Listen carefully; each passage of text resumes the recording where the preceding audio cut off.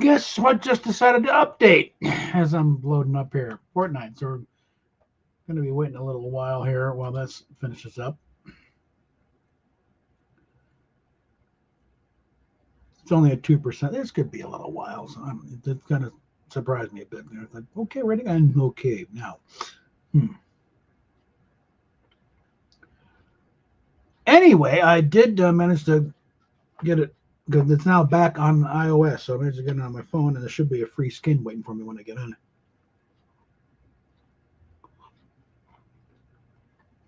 Also, bake some cookies.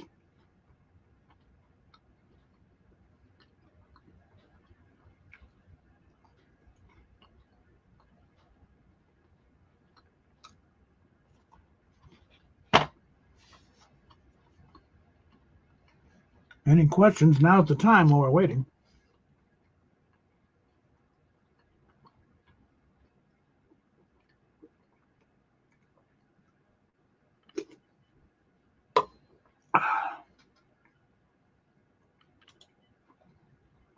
Have to find. If I can just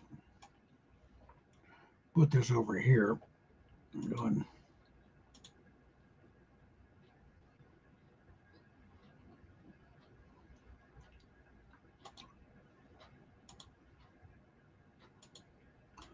So you can follow the progress along here. In fact, let me just get that over here.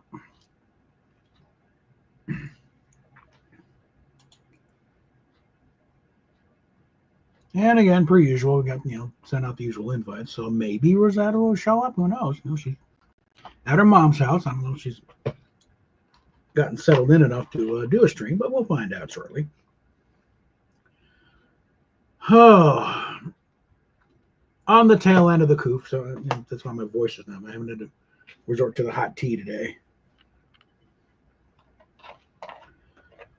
Oh. No, it's good. Marvel Rivals updated quick, and I think there's what was this one down here? I can forget. This other game I meaning to start up but never do. Destiny. That one I think did a quick update. Might have been something else down here. But what's the one that starts? Yeah, we're gonna screw up your night times. 8.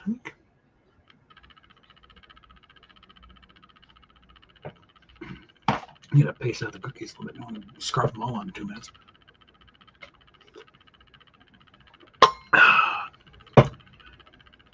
Anyway, apparently some news out of Paramount Sundance stuff here. One of the things they're looking to do is sell off some of the lot. Namely, it's about the older portion of the lot that's really not worth improving. That translates to me as the old Desilu half of the lot. But that used to be part of it used to be RKO when Lucy and Desi bought it. And that means the distinct possibility that the part of the lot where the original series was filmed could soon be becoming some condos or Walgreens.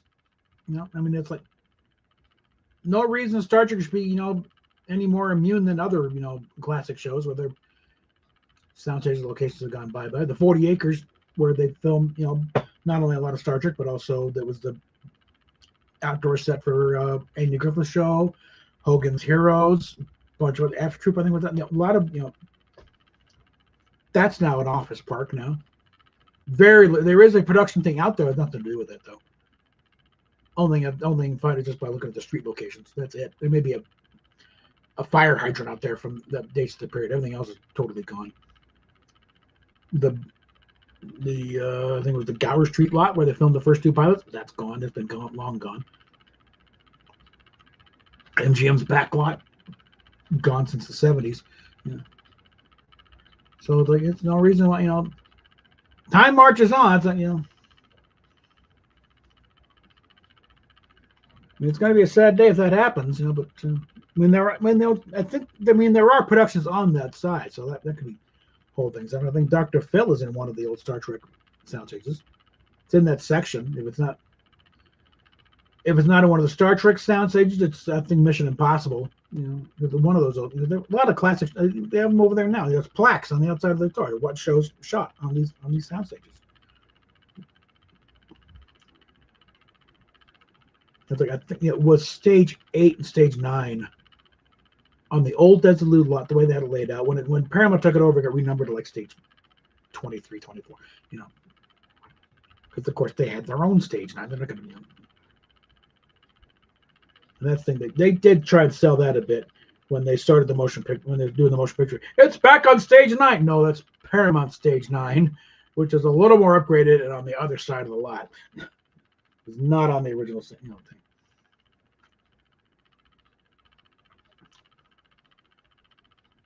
But it's like, Hollywood history is fleeting. Okay, Universal was very in fact, they turned their backlot into an amusement park with doing the tour. So a lot of that is still there. So you get to see what a Hollywood backlot really looks like.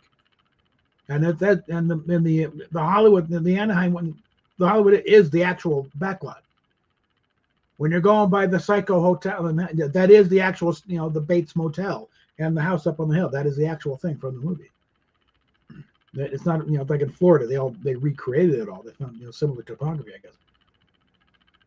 But you go through the Hollywood, they know that's the actual one. That's the one right there. When we went by it, me and my folks were out there when it had been done up for use in the movie The Milagro Beanfield War. So it still had a Mexican feel. It didn't look like the Bates Motel yet. They hadn't gotten back to changing it back, for the tourism. And I think I need to look, when was the Milagro Beanfield War movie? Because I think I'd seen that movie by then. But I think maybe, some of those cases of like, until we need to do something there, we're not going to bother changing it. I mean, there may be another Mexican theme movie coming up. We can just leave it as is.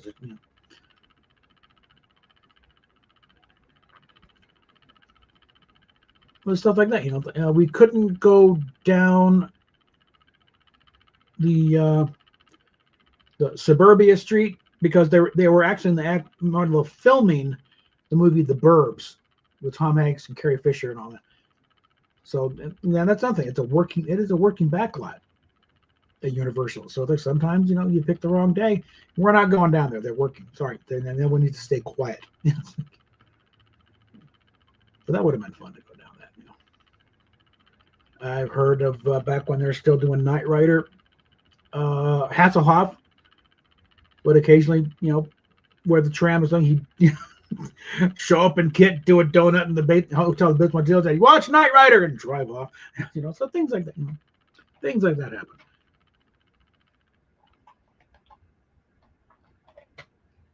And then at the very end, when they let you, they got the giant prop from Land of the Giants, which nobody remembers anymore. They barely remembered it then. It was the 80s. Giant telephone, and the A-Team van was there, and it's rigged. It was rigged up on things so you can actually grab it and lift it up on one side. So here's the picture of me floating around, hoisted up the A-Team van on one side. And also at that time they were doing their Star Trek thing. And again, it's like if I'd gotten to be a member of one of the bridge crew in that video, yeah, I'd have a copy of that. But since I got slotted as one of the engineering guys who dies horribly, and they don't even show me. Well, my favorite part was because I collapsed. And there's another gal was there, from cute little blonde from Sweden. If that had been included, yeah, I'd have gotten it from then. But as it was, no, all it is 2 seconds of me go, and I was like, no, that's a waste. Okay, and I died so bravely in the arms of that gorgeous blonde. So.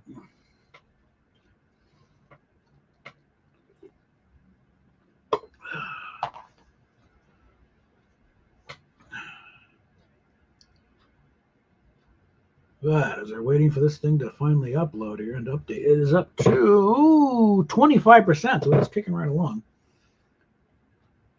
And again, I'm going to rework the armor color a bit more.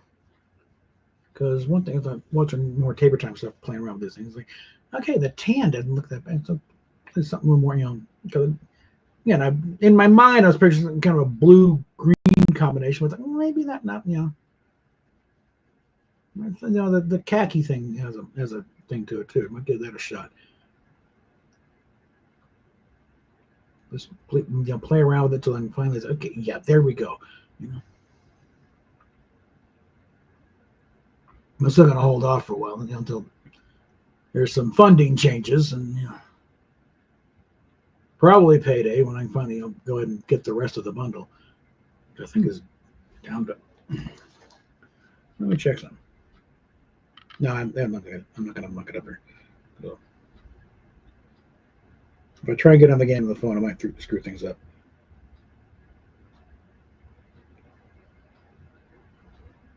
Hmm.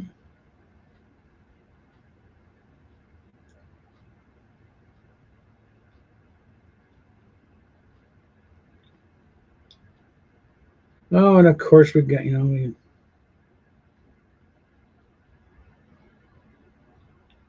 dink into a. Well, no, I'm not gonna go there. It's,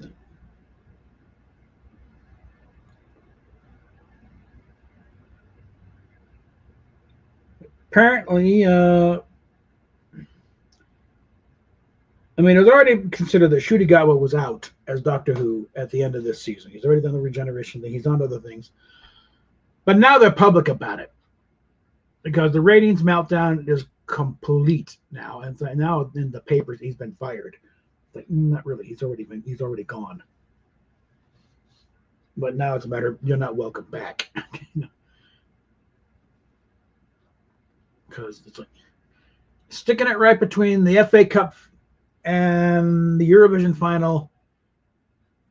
Technically, it kind of bumped things a bit, but it's like, and mainly just people who forgot to turn it off after the FA Cup and watching, you know, Palace celebrate their minds out because again, that's the first time in their history they've gotten that far.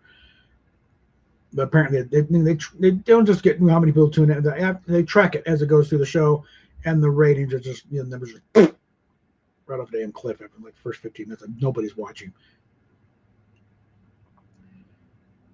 It's like people are actively tuning out, you know, of your show. You got a problem, you know. And what I'm curious about, like someone could dig into this one. What were the numbers on whatever was competing against Doctor Who at that time? I mean, there wasn't a whole lot else on, and because I looked around in the Radio Times at the time, I was like, there's not much else going on right now. Because I was looking at, you know, if I the iPlayer, and you know, think, oh, Palace is in the final. I missed the game itself, but I, you know, got the thing. Yep, they won. Well then, okay. But there's two teams I got. Oxford United, that's my main team I follow, and then Crystal Palace because they you know, they were doing, and they did what they call a friendly, the exhibition game over here, but it's called a friendly between Oxford United and Crystal Palace, and Palace won. But Oxford put up a, you know, pretty good fight there. But Palace is also that's kind of a scrappy little underdog of a team, and their adoption of the eagle is, I think they're clearly, you know, they're blatantly, obviously, and openly trying to cater to an American audience. Say, hey, come on, we like you, come watch us. But also thinking about back on an episode of Graham Norton show, and for some reason they got on the subject of what football team you're backing, and people say Chelsea or Man U, and Paloma Faith gets on Crystal Palace, and everyone kind of laughed. It's like, yeah, that team. I mean, they're Premier League, so they're no slouch, but it's like they never really got anywhere. It's like they're kind of middling, just staying ahead, you know, staying out of delegation range or relegation.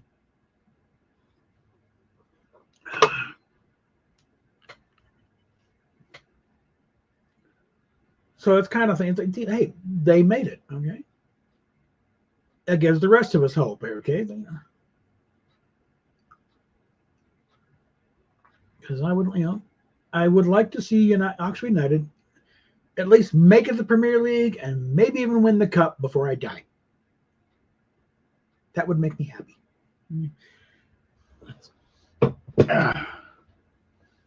Now let's see. One day I'm going to get a jersey. Right. Now, while we're doing, and there's not 400%, so it's getting there. But other games, if anyone has any idea, can chime in. Like me try out here. It's not necessarily be only Fortnite. I got a lot of games. I got 108 games racked up here. Not all of them installed, but at least I got them. Because we got Shadow of the Tomb Raider. See if that one works. Marvel Rivals. Give that a run at some point. Alpha Centauri. It is. I will grant for the viewing audience, it's probably a bit of a bore. I don't know. Rising Storm Vietnam. That's kind of the first person shooter thing. It's okay. It's going to install Apex Legends. I need to get back into that, especially I haven't tried it on this computer yet.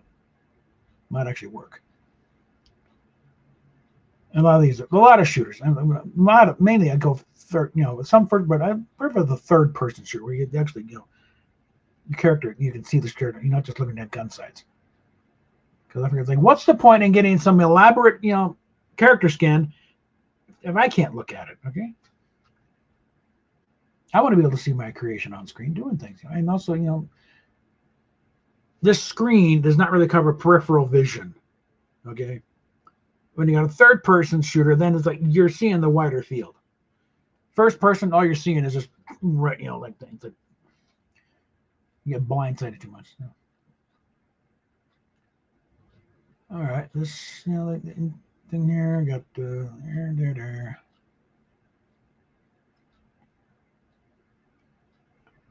I am waiting on the Death Standing things until I can really get a kick-ass computer, because I got a feeling this one would just fall over and die on me from the RAM load.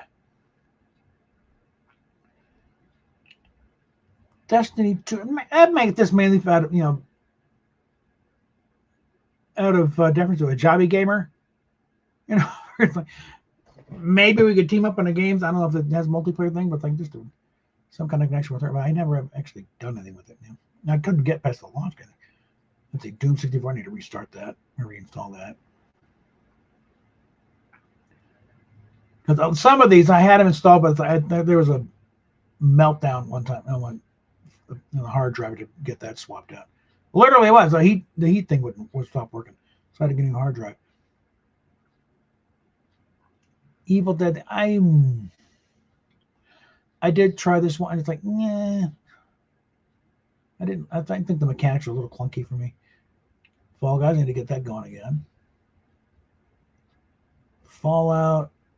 I really didn't get much. I wasn't really impressed much until the 3, because the rest of them are just scrollers. The 1 or 2 are no much better than side scrolls. And I really don't like those up to this point. And I haven't even done the rest of them yet. The other ones, I could get those. I can grab that. Genshin, I need to reinstall, but that's also a major memory hog. Grit looks, it's kind of, it's a Western thing, but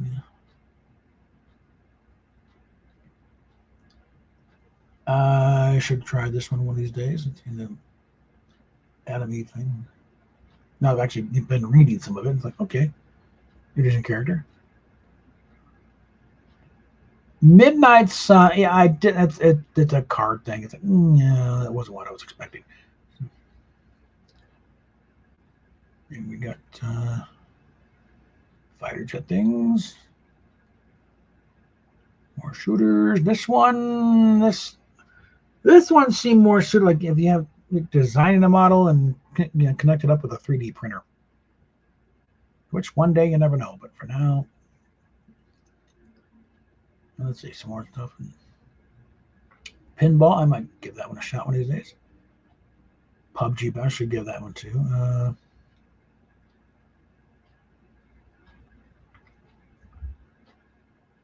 The Star Trek Online one just did a free bundle, so that might be worth getting into.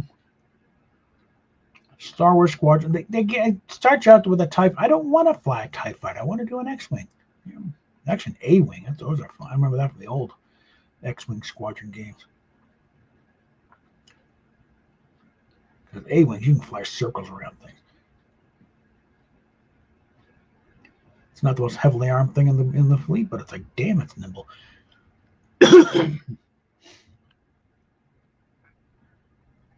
Sims, unless you got the really bawdy add-ons and you can put on a little bit of show, it's boring as fuck to everyone watching. And frankly, it's boring as fuck to me. What this one?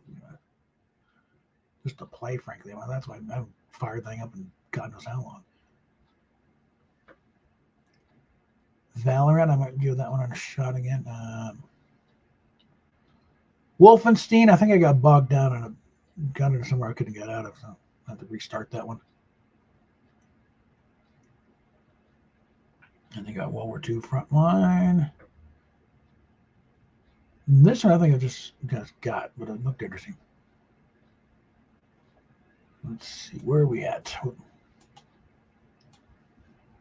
56%. So again, we got 8 people watching. Any questions about what's going on?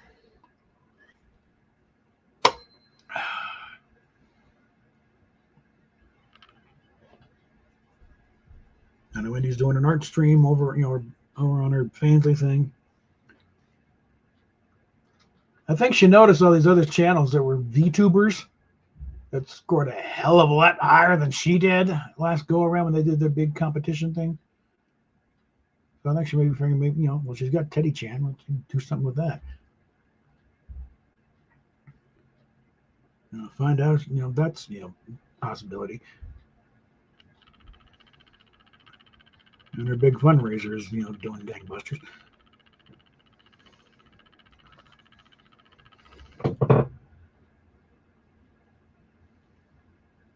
Let me take a look here.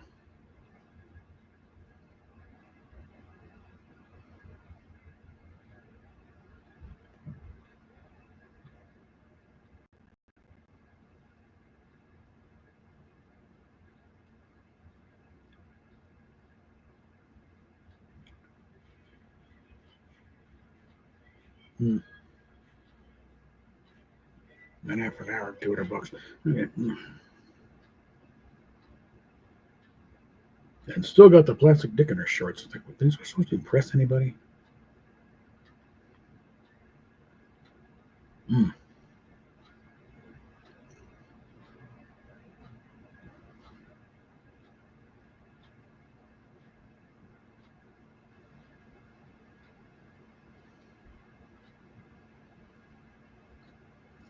Clear out some stuff here. Again, any questions? Now's the time to chime up when nothing's going on.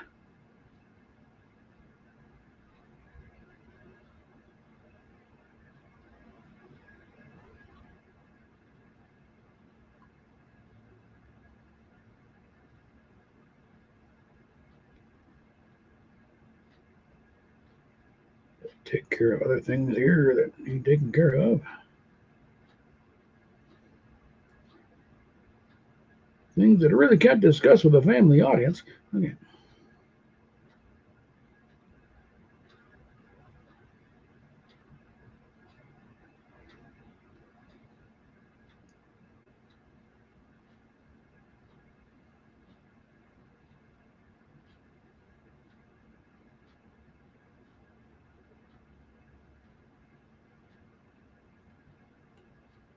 Okay.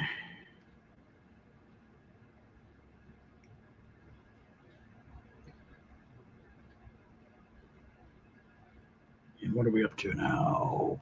64%.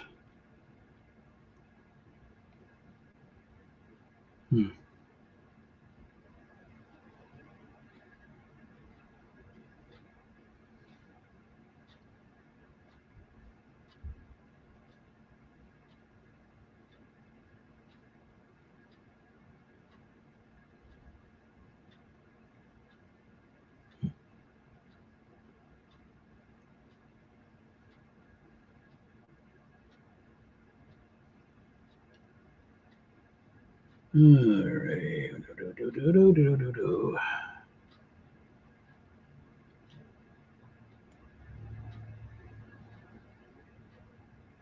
Yeah, that one. Okay, and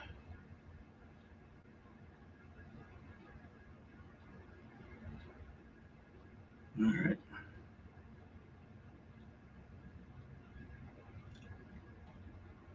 And here.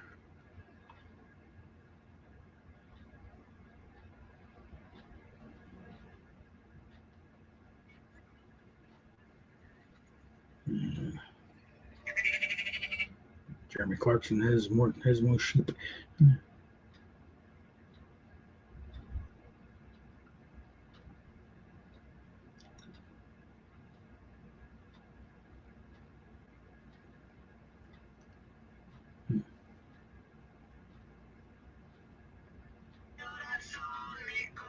All right, come on.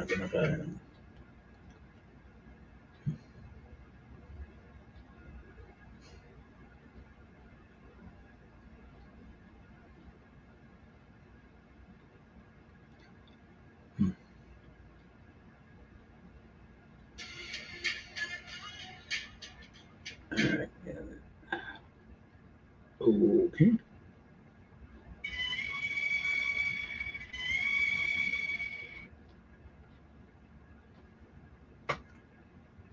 All right, we're up to 70%. Oh.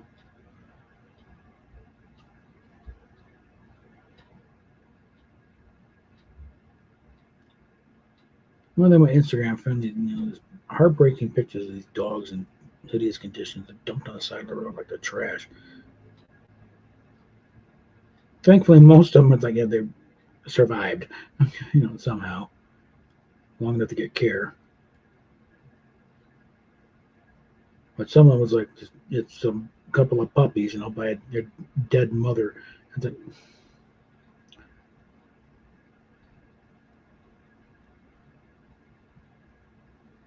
what kind of person does that to a dog,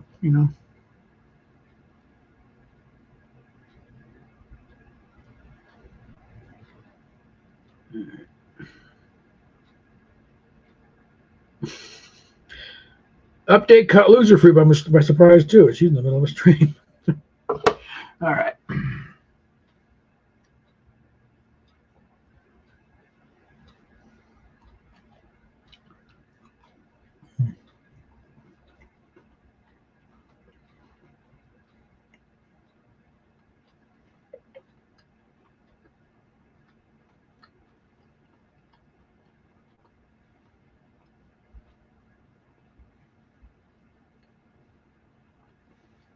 So it's not just me. Other streamers are also caught. It's like, what the hell? At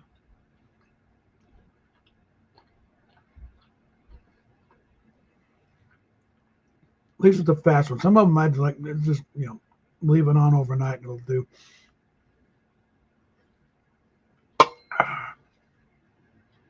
72%.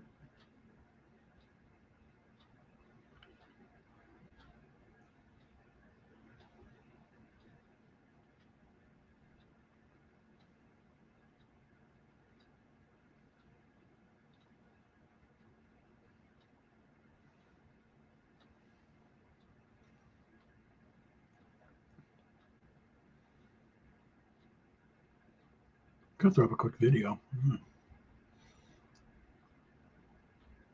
That's one thing I threw up. The three blooper reels, the original Star Trek blooper reels. First season, third season, fine, monetized because the thing is, Paramount Disney, they never copyrighted the blooper reels. It's only the aired footage, outtakes, clips, not copyrighted.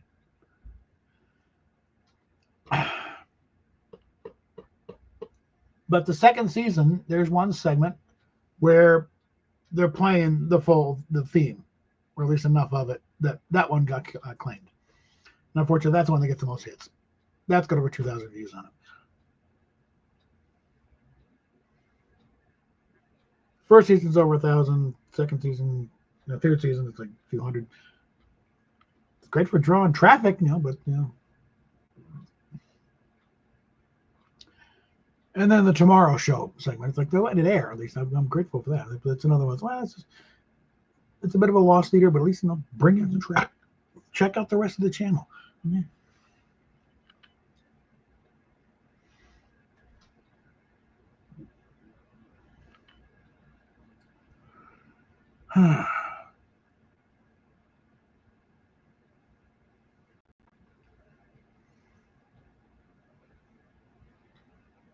With a better camera setup, I could probably work on one of these models here.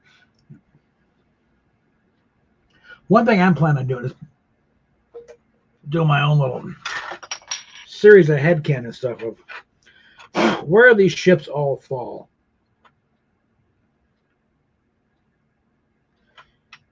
Where I think they fall within the history of Starfleet.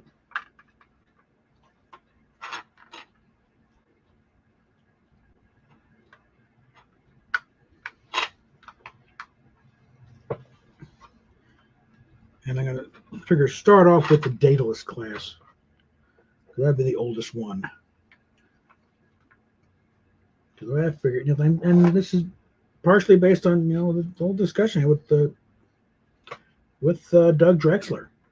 Because I was going the theory that I think, frankly, this right here, if they had gone forward, my opinion is Berman would have declared this to be the Daedalus class as a bridge between the NX and the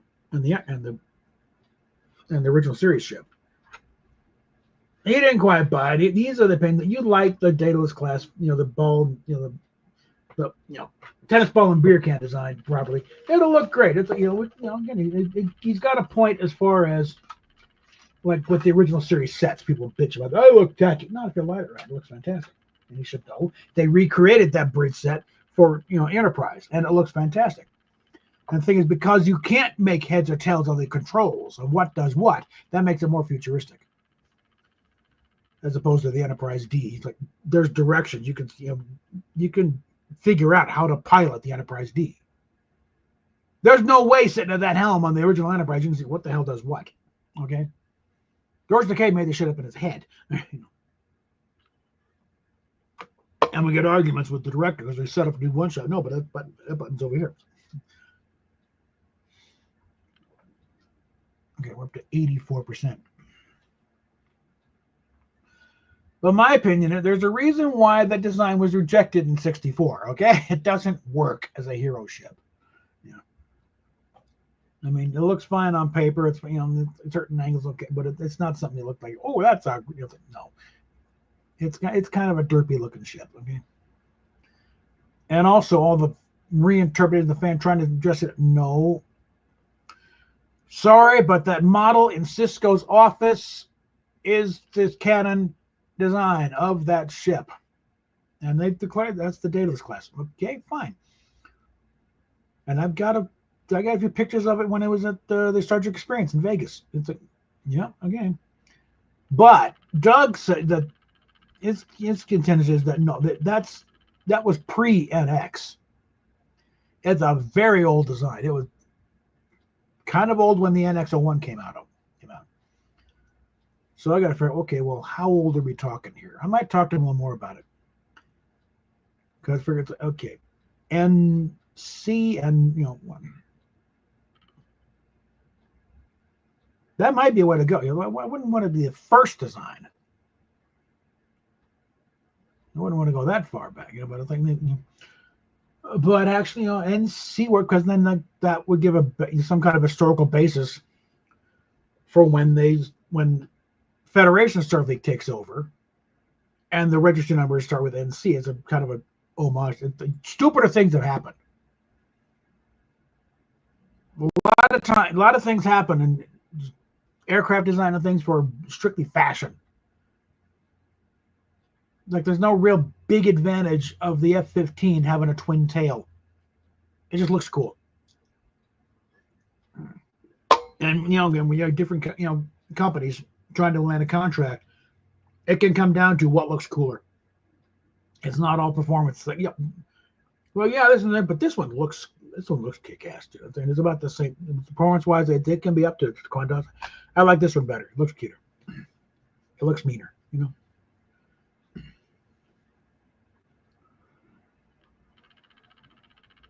And it's not really, you know, there's no direct one-to-one about how registries work anyway. The naval construction contract, that was dreamed up by Franz Joseph Schnabel when he was doing the plans, has no basis whatsoever within canon Star Trek. Everyone just kind of let it slide because they had nothing better at the time. But it's like, again, the way the thing goes, the original way it's NCC, it's like because Jeffries was thinking, you know, something that looked kind of, he was referencing airplane numbers, you know, registry numbers. And no, it had nothing to do with his own personal plane. He didn't get that plane until after the, you know, the series. And when they keep saying, yeah, the Waco N17, he didn't get that until after the series wrapped. Okay. And he said his own fault, he didn't stamp it down hard enough when it happened. He kind of let it slide. But like, no, that had nothing to do with it. But if you look at, you know, an aircraft, the tail number, N, you know, N represents the United States. Again, it's like it's any old letter within the, you know, thing. It's like they'll pick it, you know. That's why it's not, you know, tail numbers aren't U.S. a number. It's N, and then, you know, in Great Britain it's a G. The Soviet Union, we see it as CC. It's really an SS or S, you know, the Cyrillic. And so, but he was, you know, like, okay, well, I want to make it kind of reminiscent of an Earth ship, so, you know, but vague enough we can't really. It looks, but by making it a little off, it makes it futuristic too. And actually, in aircraft tail numbers, a C, you know, the N means United States, followed by a C means commercial. So we go to the airport next time and look at, you know, the airliners. It's all NC, you know, a bunch of numbers. Whereas private aircraft is just N and the number. But his thing is that, well, okay, well, the N is like the C is like, well, it's a, you know, kind of a joint thing between the U.S. and the Soviet Union, which is kind of what Kennedy was proposing for the moon landings. He was starting to like Apollo thing's a little bit much. We might want to, you know, let's try something different. Maybe teaming up with the Russians to actually get working towards peace that way. Of course, then he gets assassinated, and it's Apollo all the way now. But that's as far as it went. It never got into this. It was just a rationale. It's like, you know, we keep asking, but nobody asked. So. And it accomplished the job. And it made it clear this is another ship just from the future. And the 1701 is because those are the numbers on a 13-inch TV screen could show up and not be mistaken for any other numbers. That's why everything is like 2, 3, 4. It's like everything. It's only 1, 7, and 0. The only ones because you can not mistake them for any other number. And the second C and the 1 at the end, those were strictly just for balance. To make it and a dash in between. It was all for visual thing. But, you know, since a system has grown out of that since then, because, you know, the animated series, there's using freighters with rather odd numbers in there. There's a couple extra letters stuck in there. So, okay, well, this means that's a freighter. That's, you know, that's an automated. That's a manual. You know, this starts to build a little bit in there. And then with the Excelsior being NX 2000, okay, X is clearly experimental. So we're getting a little more thing. And then the next generation is when we start really getting some more stuff, NAR, NSP. And again, you can build more of a system there. And that's how I was able to derive that, you know, my planned mangling of the JJ prize into a Princess Cruises starship, you know, cruise ship. I decided on a register number of NAH 1977. For, you know, N's Federation, A is civilian. That was established. And I racked my brain for a long time figuring out what would a cruise ship have. And a C is out because that's already been taken by Starfleet for some reason, cruiser or something or other, whatever they pull it from. And I figured, okay, well, let's see. It's basically a floating hotel. It's part of the hospitality industry. Hotels, cruise ships, you know, the resorts. So it's NAH. And 1977 is the year that the Love Boat premiered. So okay, NAH 1977. And it's just kind of an added little bonus joke that nah. Oh, we're ready. All right.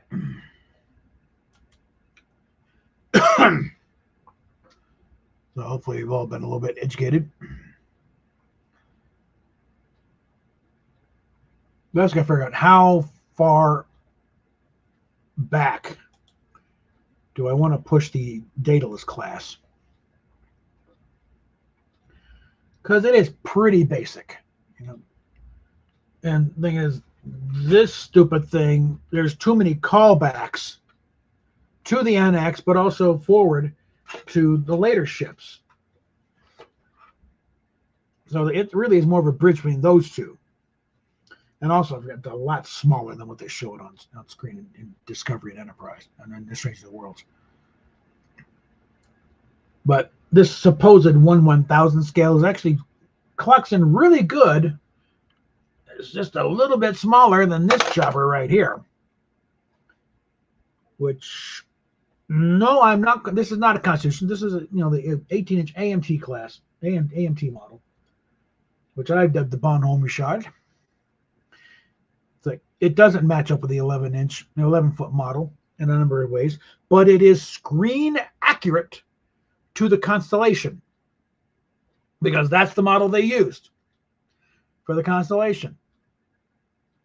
And with a registry of 1017, which admittedly is just rearranging the numbers on the decal sheet and that came with the box, but that puts it well ahead of the Enterprise. And there's enough structural differences to say it's not a Constitution class ship. It is a starship as a class, as in like it's an aircraft carrier, but it's not the same class of aircraft. It's not the same class of starship. It's not the Constitution. It's, again, Bonhomme Richard. It's sort of an homage to Starfleet battles.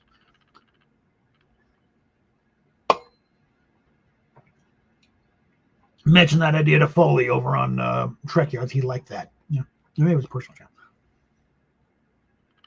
He was a big Starfleet battles guy to me. And in that respect, it's like, okay, well, now, and from there, build a few things. Okay, well, Constitution 1700. That's the first Constitution class ship. That's the class ship. Enterprise is the first one after that, 1701. But now, how do we account for these apparently Constitution class ships with registries lower than 1700? I'm figuring various levels of refit and, or depending on how far along in construction they were, or if they even were under construction. Because the way I see it, the registry number has very little to do with the class of the ship. The registry number is just where in the construction slot it fell. That's why you also have Miranda class ships, like the Reliant 1864. Could just easily be a Constitution class ship. No, it's a Miranda class, and stuff like that. It's like this is where it fell into the construction circle. The only reason why there tends to be a lot of Constitutions with that number is because that's what they were building that year. But if you got a few Mirandas in there and a few other ships in there with similar numbers, that's just where they fell. That's just where the scheduling was. Of course, that also means like ships like the Oberth class, the Grissom, I think, had a 1656. Means that's a very old ship.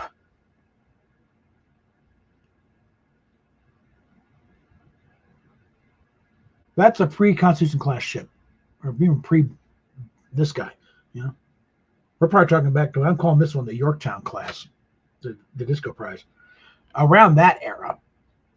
But it's basically a pickup. It's just it's like the Daedalus class. They stuck around forever. Basic ship, easy to maintain. And so, well, it's cheaper to keep them running, upgrade them from time to time.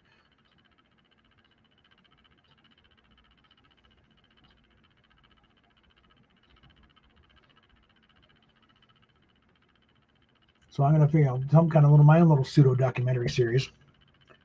So, welcome to History of Starfleet, major ship classes. Today we're starting with the first major ship class, which actually predates Starfleet by about 80 years. The now known as the Daedalus class. Originally started off as like the figure NX class. That would have been like the first, because they were right at just about the time of the founding of the Federation. So there probably wasn't an NZ class. If it was this guy over here. Okay, here we go.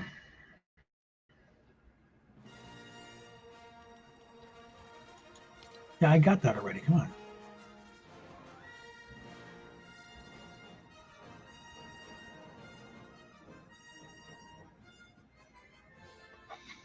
All right.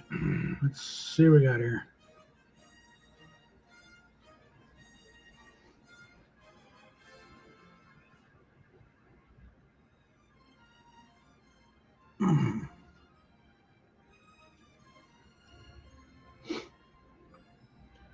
Okay.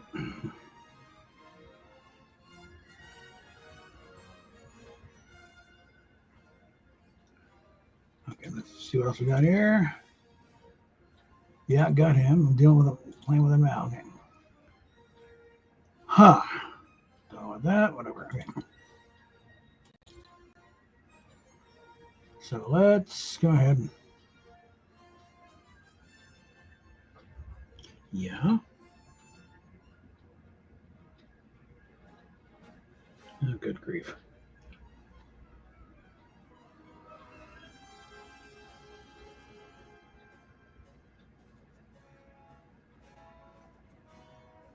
Let's see.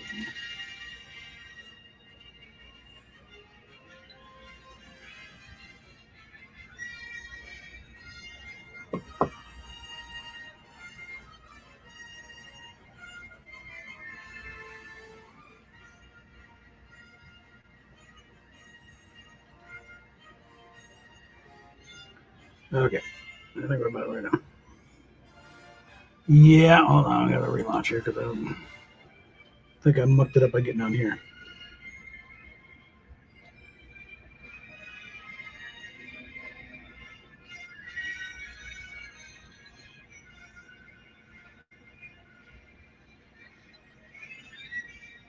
Oh, fine.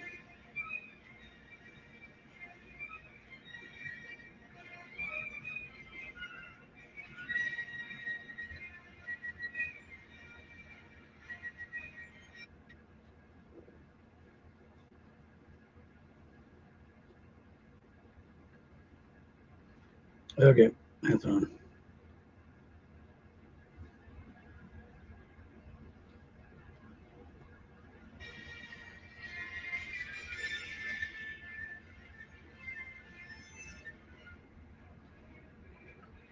Okay, we'll go ahead and get out of this.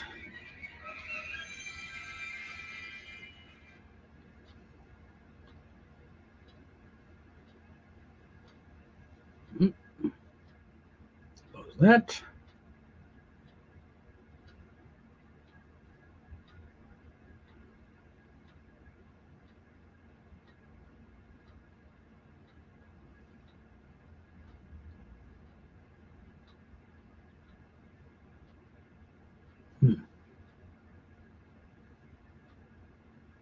Whatever this is.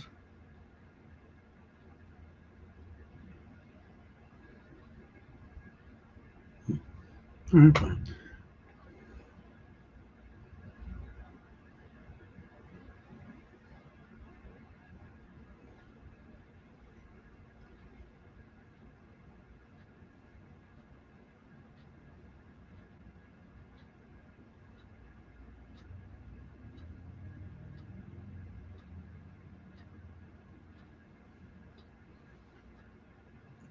I think we can all pretty much agree the only winner out of the Madam Web movie was Sydney Sweeney.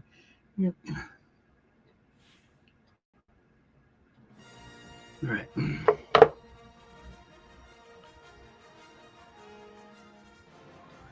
All right, fine. It'll show up when it shows up. All right.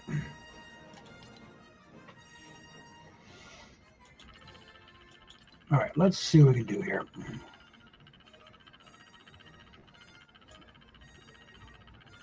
I'm fine with the armor the way it is, but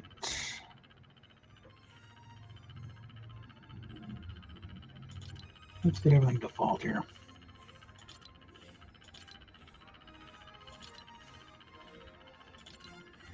All right.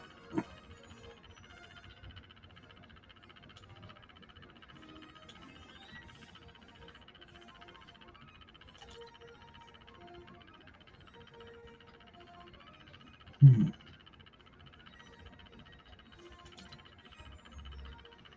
Hmm.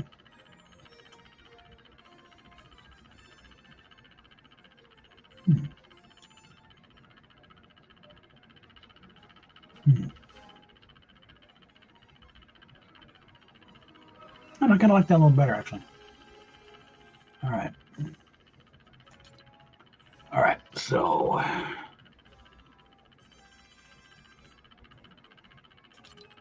start base color here.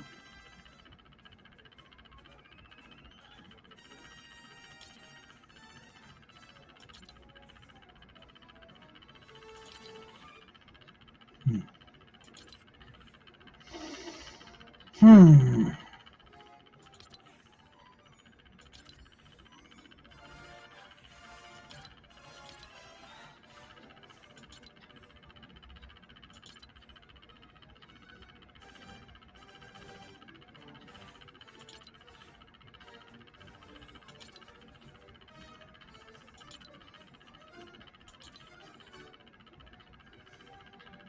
Let's see.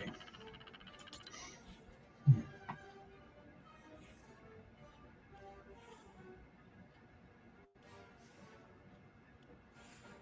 Okay, this would be the undershirt here with it right there. So.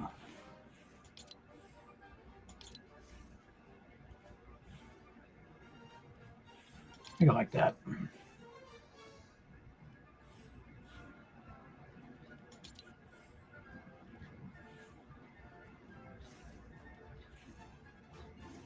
Yeah, I think I like that. Sigil.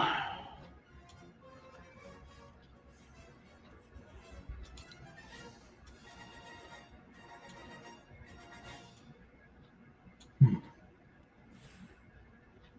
Let's see.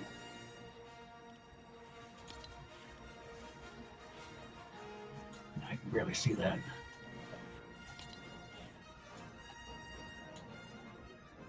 Hmm. No, I think I like that a little better. Leather. Let's see.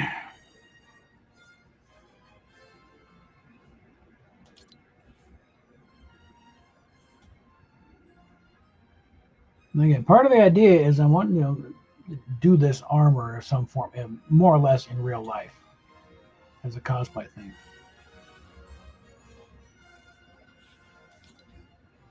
Hmm.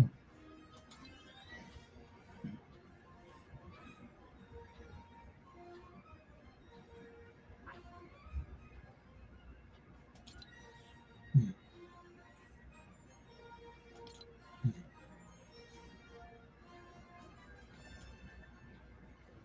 Hmm.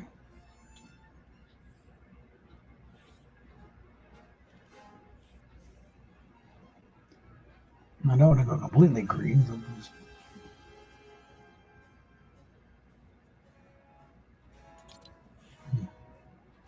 kind of gold there.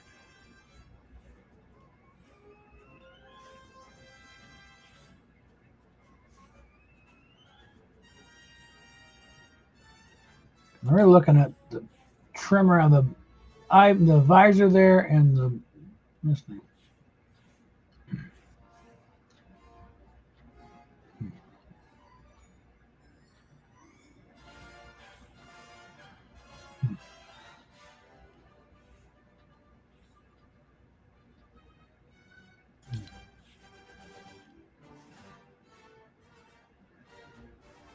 Hmm.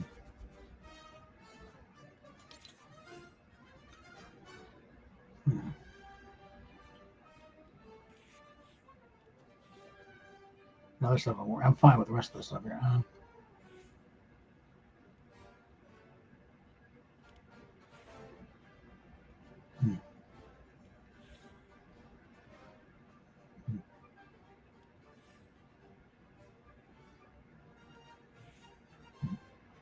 That's 2 stormtroopers there.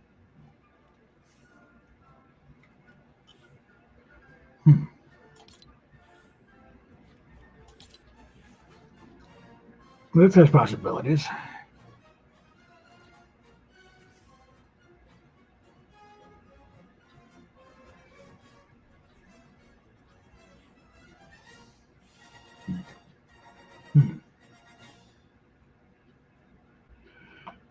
I don't know.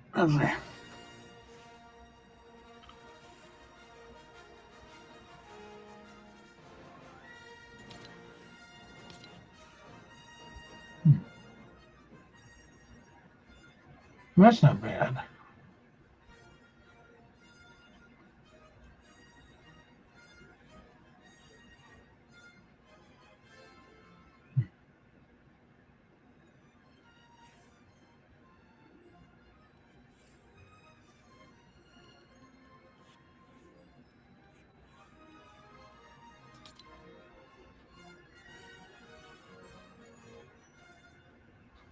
What about the pattern here? Let's see.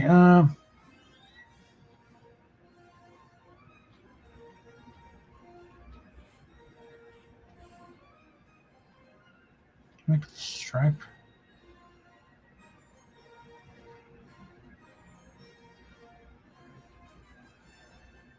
This looks more like. This strikes me when these cars going around where like one car door is like it's the same model, but it's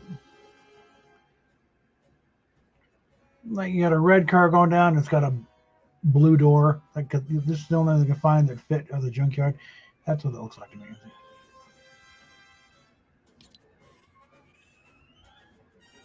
I don't really want to look like it's a bunch of leftovers.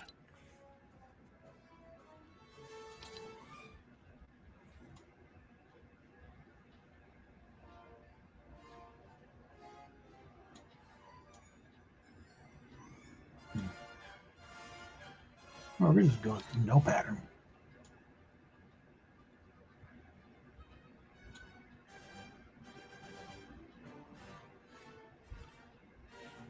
I'm not doing Death Watch. Those guys are nuts. Okay.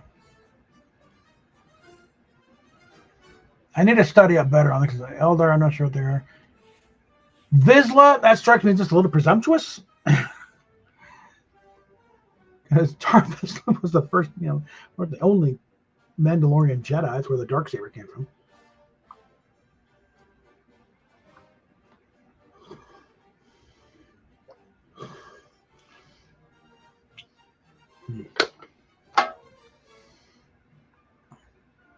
Actually, the clan Bo-Katan is from. Okay, Night Owl.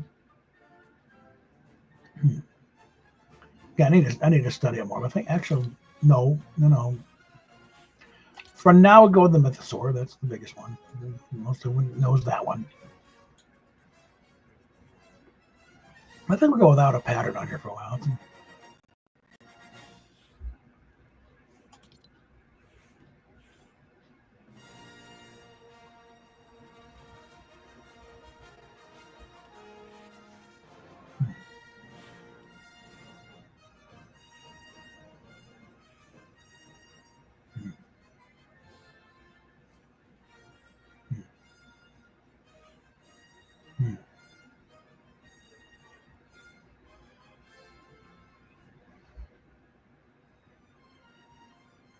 Kind of like the red. Go with that for a while. See how that feels.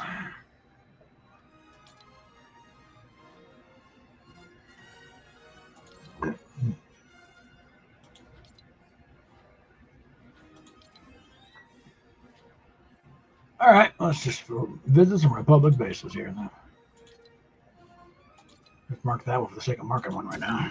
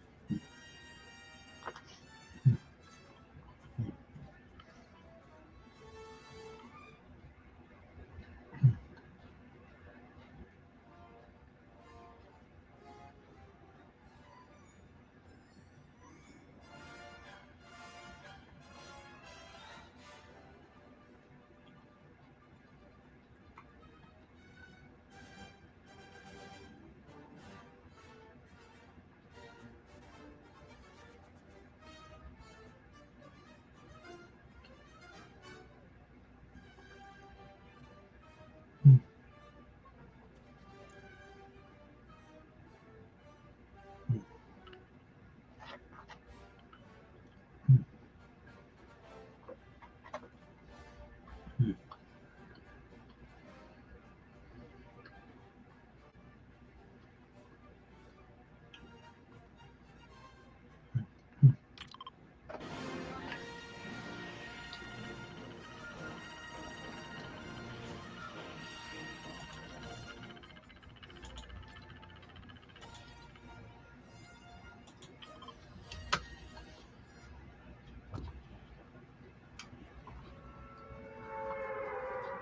Let that one work our way inland.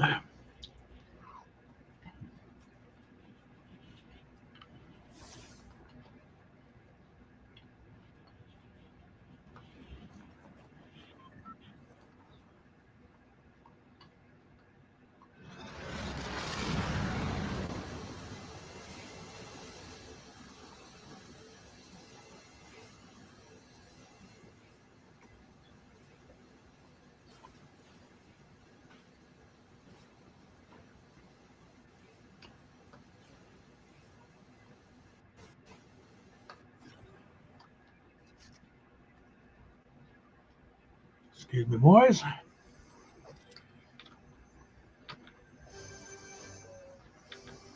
That's a shotgun.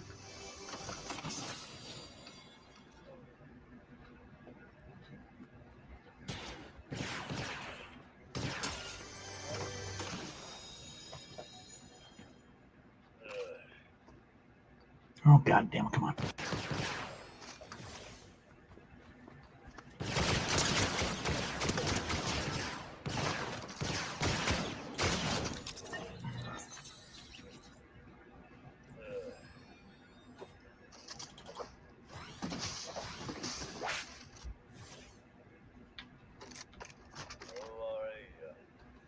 And that one, don't need it. All right.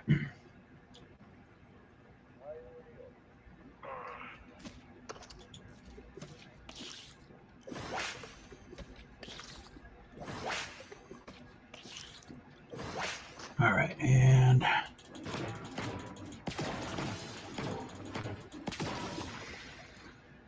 one more, but topped up.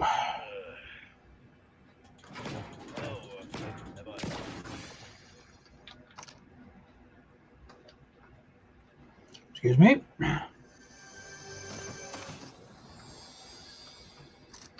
Yeah, I'll take that. Now we got something in a vehicle around here I can use.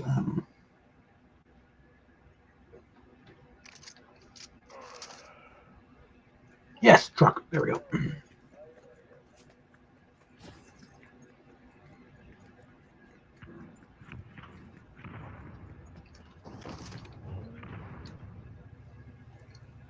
Come on. All right.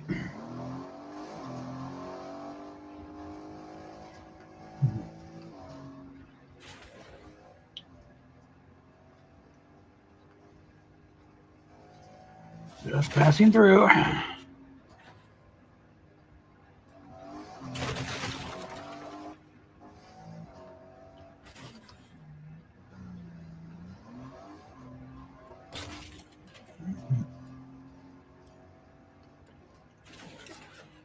And I should probably stop off and get myself a lightsaber.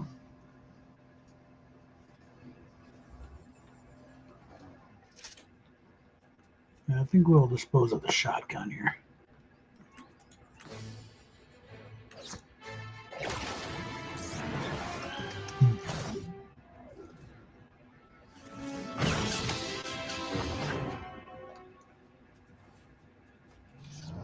All right, now back to this.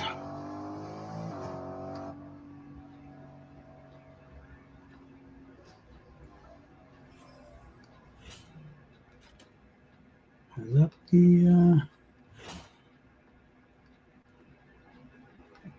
Gotta be on the lookout on these specifically Mandalorian weapons. Sniper rifle, pistols, jetpack. That's really... All right. Nothing today, though, so all right. And the last one... Oh, I only did 2. Okay. Never mind, then. I guess we're just going out here.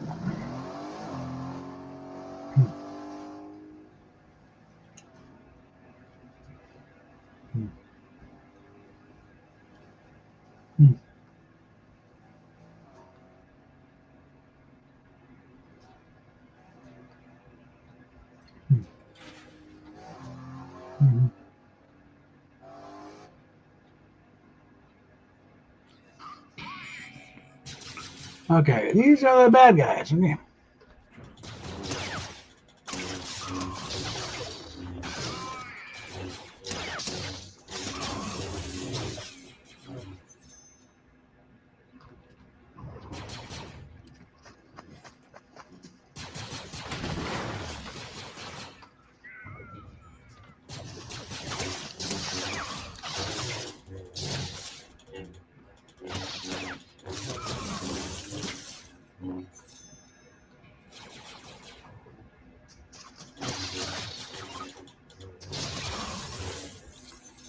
Okay.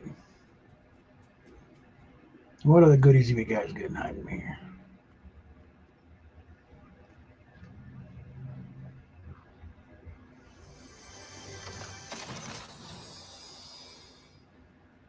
Kind of hilarious, actually, because this only existed as a toy. Okay. Yeah. And they made it real in Mandalorian.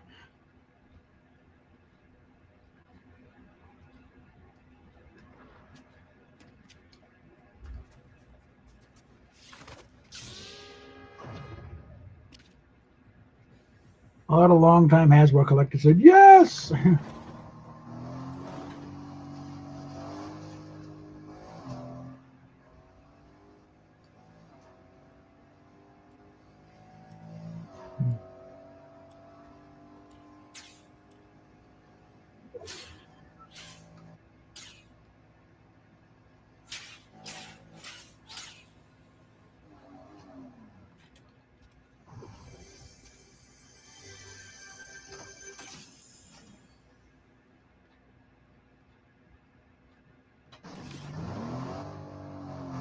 Okay. All right.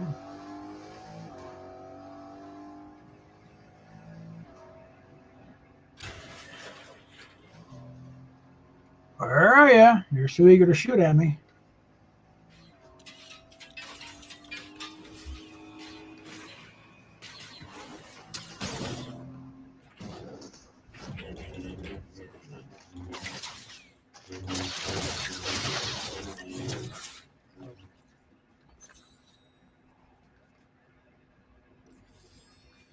Huh. No, I'm fine with the blue one. All right.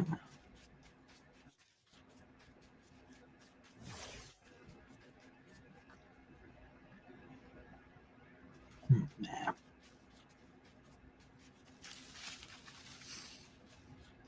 Getting tight enough now. The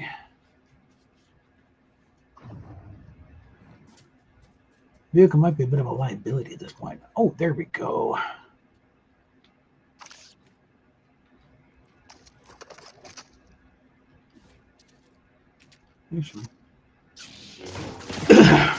There.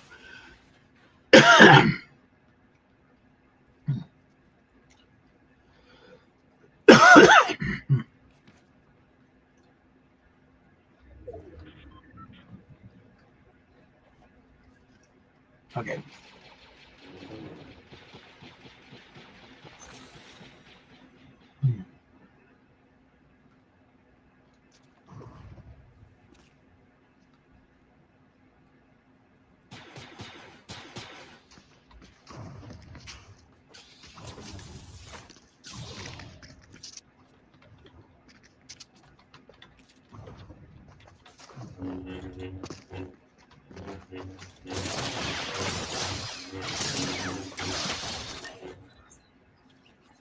And that takes care of Vader, too.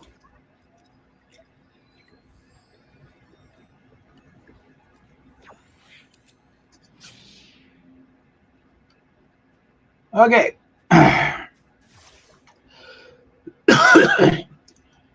So everyone else can be saying, thank me now. I took Vader out of the game. Yeah.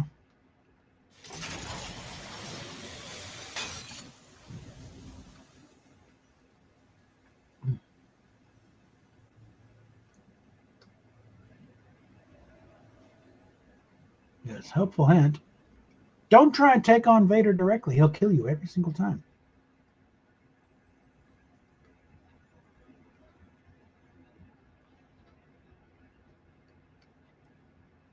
Take out his apprentice and Vader will follow. I have to go.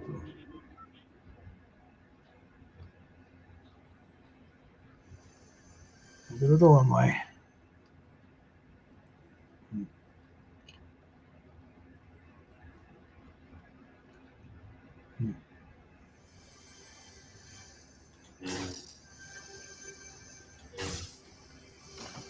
All right. I heard another one here.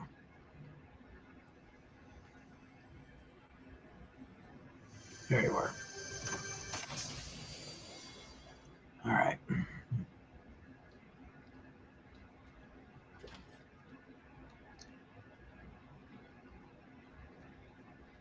Do not want to get trapped in here. The whole thing falls apart here.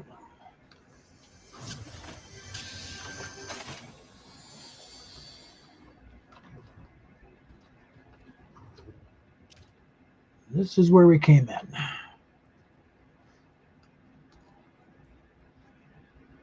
And look, someone just dumped a car here. How careless.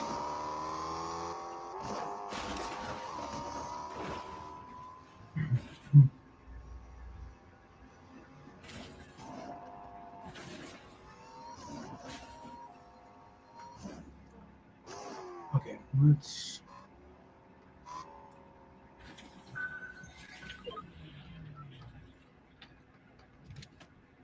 All right. For goodies. Nope. Nope. Someone tried on a wall for nothing.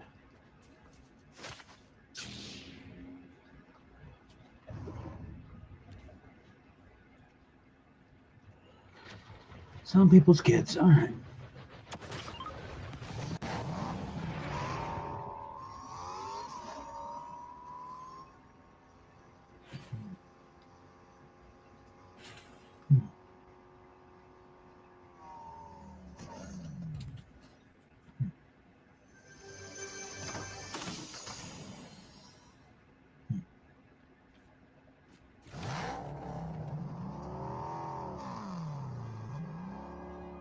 We want to go the other way. Yeah.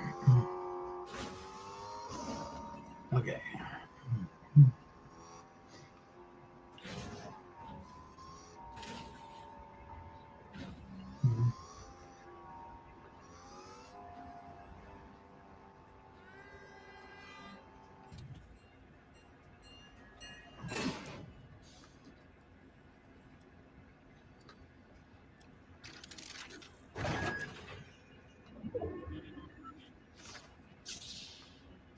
Yep, clean that one out. So we're going to see if this thing is going to open up.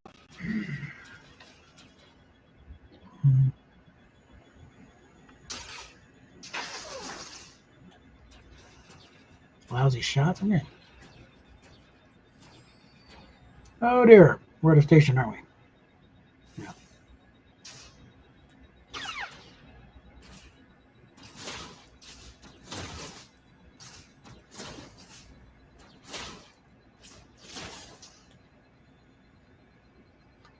Well, maybe. That's it. Okay. I'll wait all that time for that.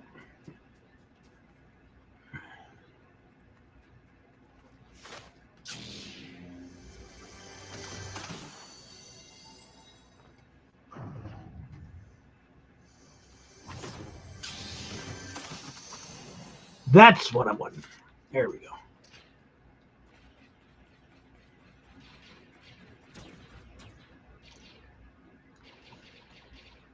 All right.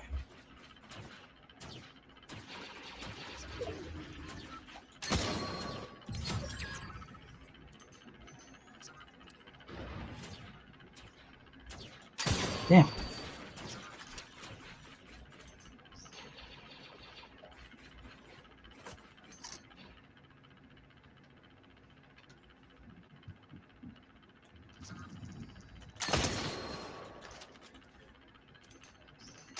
Oh, shit.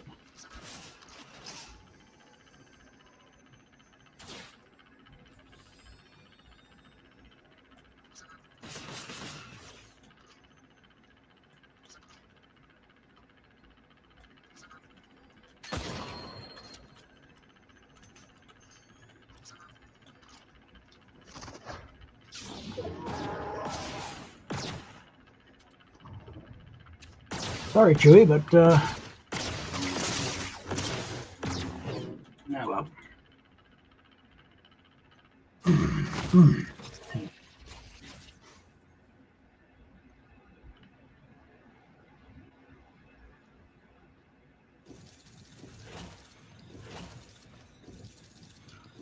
Okay, let's see how we did here.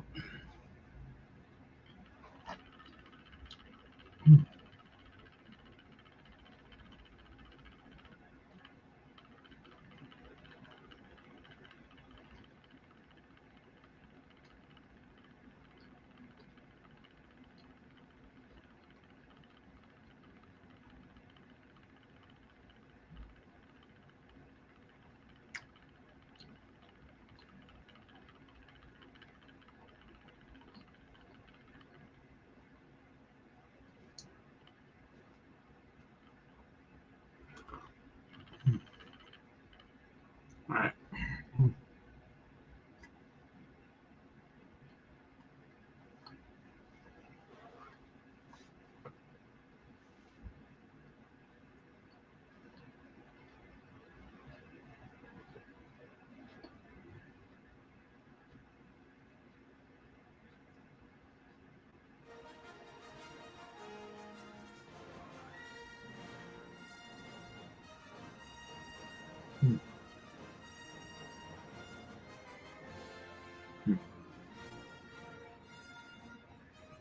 Okay. Whatever. Okay, where are we at here?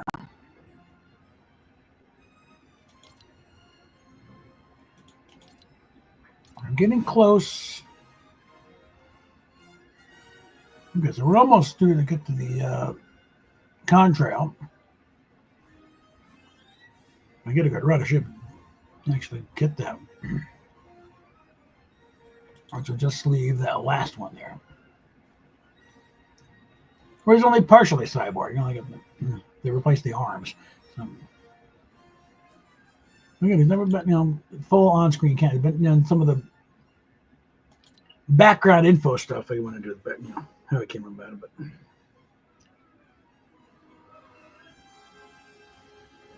I think it was one of the short. I think it's some shorts or something where they went into where he came from.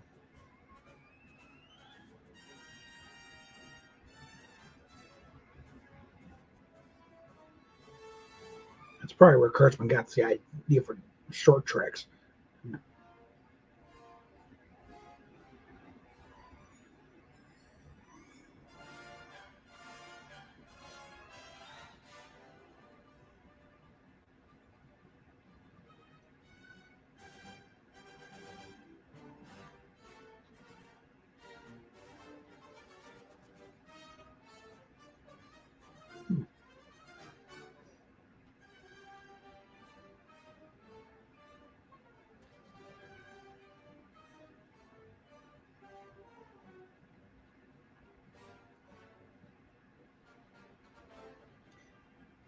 And of it is, I wonder if Amaranth really is splitting off with her husband this time around, because that was an awkward time when that live stream just suddenly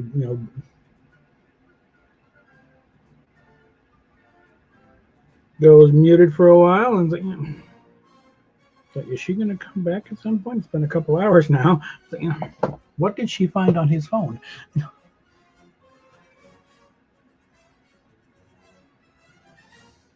All right.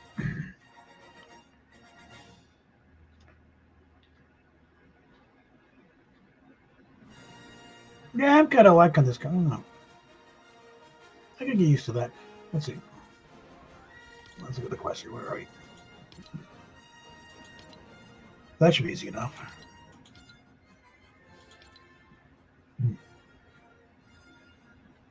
What's this one? I'm not doing that stuff, man. No weeklies. We're done with all the weeklies. At least for now.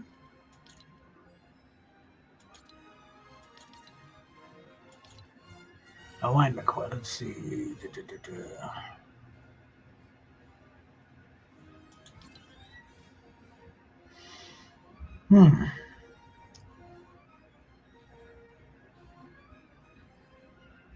Well, that'll count. Let's do it up here.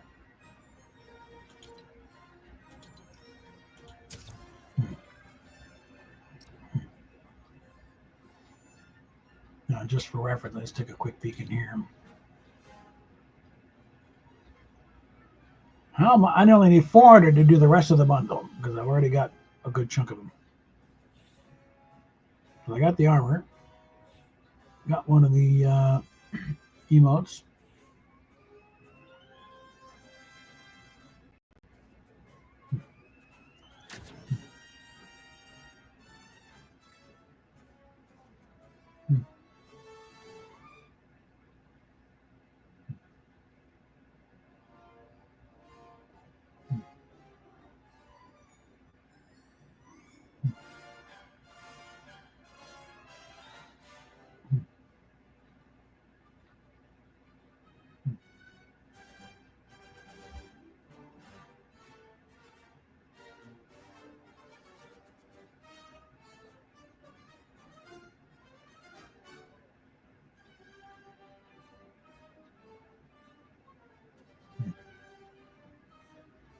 All right.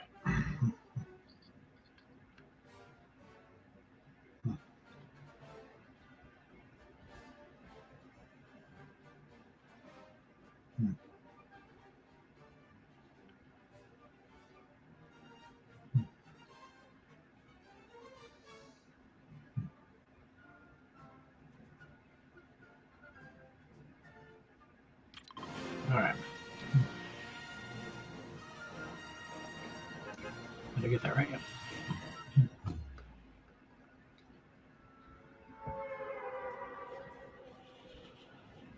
All right.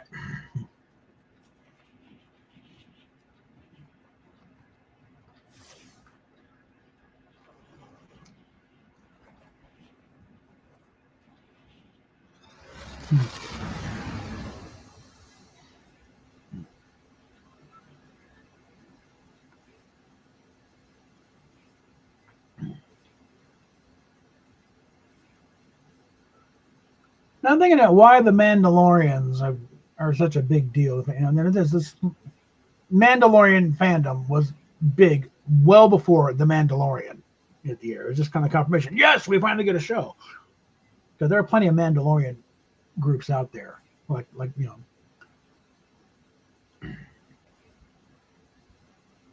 And I'm thinking, they're kind of like the hardcore libertarians of the Star Trek universe. They're not good guys. They got bad guys. They're their own guys. Okay. They actually fought toe to toe against the Jedi, and didn't do half bad. And again, there was a Mandalorian Jedi, Tar Vizsla. He's the one who created the Darksaber.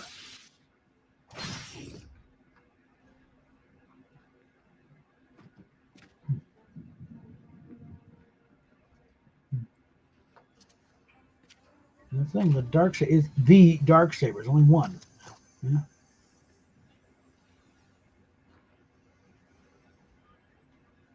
The unique item. That's why it's so significant, in the Mandalorians. Like, that's not just it's the Darksaber. It's the one Tar Vizsla crafted all those years ago.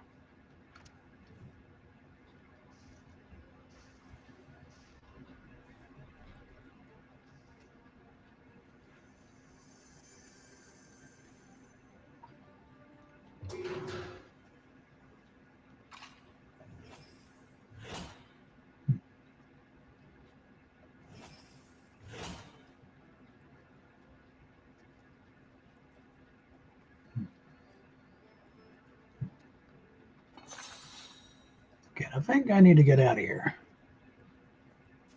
Right after I check out the Falcon.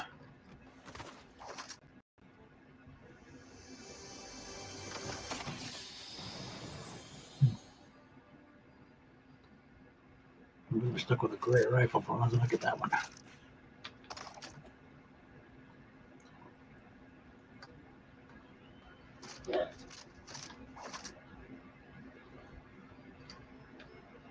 Did I get the right button?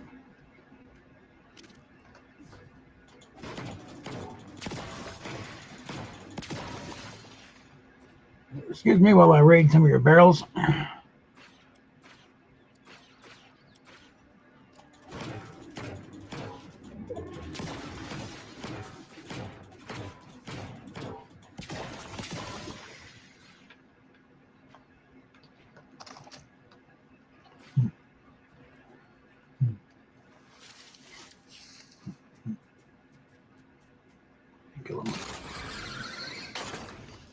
Get a little more going if I go this way.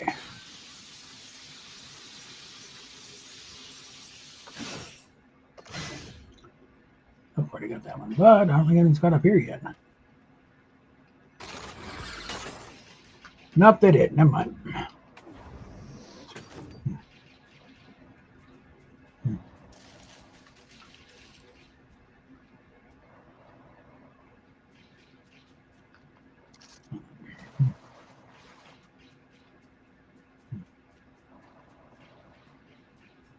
All right.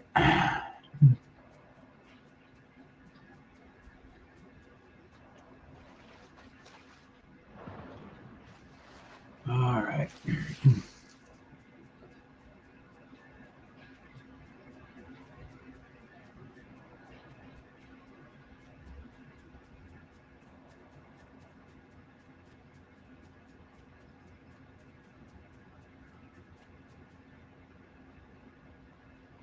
Oh, no one's gotten that one yet.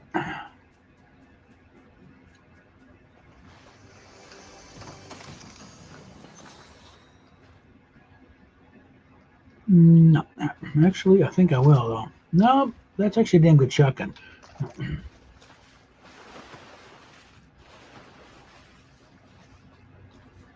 It does some heat big damage, especially close range.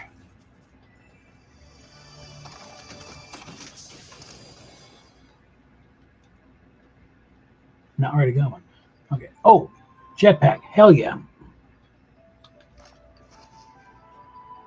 All right.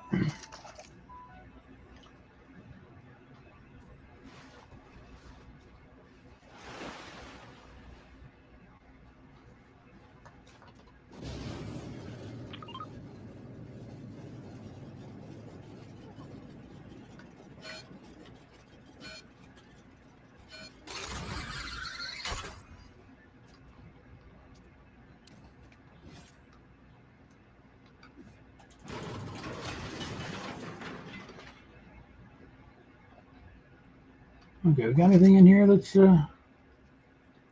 worth worrying about?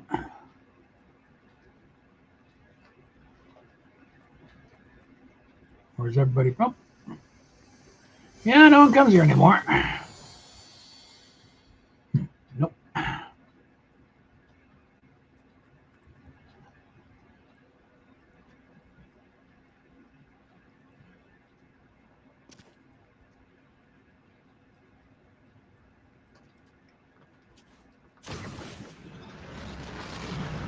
Come on, it's not land on the house.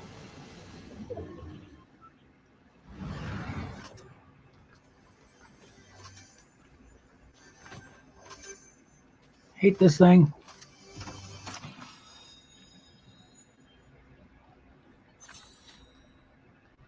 And that thing is another stormtrooper gun. All right. Set up.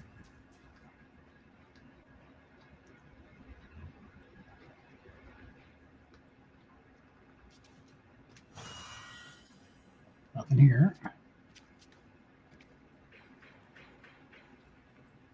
Let's check the house. Yep.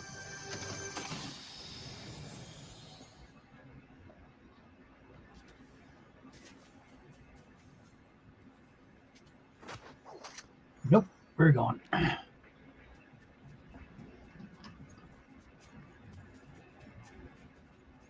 We got a Jedi thing down here. Can we make it?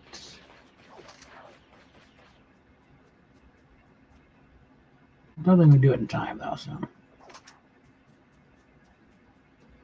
Yeah, we gotta get out of here.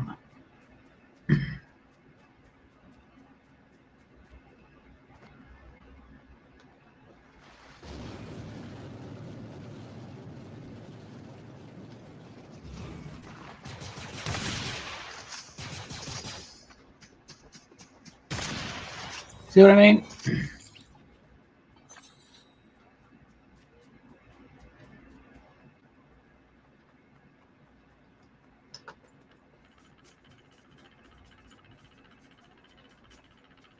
Yep, see? I knew it. Let's see. There's got the other one. There is.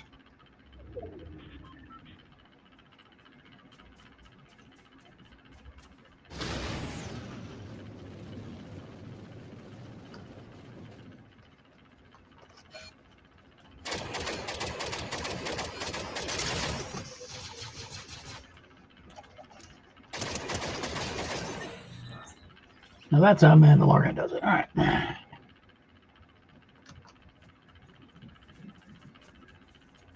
And I think in this case we will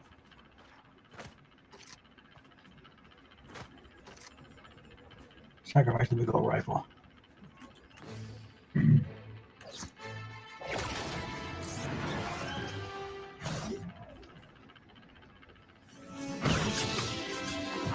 Alrighty, and with that we got to get out of here. Okay, well.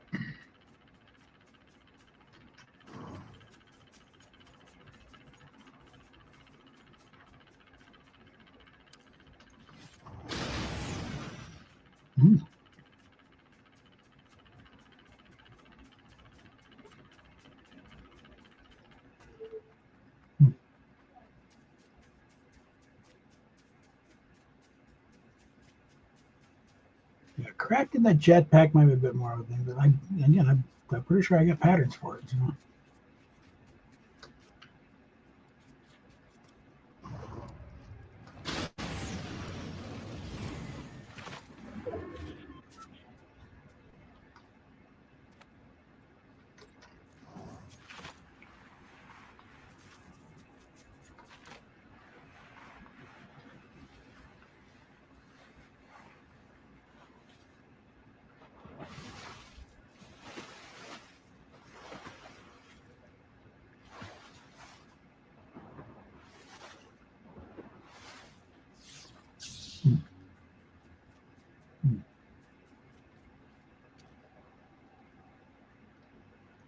Okay. So I got 2 legit nominations so far. Come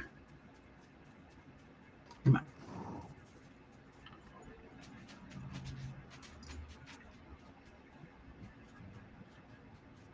What do we got here? Nope. Nope. Nope.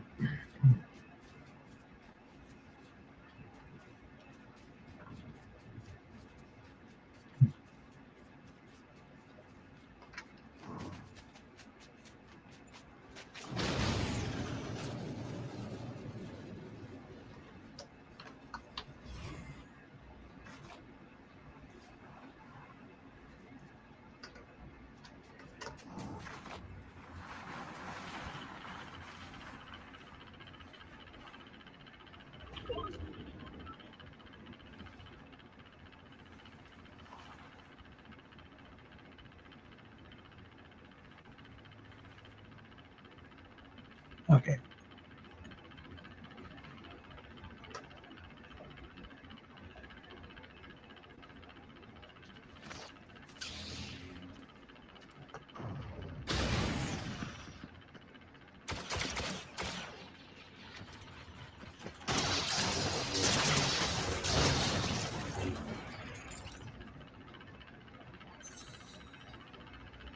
You didn't use your saber. Naughty, naughty.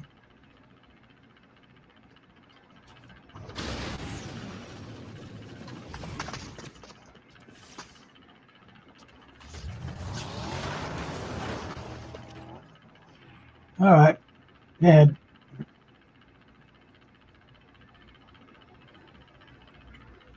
And where once stood the bank,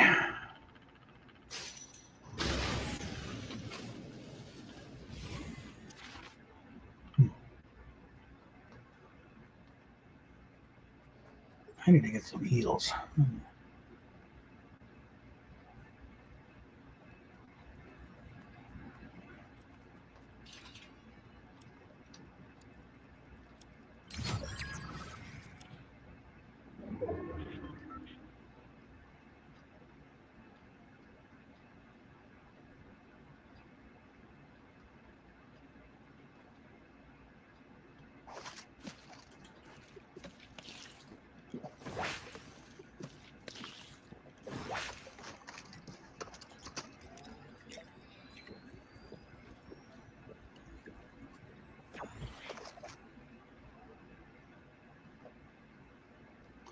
Huh.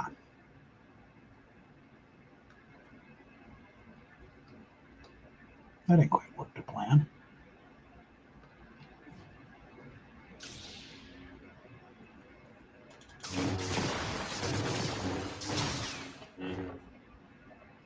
He's got healed up.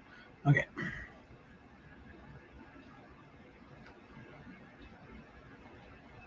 Someone to talk to?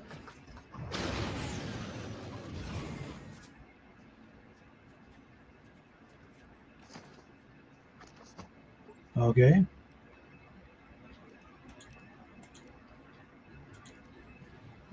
All right. Moving on. I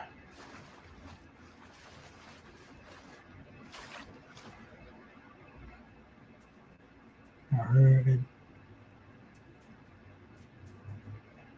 All right. That's just.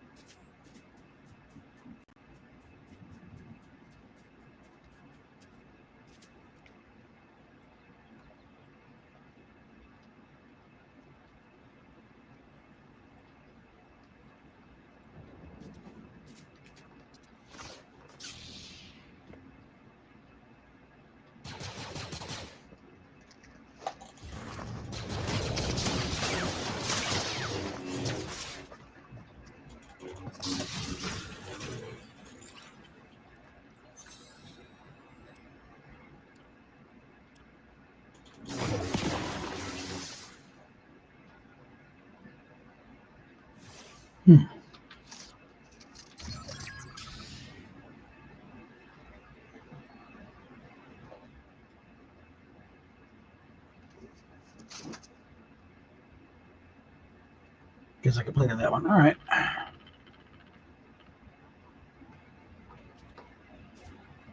Mostly healed back up. One mushroom take care of that.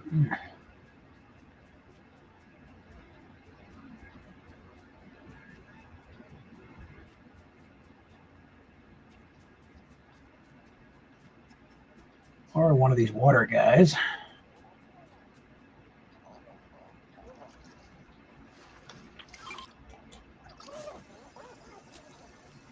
There we go.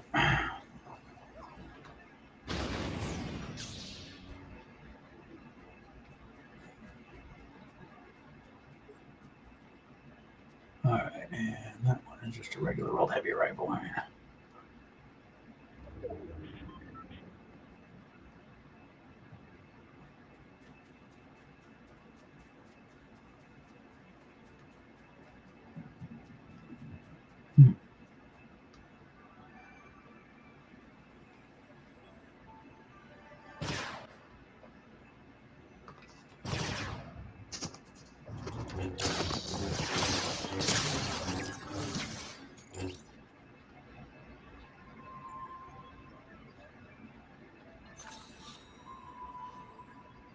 Nope.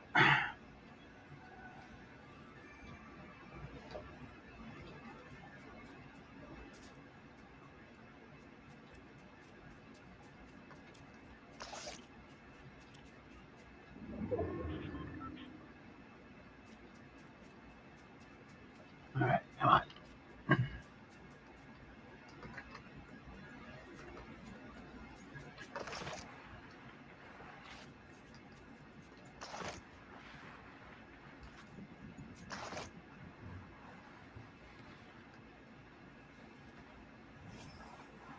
There we go.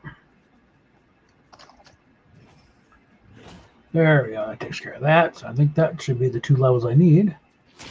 Whoa, shit.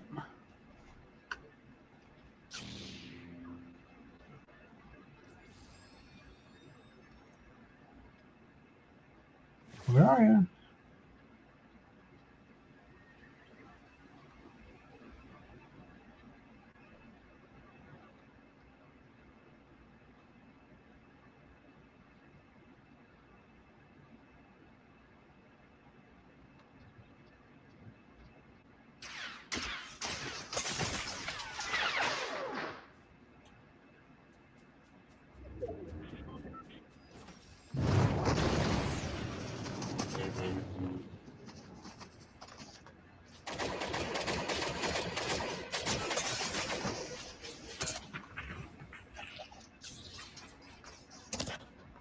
Shit. Can't go in the store again. Motherfucker, where the hell?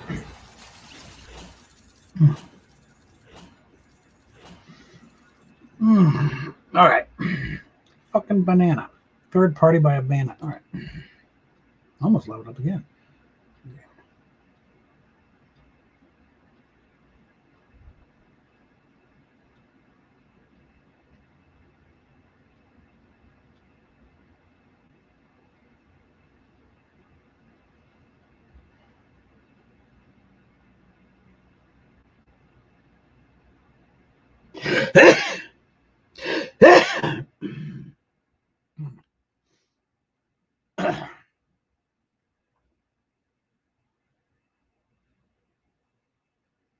With the VTuber thing, that'd be why you're indies, working with a fuck machine, because then one of the top streamers on Fanzine was a VTuber using a fuck machine.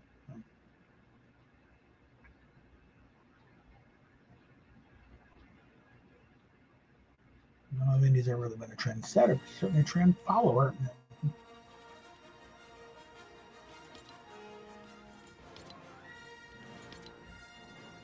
Come on, what the hell?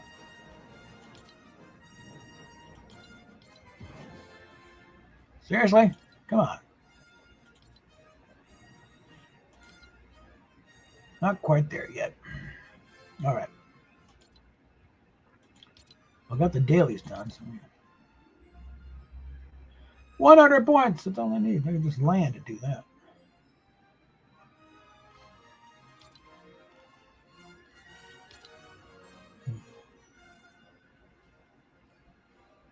And we've done all the story ones. So.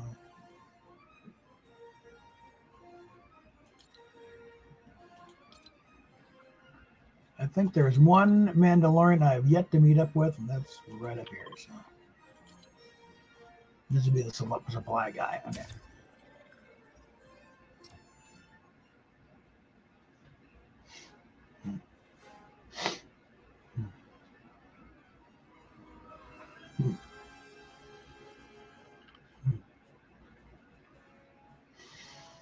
All right,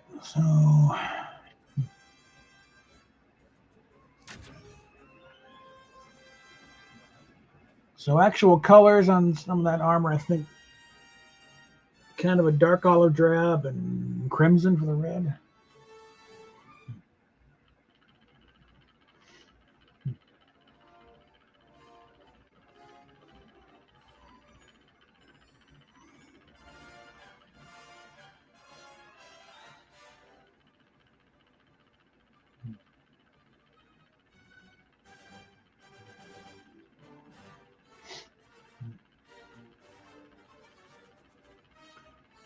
I think if I'm going to do the visor.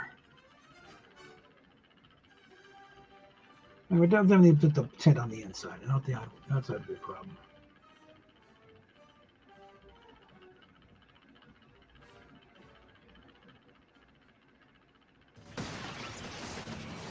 Question. Oh, we're on the wrong end of the map. Okay.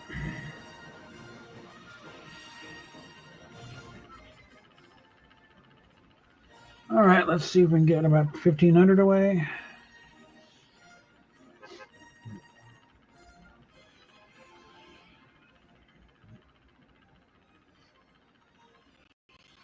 Because that's going to get.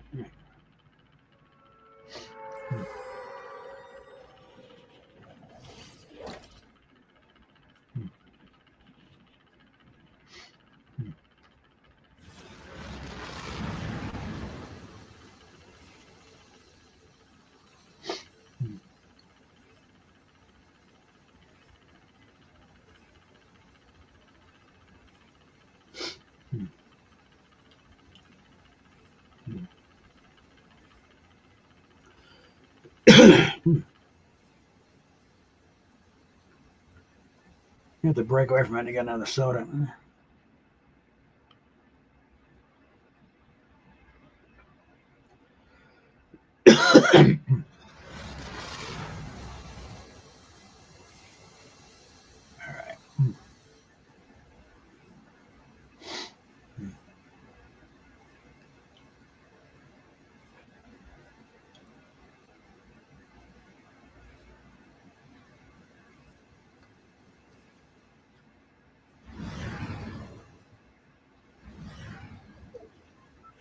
All right, where is he?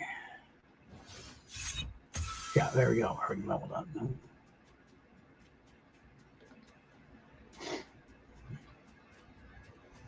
Okay, he's over there.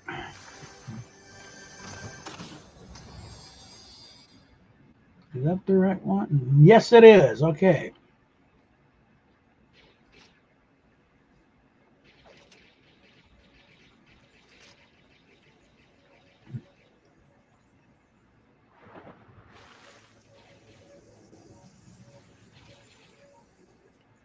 I think I better get ready for it though.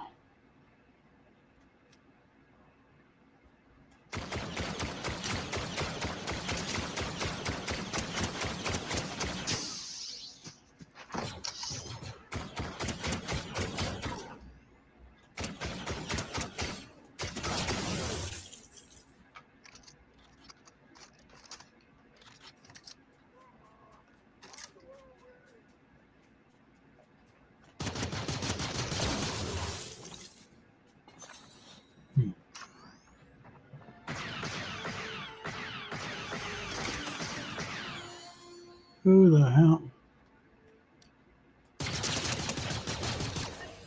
Want to get cute here? All right. There we are. Hi, let's talk. Oh, yeah. And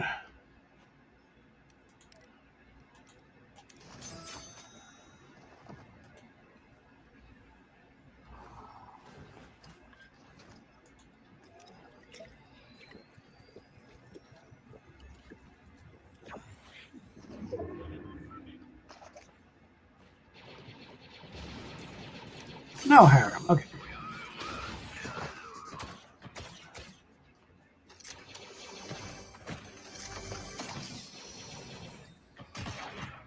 Excuse me while I shield up.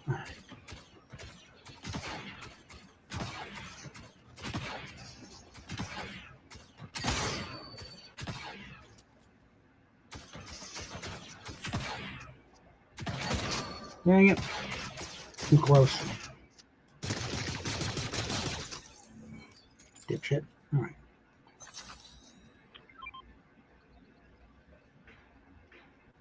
Yeah, if you want a jack back, here we go, guy. All right.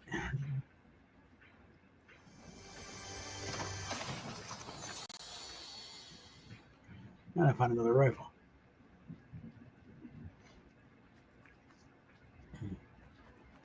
All right.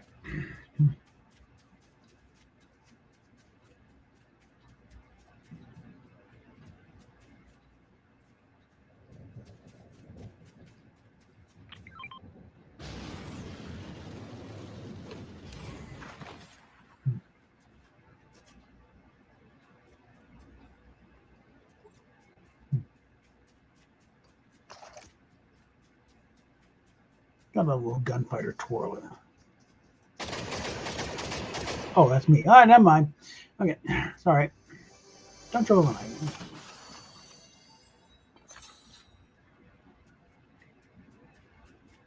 Times like that is good. They have a little thing. You cannot shoot your team members. Apparently, that used to be a thing back in the day. You could shoot and you could take out your other team members. Some people with not good intentions would do.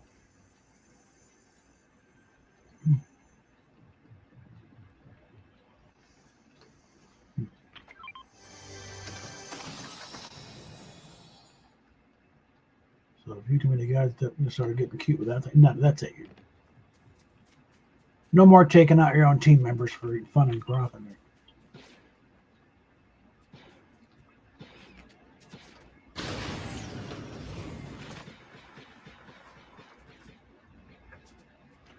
There we go.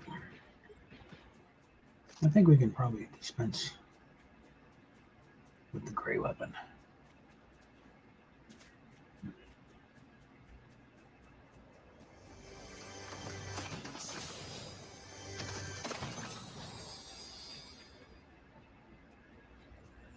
All right.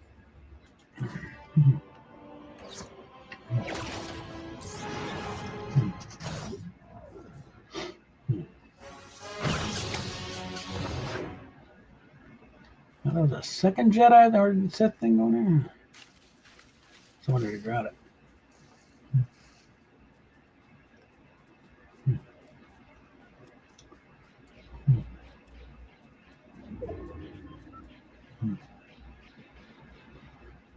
All right.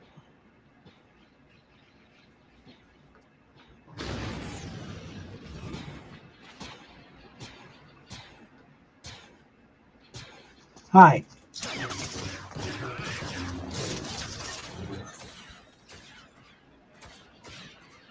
Mm-hmm.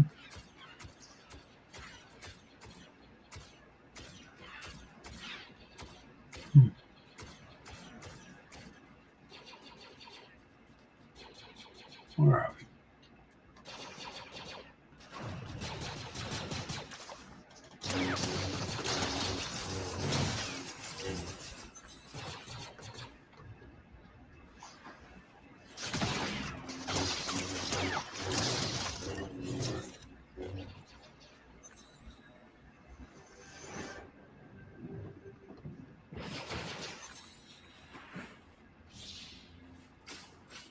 All right.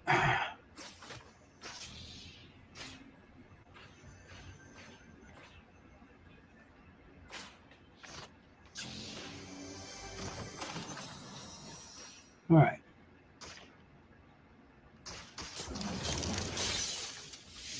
Shit. That's not cool.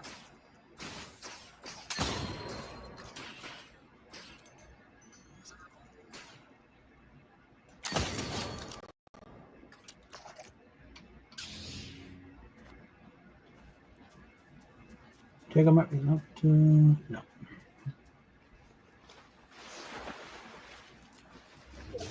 You taking my backup thing? I'm not going to do something there? I don't think so. All right. There's another one.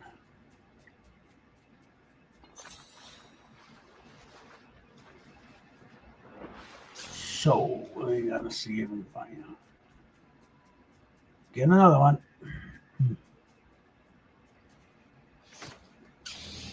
Just to make sure, since my status bar is fucked up, I can't tell what I am.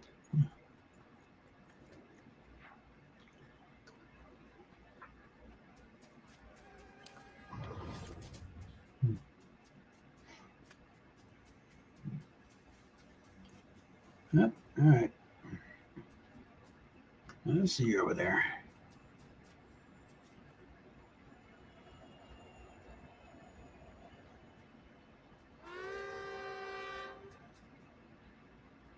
Right, fine.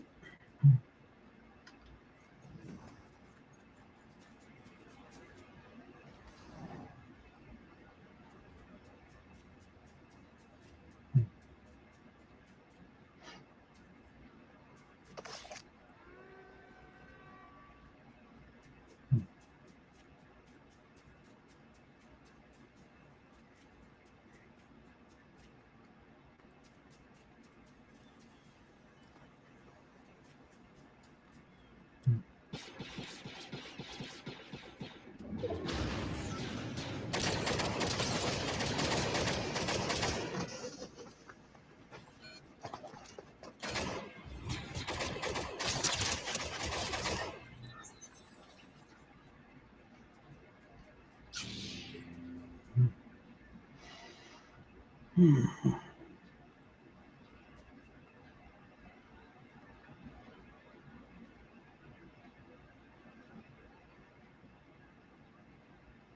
let's get inside for a little bit of cover. So I'm going to plot a little bit here. All right, come here a bit. Where are we? And this guy down here.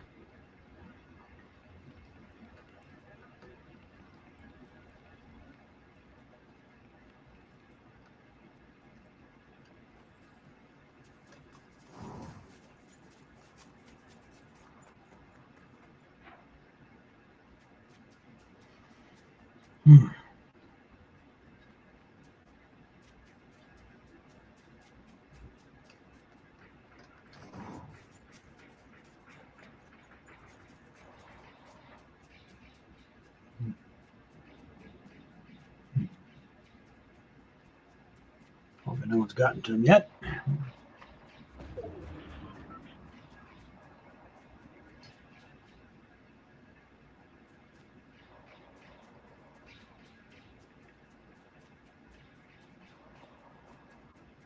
Because the medic is a little too far away.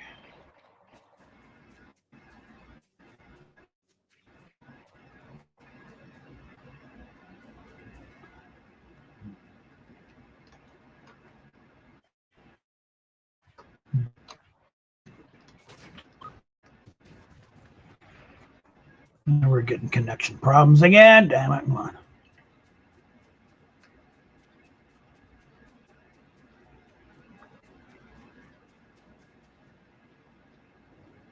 Okay, come on.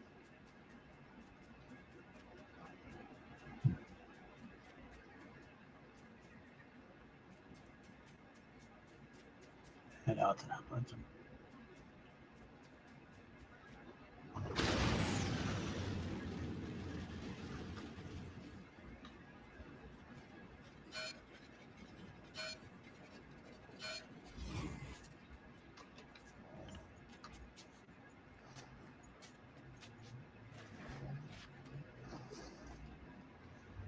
Oh.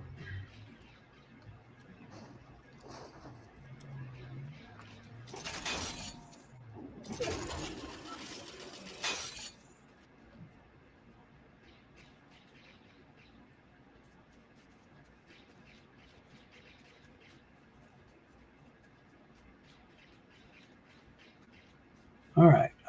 Did I miss some?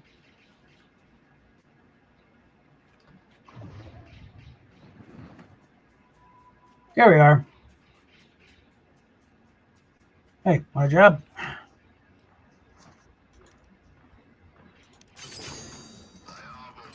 Okay.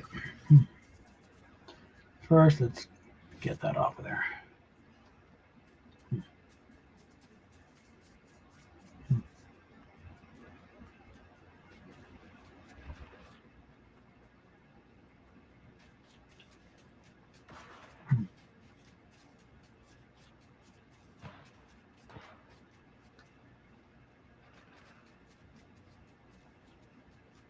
Let those guys kill each other off.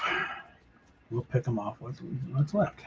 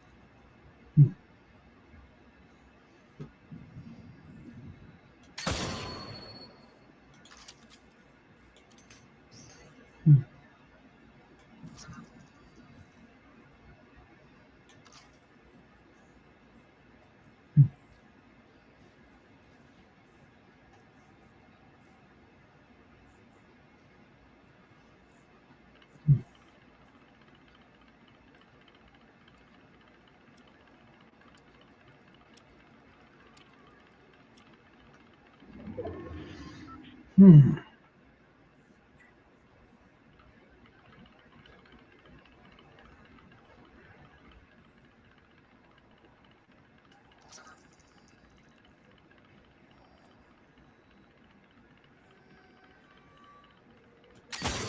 All right, okay. I got time for this.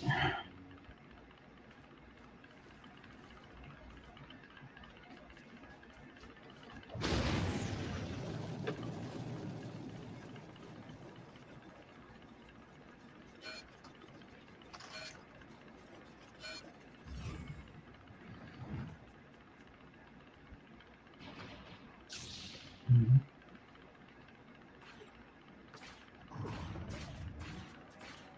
Hmm.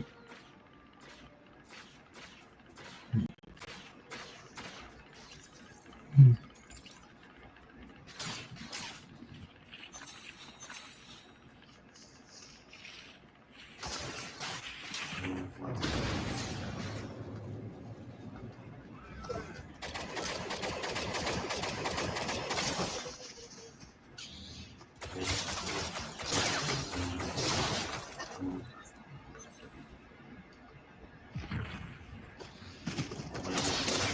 Motherfucker! All right. Come get it, little shit. All right.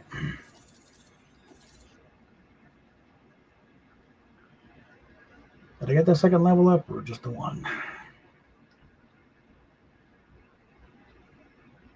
Or 2 hours. All right.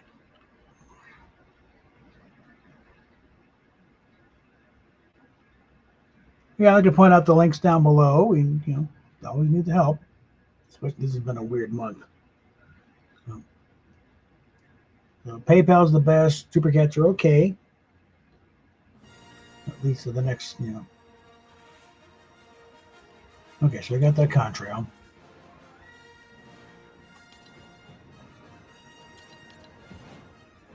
So we got 2 more. We're almost, so almost leveled up again. So really, a little more than 1. And we get Grievous wrapped up. And get quest. We got the days done. I'm not dealing with that. Okay.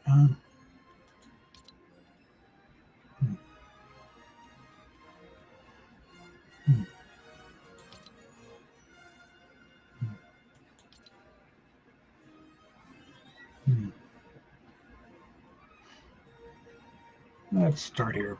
Actually, no. Let's start over here. Work our way in.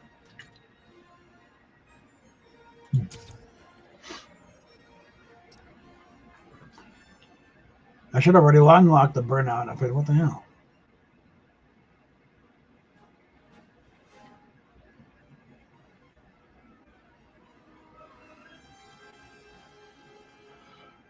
All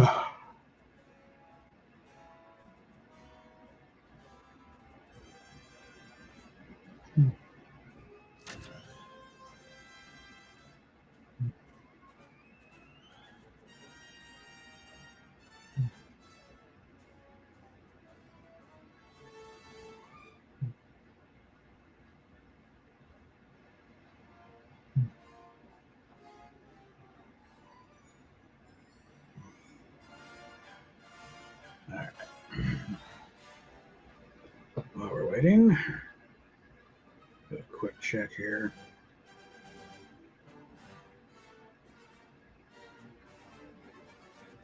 No, she finally got that plastic dick out of the pants out. That took long enough.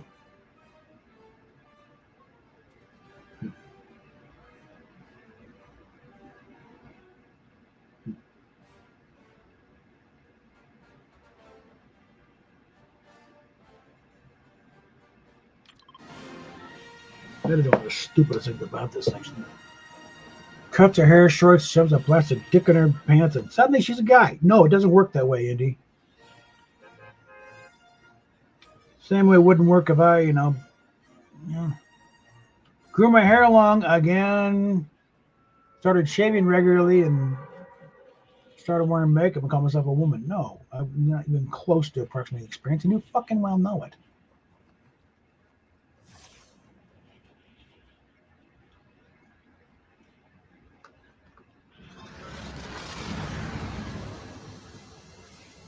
And while male puberty may be a less traumatic experience than female puberty, it's no less unique, okay?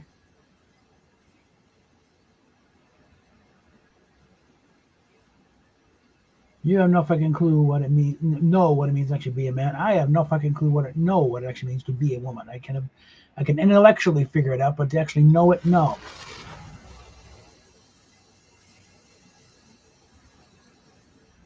The best we can do is understand each other's experience, but we will never truly know it. Okay.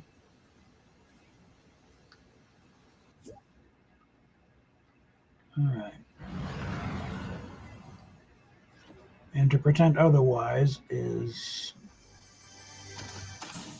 ignorant in the extreme and, frankly, more than a little insulting to all parties involved.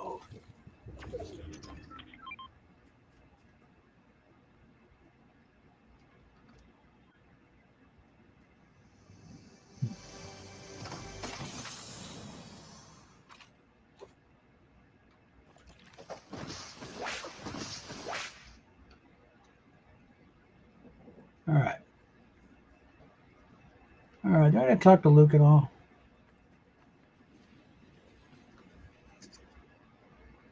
Well, that helps.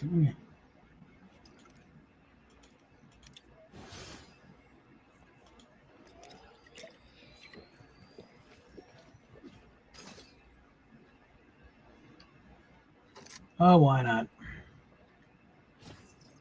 Well, I did that already. No, fuck that. Oh, there you are. It's a different course. What the hell? Nothing else going on?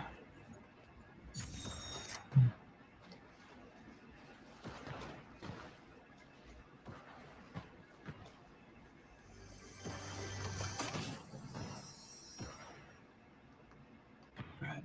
Mm-hmm.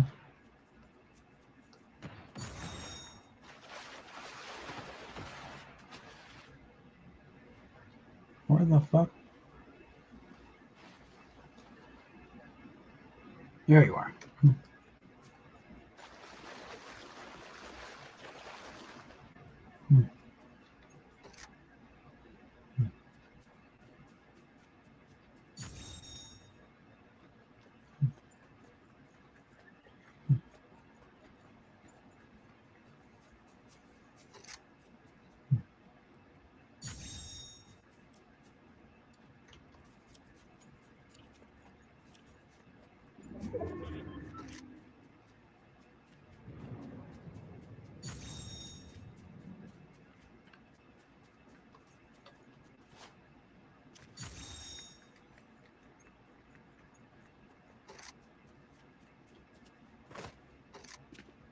He's kind of going back in this direction.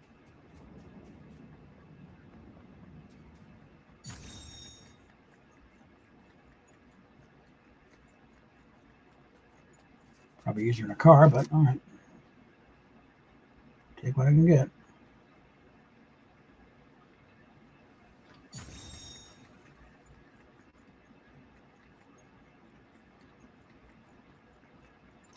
It's not the same route as the last time. I know that.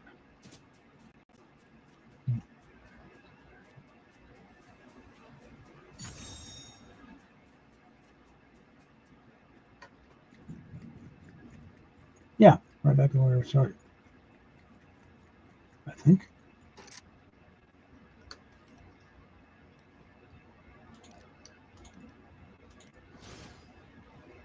All right. All right. Let's see.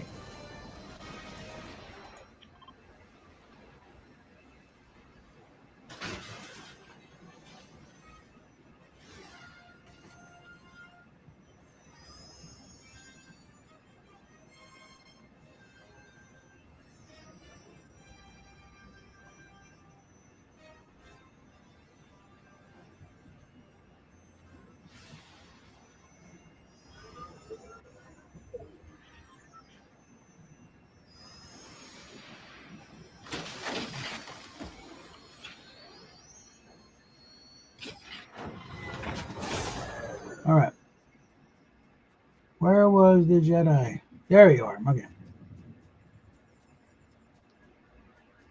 Of course, it's Mary Ray Sue. Yeah.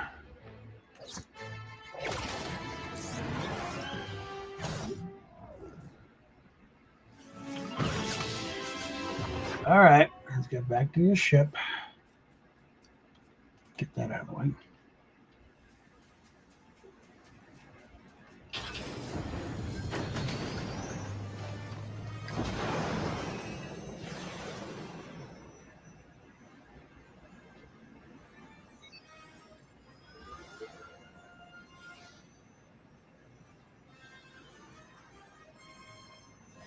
Let's take a quick peek here.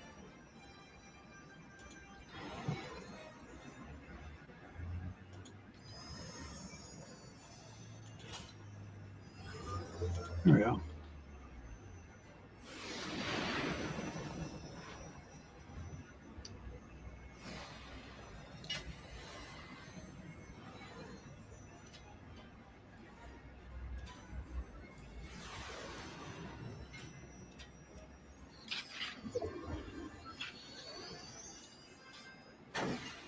You little fucker, come on.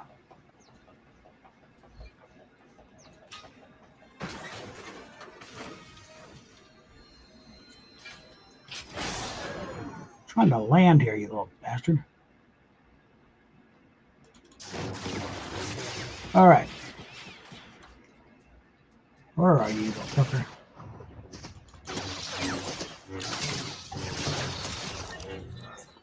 Little shit.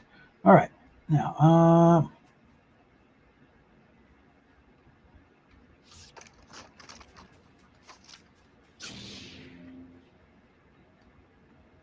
and of course, someone's already hit all the boxes here.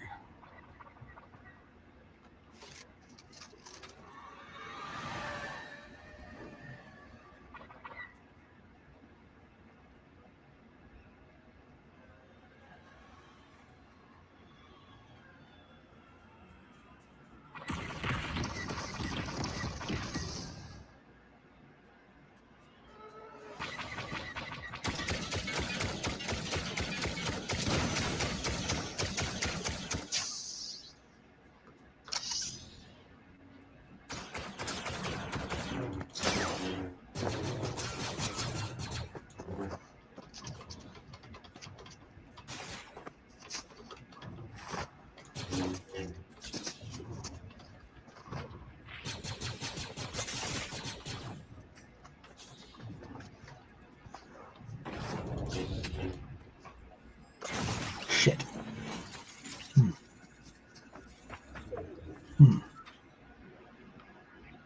All right.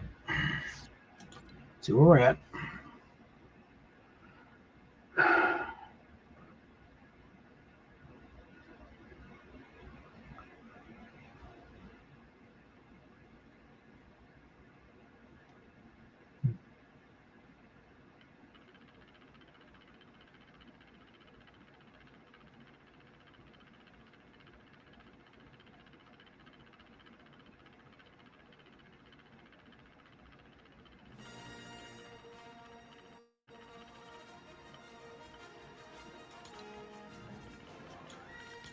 Should we just... God damn it. Still...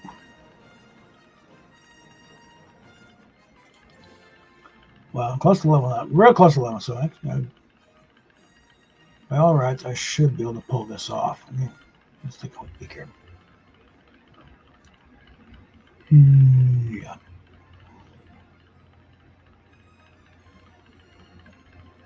The hell?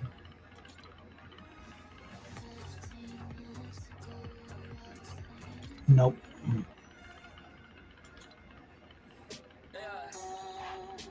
Yeah.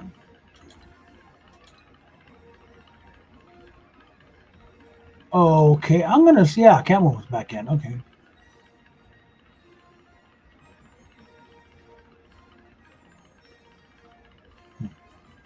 Let's take a look at the shop here. Where we're at. Champions of Mandalore.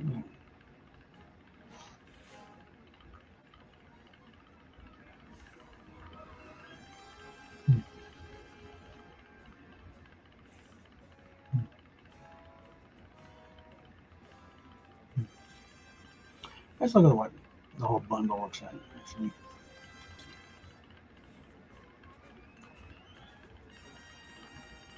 So really, the only thing I'm missing that I'm worried about is the dagger shield and the cape. That would look great. That would look good. The forge, I could live without. Right.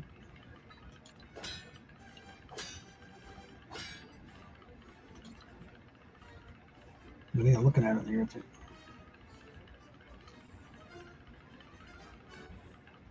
I mean, for the cost of just the cape, I get the whole damn thing, so I might as well. Question of having the money and not driving myself into overdraft because what do I think? Okay. Got you. We got that. Got Han. I might get Leia. I'm in no hurry to get Luca because Mark Hamill is an asshole. He turned into a serious asshole.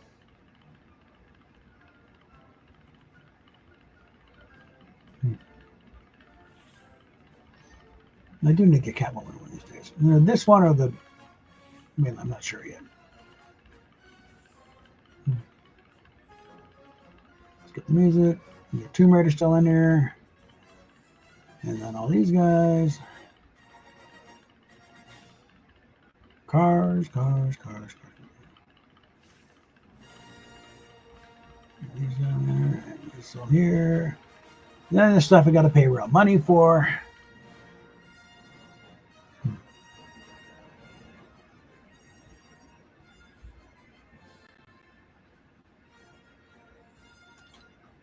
Okay.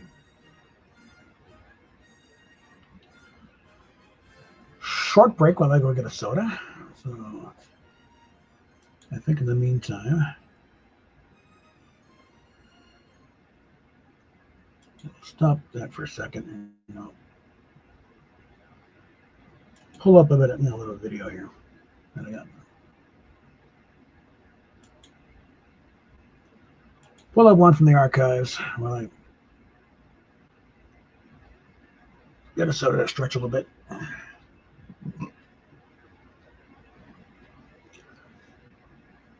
But yeah, as I was saying about the starships with the 1600 registry numbers,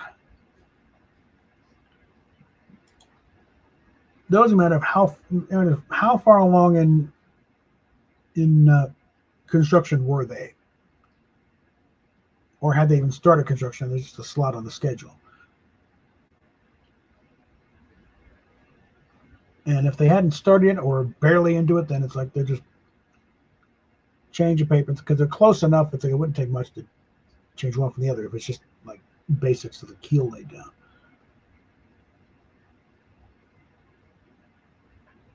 In which case, they're just built as Constitution class starships, or because a ship's class is mainly determined by the capabilities of it, what it can, how much it can do compared to another class. It's not a matter of configuration. So let's see. All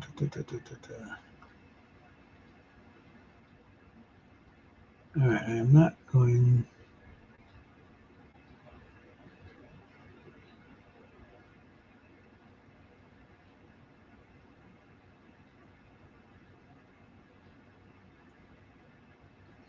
So that's why I calling the 18-incher, the Bonhomme Richard, is not the thing. But yeah, it looks to me. It doesn't matter if it looks like it. Okay, most aircraft carriers look alike to the untrained eye.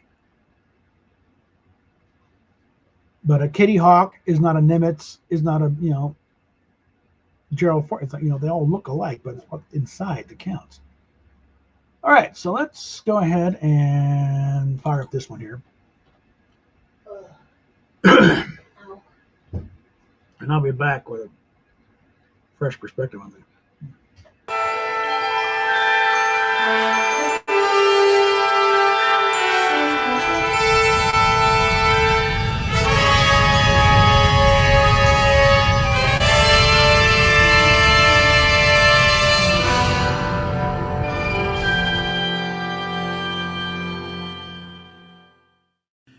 A fan film is exactly what the name implies, a film made by fans of a particular subject. And in the case of Star Trek, these amateur productions have been around almost as long as Star Trek itself. The earliest publicly available example dates back to 1967, while Star Trek was still running on NBC. Titled simply Star Trek, it's about what you'd expect of the genre at the time, kids utilizing the family Super 8 camera, makeshift uniforms with hand-drawn insignias, use of the model they got for Christmas, etc. The first noteworthy attempt to kick things up a notch came in 1974 with now partially lost John Constantino's Paragon's Paragon, essentially an adaptation of James Blish's Star Trek novel Spock Must Die. The film ran for an hour, shot on 16mm film, features a full-size recreation of the bridge set, more or less, and presented an ambitious variety of special effects on a budget of around $2,000, roughly $10,000 in today's dollars. Something to keep in mind is that through much of the history of fan films, Paramount gladly turned a blind eye to such activities. Not only fan films, but bootleg ship models, costumes, and fanzines, so long as they didn't make any actual appreciable amount of money off of their intellectual property. I.e., not enough that it was worth it for Paramount to unleash their lawyers and shut it all down. The next major attempt at a semi-pro level fan film came in 1985 with Yorktown, A Time to Heal, with the key selling points being the inclusion of George Takei as Sulu and James Shigeta as Admiral Nogura, the admiral who gave Kirk back command of the Enterprise in Star Trek the Motion Picture. This project even got a write-up in Starlog magazine at the time. Unfortunately, production was abandoned before completion and lay dormant for nearly 20 years when work resumed in 2010. In April 2022, the longest gap in production history ended, and Yorktown: A Time to Heal finally hit YouTube to mostly positive response. December of 2002 saw the debut of Starship Exeter, featuring the adventures of a decontaminated and recrewed USS Exeter, last seen in the infamous original series episode The Omega Glory, with her crew reduced to white crystals. Under the command of Captain John Quincy Garrovick, cousin to Ensign Garrovick on the Enterprise and nephew of the late Captain Garrovick of the Farragut, both referenced in the original series episode Obsession, we meet a fairly diverse and interesting group of characters, and the first fan film production to present us with accurate recreations of the original sets. Uniforms and hand props are one thing, but building full-size sets is a whole nother level of commitment. Even most productions nowadays tend to go for the cheaper option of green screens and CGI recreations. The debut episode, The Savage Empire, showed great promise, claymation monster notwithstanding, and a fan following started to take shape. Unfortunately, the second episode, The Tresarian Intersection, ran into the common enemy of most fan films, specifically real life. Being released one act at a time, with acts 1 through 3 coming out fairly quickly, the delay in the release of Act 4, due to the demanding visuals and folks having to eat and pay their own bills, stretched out a few years. In all, from the start of principal photography to the release of the final act, it took nearly 10 years for the completed episode to finally see the light of day. Needless to say, the third episode, The Atlantis Invaders, never happened. By the way, that bridge set, after a stop in Oklahoma for much-needed refurbishment and restoration, now lives in Arkansas with a group of Starship Ajax, another aspiring fan film group. This series took the approach many fan films take, depicting other ships and officers in the Star Trek universe, away from the Enterprise, allowing the writers and actors to follow their own paths and not run afoul of the established canon. After all, it'd take some serious balls to actually take on the roles of Kirk, Spock, and the rest, right? Well, in 2004, James Cawley decided to grab onto that third rail of fan films and produce Star Trek New Voyages, with Cawley himself taking on the role of Captain Kirk. A former underling of Star Trek costume designer William Ware Tice, Cawley has made most of his money primarily as one of the world's most acclaimed Elvis impersonators, hence the jet black king of rock and roll pompadour. I like to think of this as an alternate timeline where Hawaii Five-0 didn't take off, Jack Lord had a slight change of heart regarding Star Trek, Shatner left after the third season, and Kirk is recast Darren Stevens style, with Jack Lord donning the command tunic for considerably less than the 50% ownership he asked for the first time he was asked back in 1964. As is the standard with any such production where cast and crew largely consist of highly enthusiastic amateurs, the first offerings are a little rough, with slightly dodgy camera work, rough audio mixes, and frankly flat amateurish lighting. Thankfully, these issues were quickly resolved with subsequent episodes, although the second episode, In Harm's Way, became a touchstone for how not to depict the Enterprise.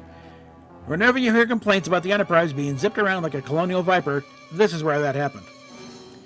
In 2008, the production changed its name to Star Trek Phase 2, a clear nod to the planned Star Trek revival TV series that was shelved in favor of Star Trek the Motion Picture, itself an adaptation of what would have been the pilot episode for Phase 2.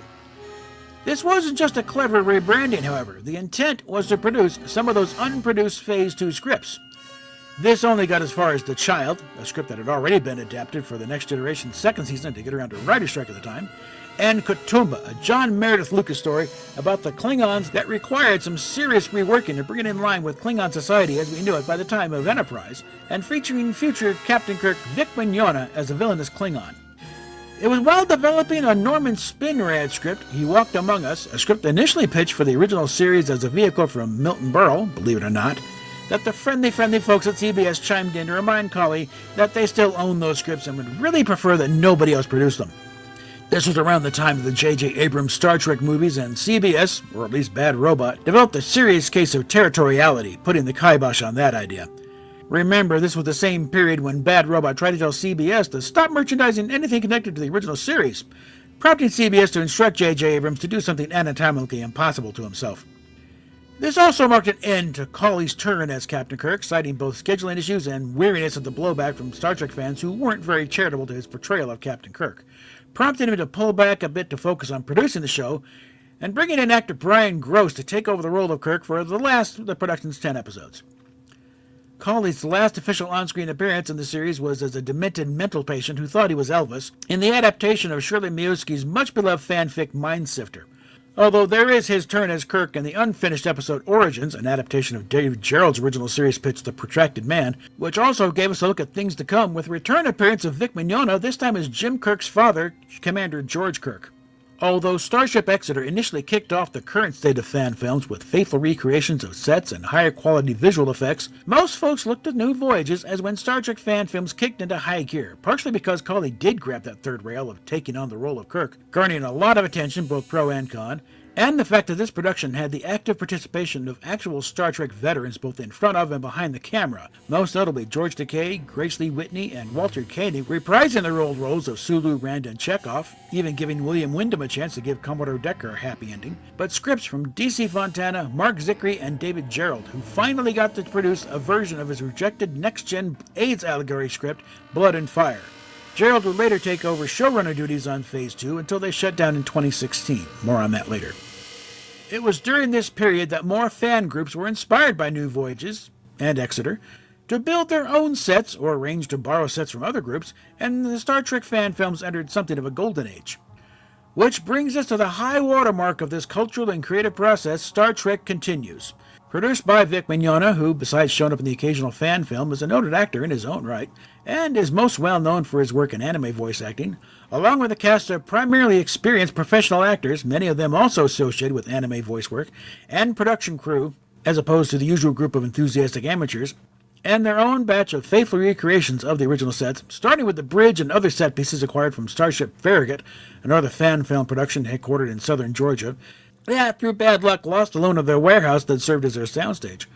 From there, more sets were recreated, eventually including a stunning recreation of main engineering.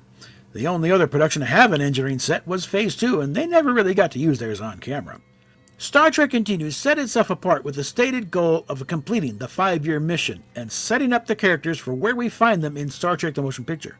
And over the course of 11 full-length episodes, they accomplished that goal. What sets Star Trek Continues apart from other productions are a few key factors. Every episode was made with a concerted effort to match up as closely as possible to the look and feel of the original series, from the signature colored lighting, the camera angles, and in the age of high-def widescreen, shooting in the original 4:3 screen ratio, with added film grain added to match the look of the original 35mm film stock. The scripts were all consistent with those of the original series, that is not just an excuse to run around in costume and fight the Klingons.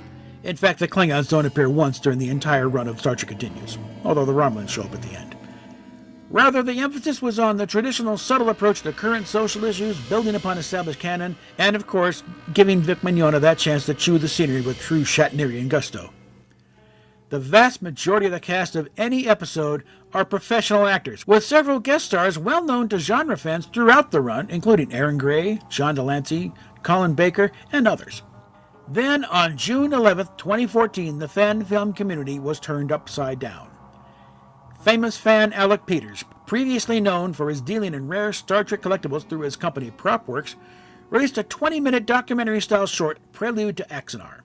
Directed by Robert Meyer Burnett with visual effects by Tobias Richter, the intention was to set up the eventual production of a feature-length professional Star Trek story, Star Trek Axanar, which would tell the story of Garth of Izar, last seen in the original series episode Whom Gods Destroy, and his role in the 4 Years' War, an event prior to the original series, and largely rooted more in fan speculation than hard canon, wherein the Klingon Empire and the Federation go to war, and we learn how and why Garth became the legendary starship captain that became the boyhood hero to James Kirk. Many in the cast, with the notable exception of Peters, was a well-known Star Trek or genre veteran. Peters, of course, cast himself as Garth. The visual effects were nothing short of spectacular, and the list of premiums for different levels of contributions was staggering. Donations reached over $2 million, and plans were announced to use the production of Axanar as the basis for an independent, for-profit studio where fans would be able to come and produce their own projects in a professional-level facility.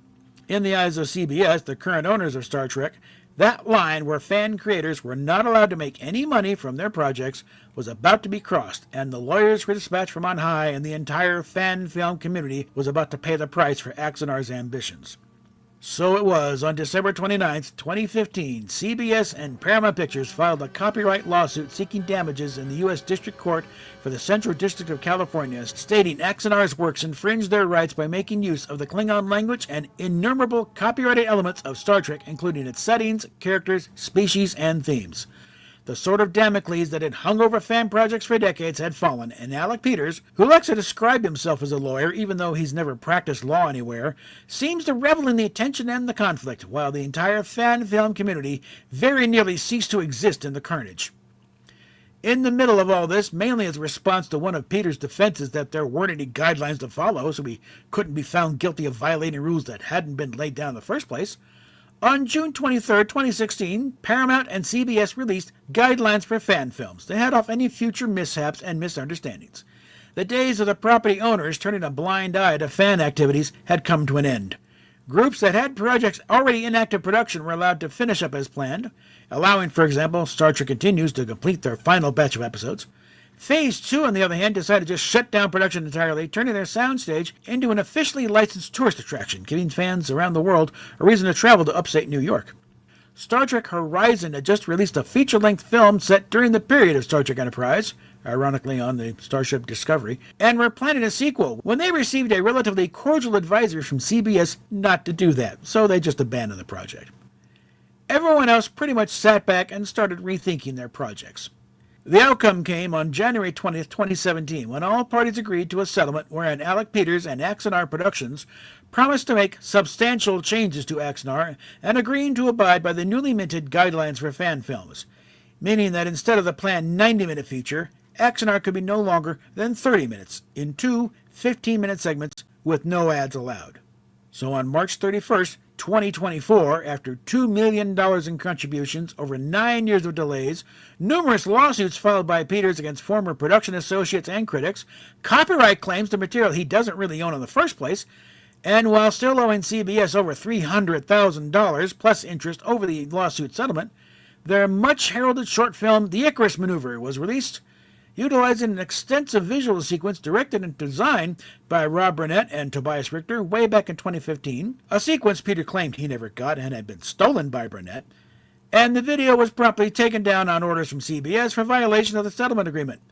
What we'll get next from the Axanar side of the fan film quadrant is difficult to say, but it appears CBS is about to have the final say.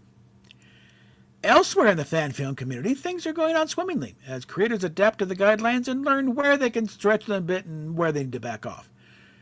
Neutral Zone Studios, home of the Star Trek Continues sets in Kingland, Georgia, provides a production home for several fan film producers, as well as hosting periodic open houses for interested fans from all over the world. Samuel Cockings, through his Power 543 Fan Films production outfit, has produced dozens of fan films for a fraction of the budget as Axanar's handful of shorts, with visual effects easily on the same level as anything produced in the professional Star Trek productions.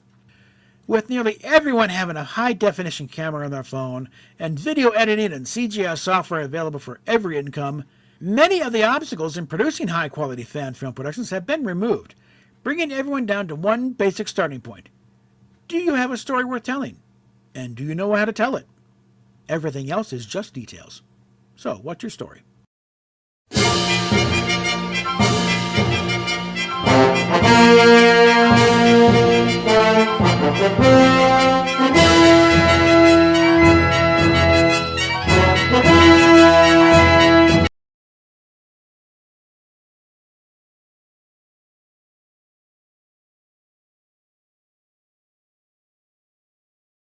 What? I'm back on. Oh. Okay, yeah, I don't want anyone thinking the thing's over with that end screen there. So let's get back in the screen. I'm thinking I need to update that one because the Star Trek Continue sets are no longer in Kingman, Georgia. They're in Sandusky, Ohio, at the Sandusky Mall. And I figured I'll just slight update in the text there. I don't think I have to do much on that. I can probably just replace the audio track. And I think if anyone has any ideas, I think I might see if I can get Shlomo to re-record that for me. He's a better narration voice for that. And the way I read it, it's like, yeah, just read it like that.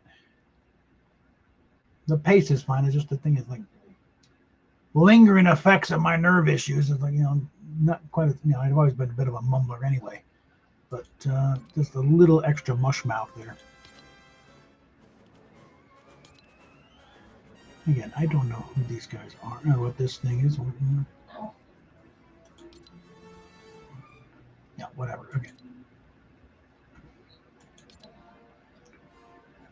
We're close. We are very close. So let's see.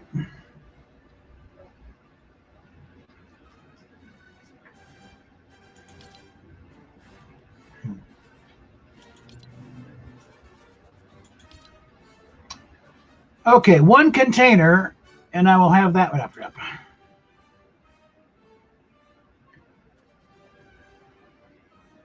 And also just landing there will take care of that. So let's see. Let's go ahead and get back into it. Yeah.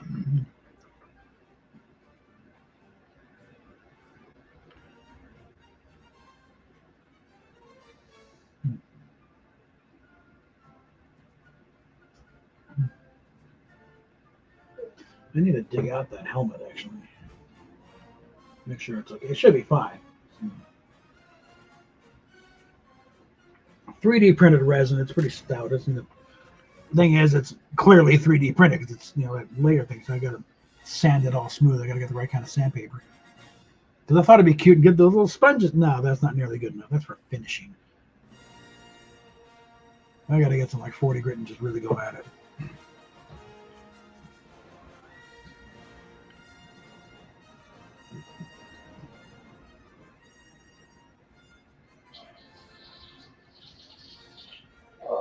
And that's something getting me back out on the back porch and doing, working for a while, enjoying the sunlight, Yeah, and starting to come. What's that you're doing there? Yeah, I'm sanding my armor.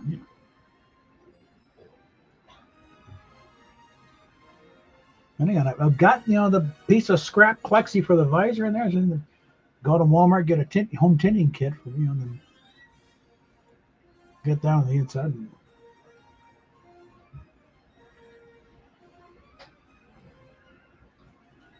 I would definitely need to heat the thing up and curve it right. So. All right. Make sure that took me. All right.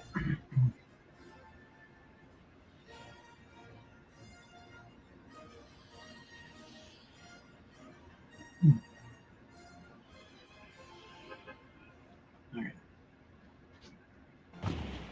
Okay.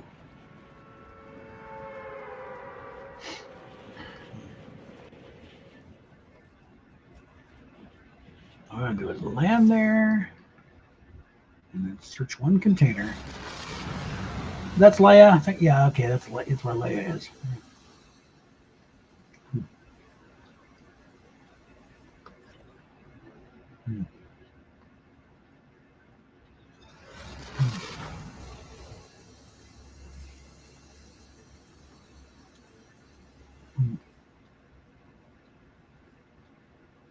Get on in there.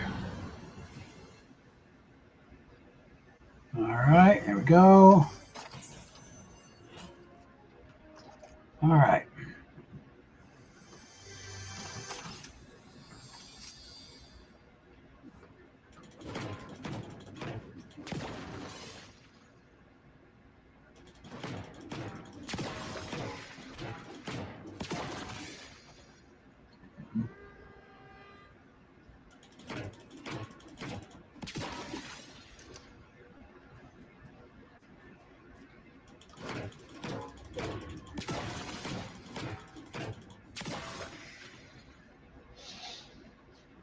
Yo, princess, let's talk.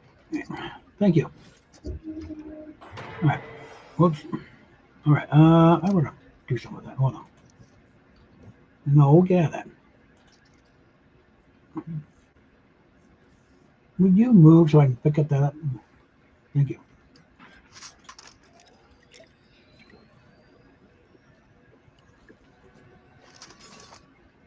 All right.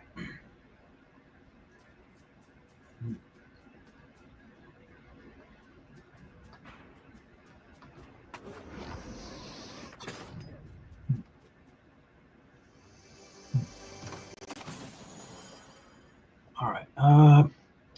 Okay, let's get this worked out here.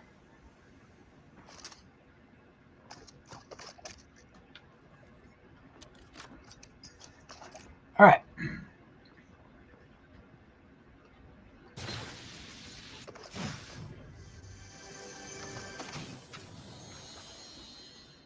Better.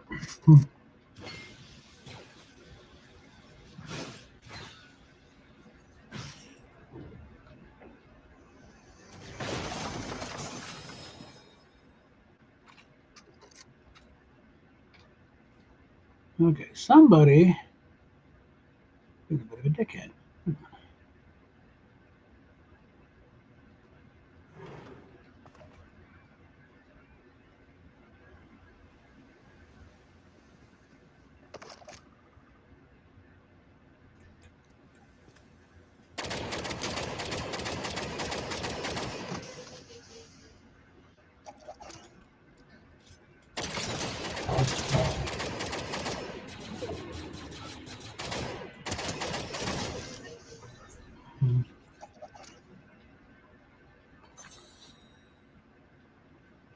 Okay, nothing new there. Tell you what, though. How's it going? Yeah, I'll go with that.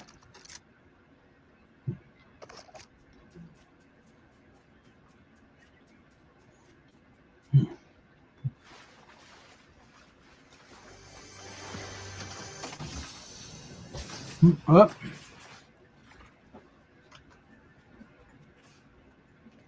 Okay.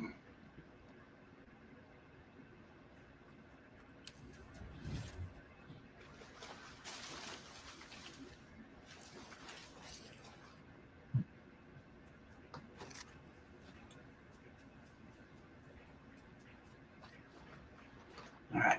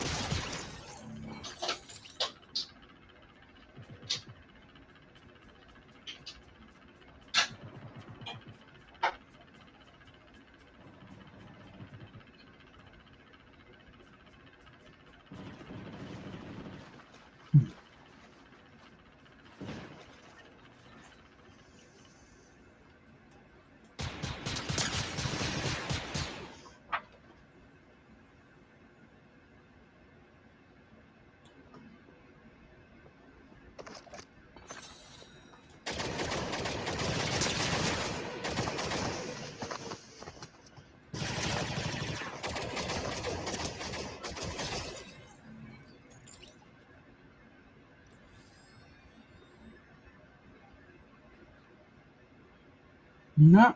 Oh, wait. Is that. No, I already got those.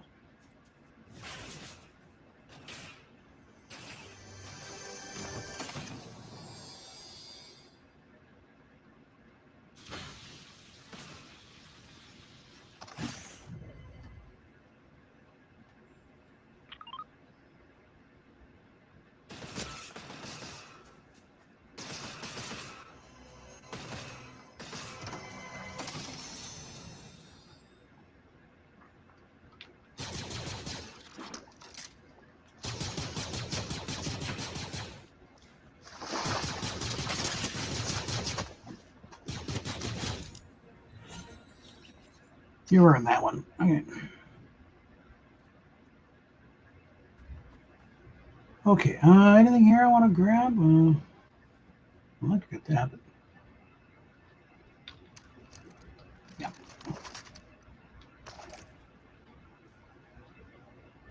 I think we better move. Okay.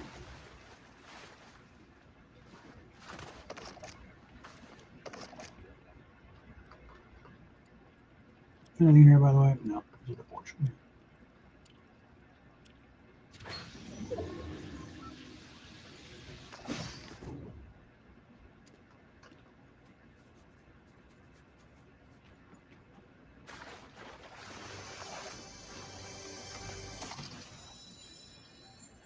Huh. Shit. All right.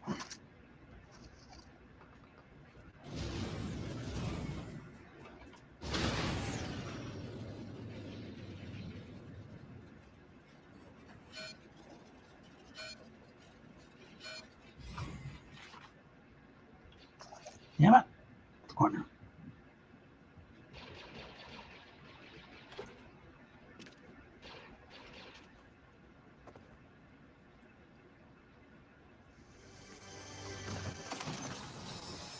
About to get stuck in here, asshole. Come on.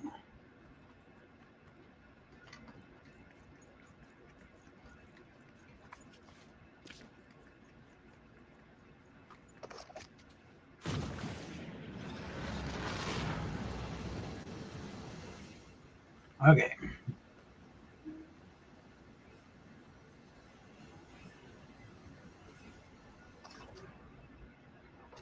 All right.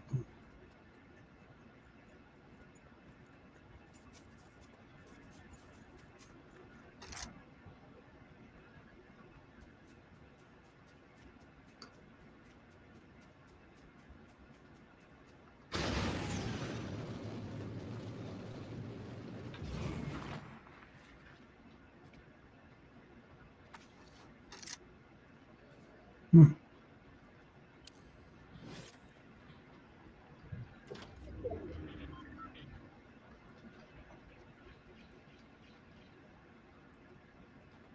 I have to wonder about these guys. They just rip down walls that way. They just use the damn door. What the hell?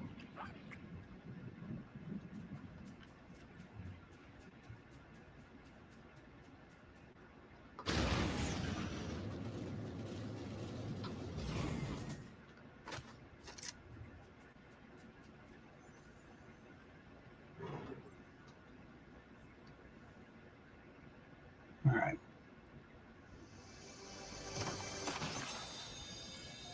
Hello.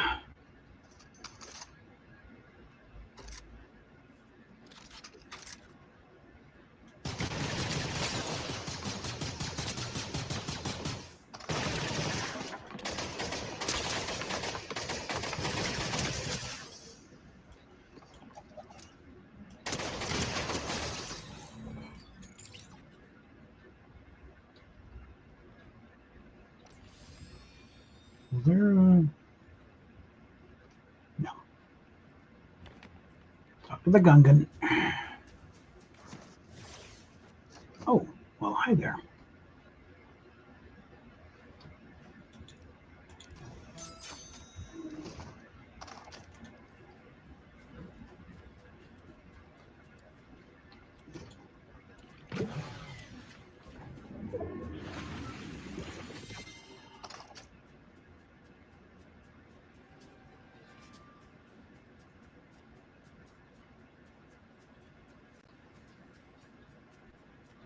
Hmm.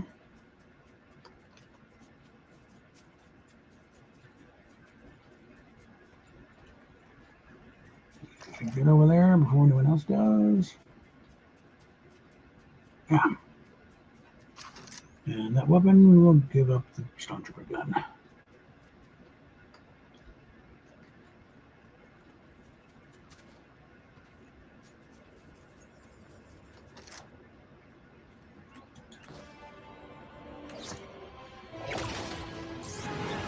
Yeah. I don't know what your plans. I got my own plans, Pikey.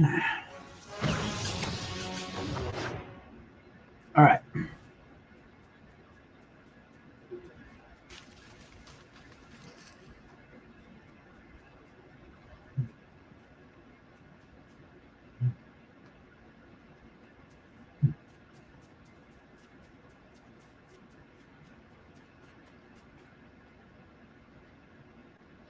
And there's a car.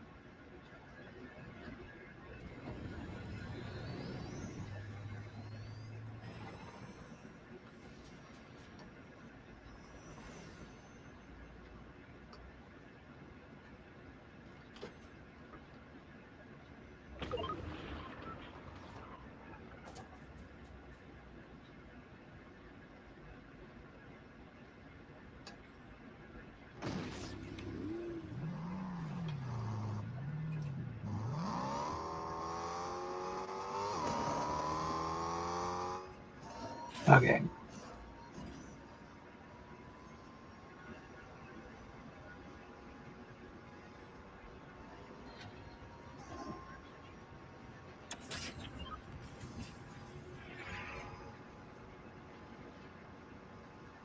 Is that Grievous up here?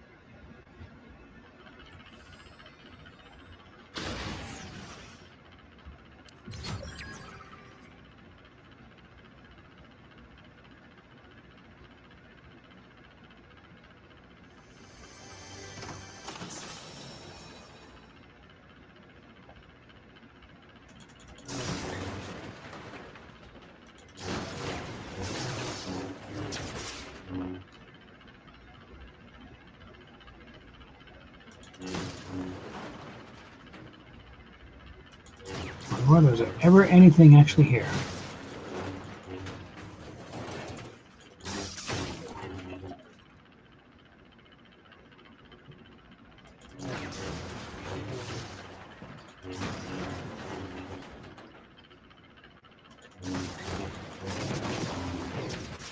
Okay. Let them wonder. Okay. Okay, and where are we?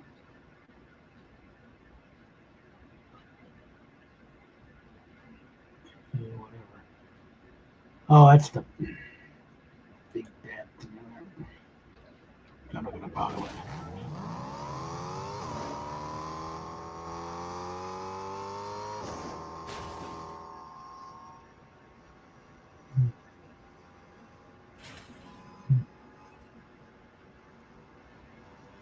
Big Shogun warrior guy up there. They don't want to bother with that nonsense.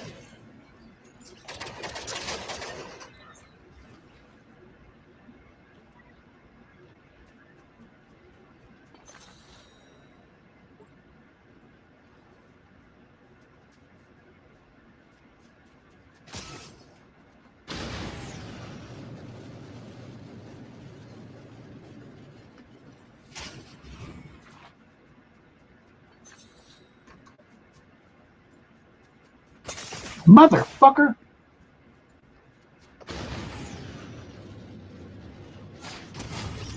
Asshole.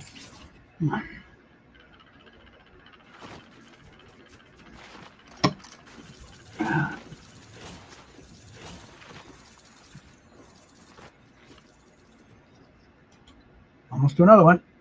All right. Wrong setup here. That's it.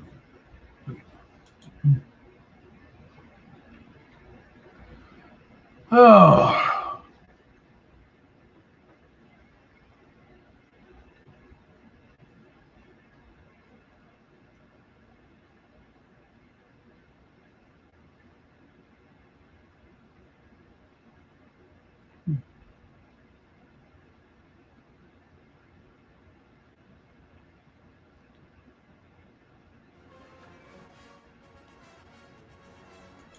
All right.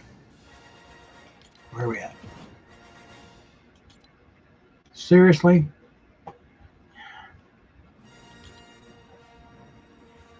All that I did not freaking level up. All right, let's see. All right, what do we got here?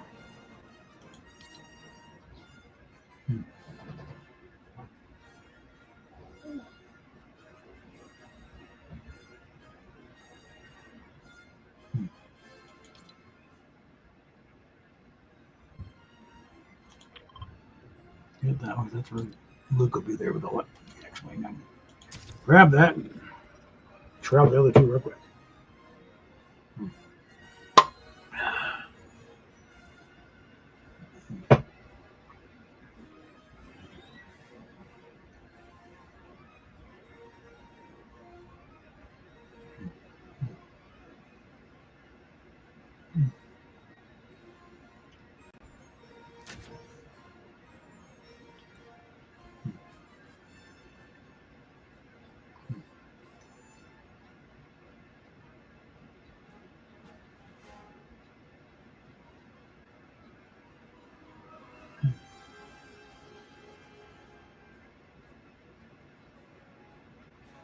All right.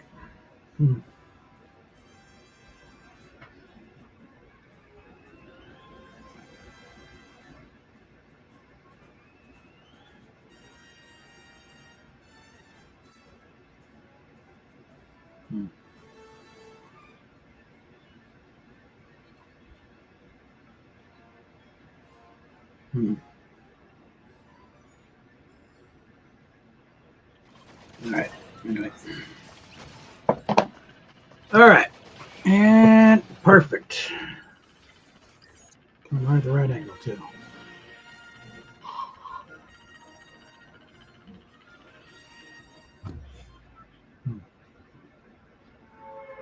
Actually, I think Luke's is further down.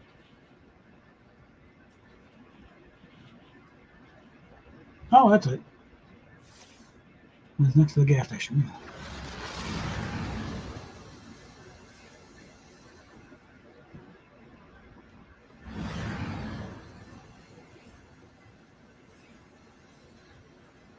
But the X-Wing's not there. How nice.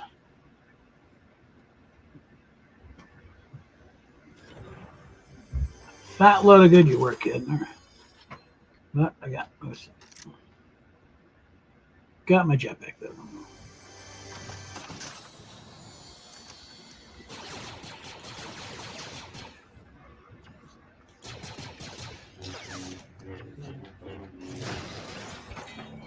Not real cute. Do you think that was a player or something, dumbass?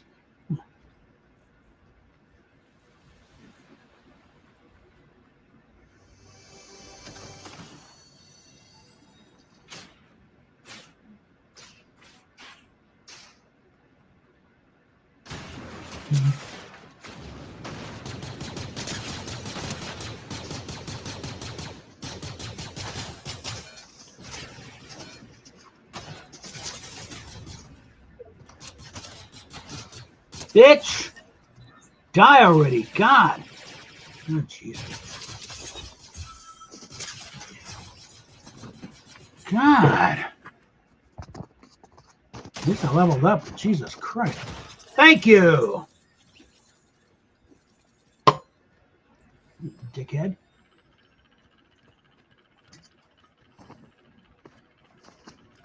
All right.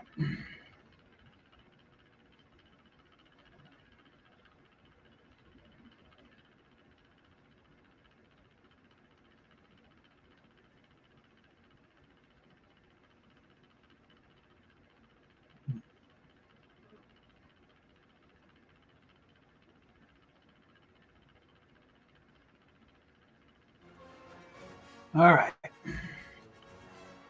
Make sure here. Get in here. One more level. Okay. I'm just reading that. That's just new. But we got a ways to go to that level. So.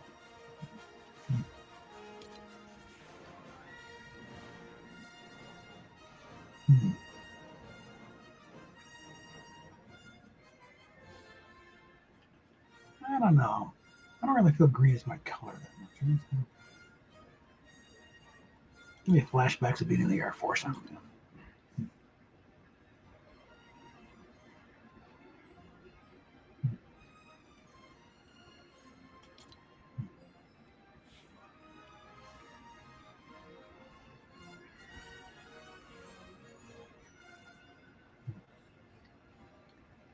I don't like red either. So.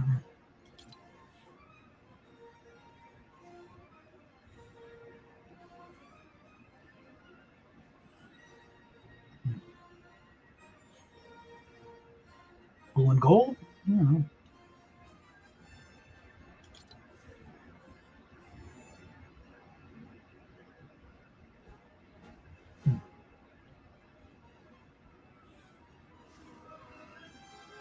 All blue? I don't know.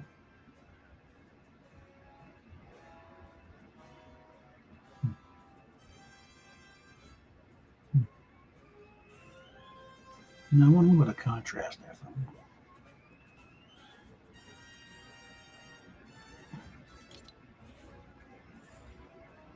That's what I was originally thinking, blue with the green accent.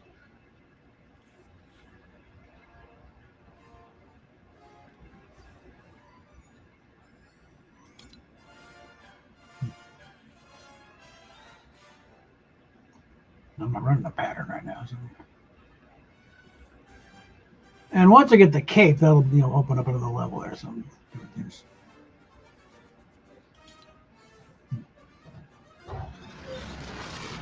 Let's save this.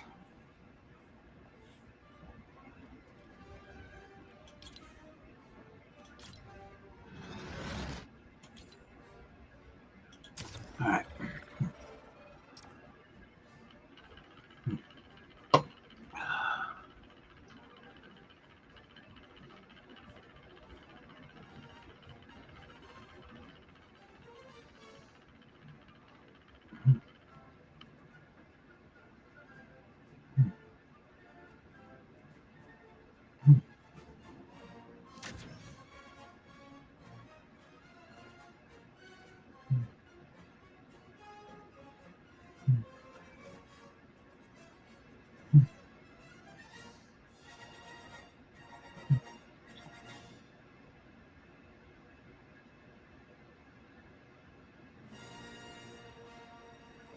All right.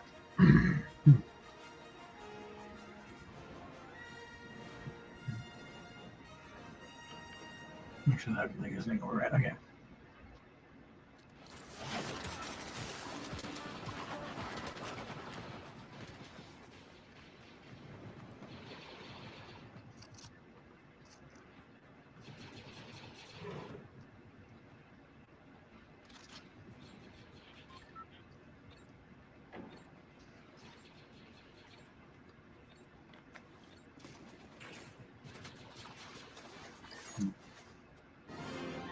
Okay, actually, let's.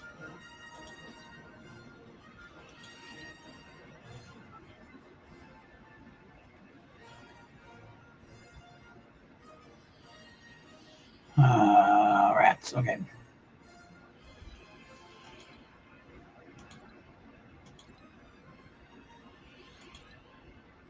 Shit. All right. Guess I already counted. All right.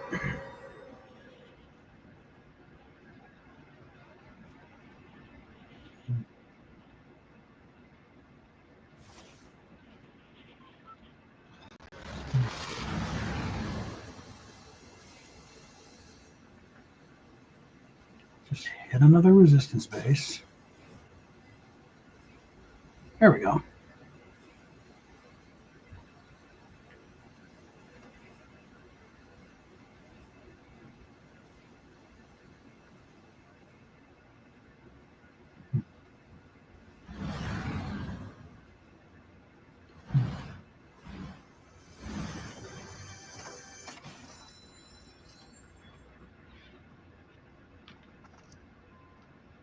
Stop that.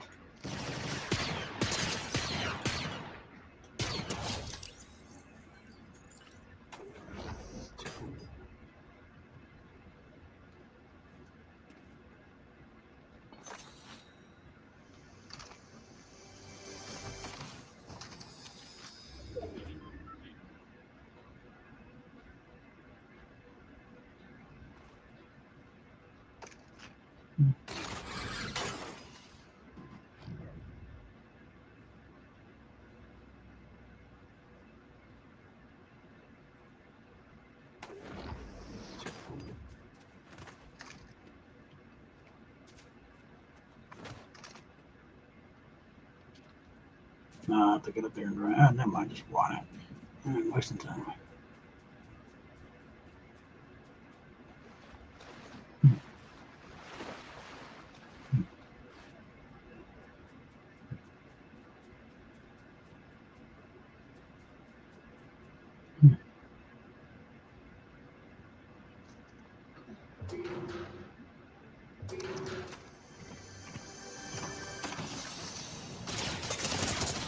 You little shit. So we're camping out now, assholes?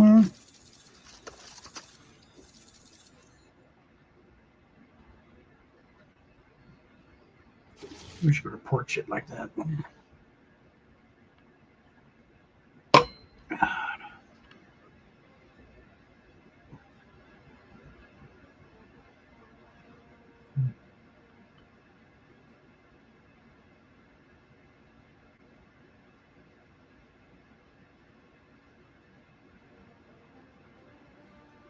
All right, that shit is kind of low, especially that early in the game.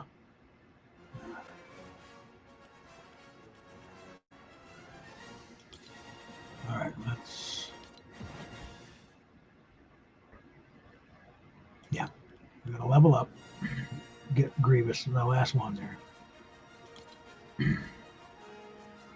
Now let's review here. This shit is all done, so don't put even look in here.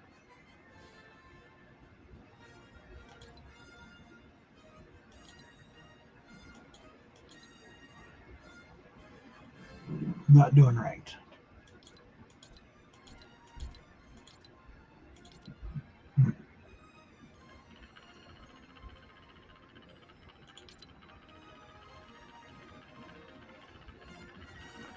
Okay, these guys, then over there, they'll take care of that. And somewhere in the line, hopefully run to a Jedi gate somewhere. All right. I have to remind you, links in the description, the super chats are available, or tips or whatever. Not doing this for my health, guys, okay?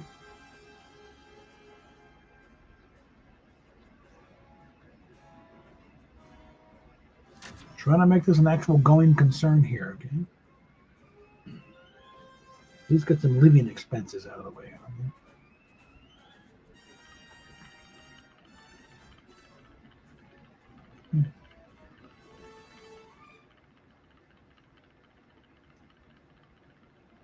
I figured out a long time ago. It's like a broadcasting sphere. That's the one thing I'm actually good at. And can continue to do into my old age, which I am.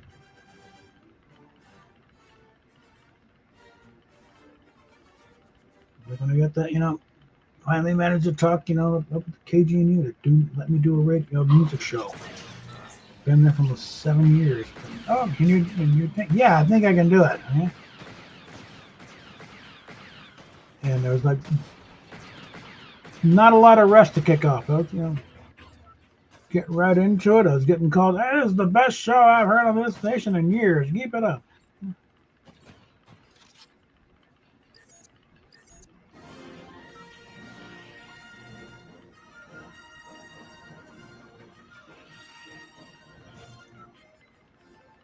And what I was running with mainly a lot of classic rock and something.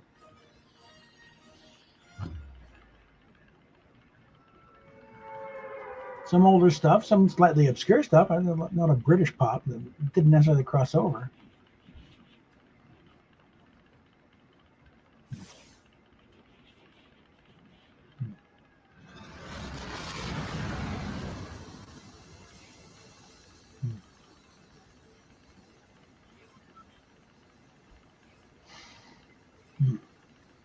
I did an hour of folk songs. That was good.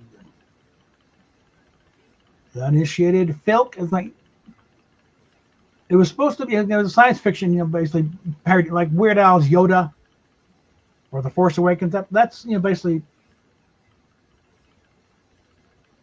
a slightly legitimized class of folk song. It was originally supposed to be folk song in a convention program, and there was a typo. It's like everyone figured, thank God it was only filk. It could have been a lot worse.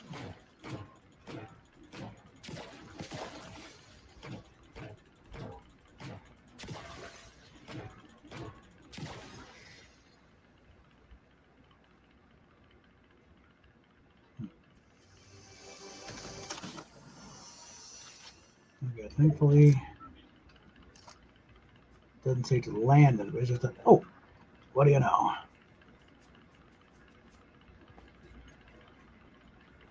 I'll take care of that real quick. Well, this Sith one, oh well.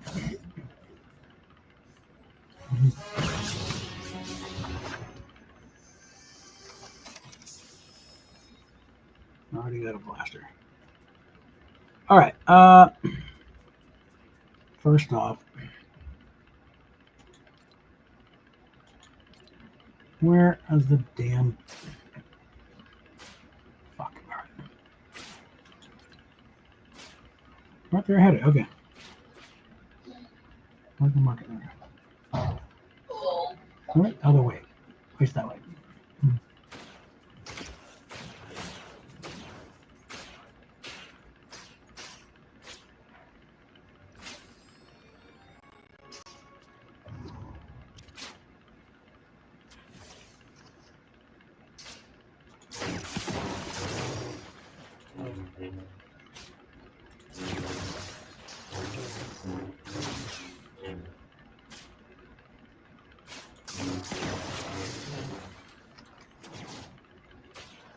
You are annoying me.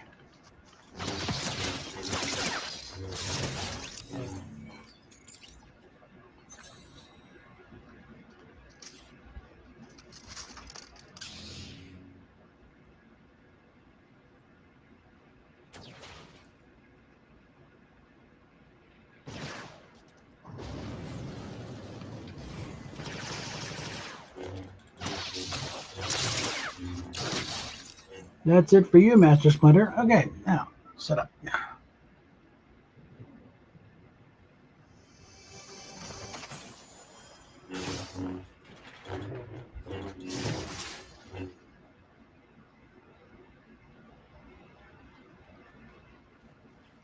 All right.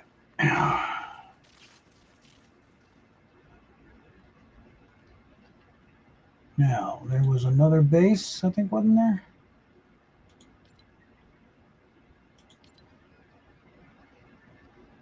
Down there. All right, now can I get this thing up and running?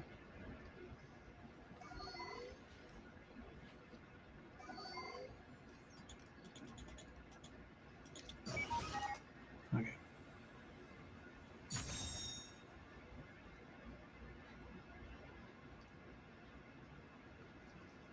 I think I made a point of not destroying this stuff.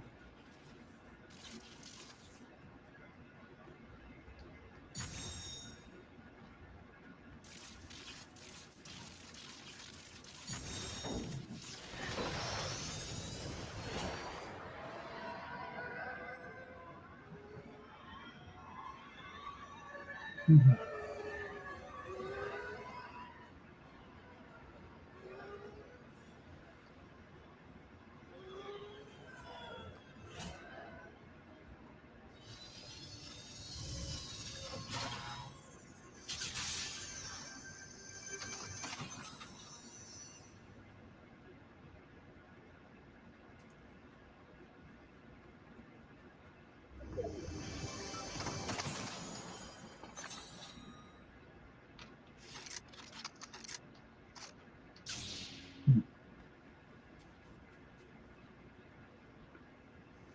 I noticed they gave her pants.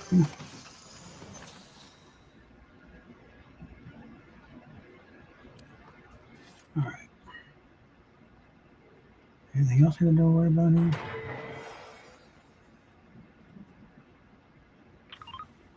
All right.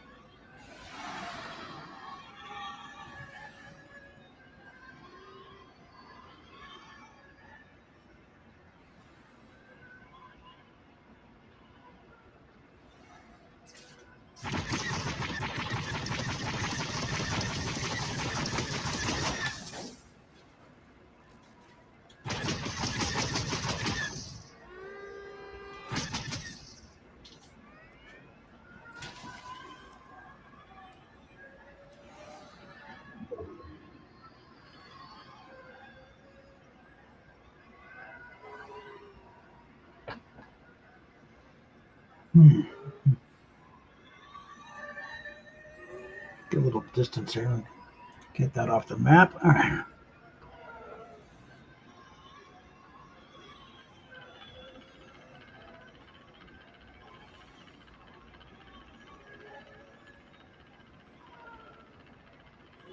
What is that over there?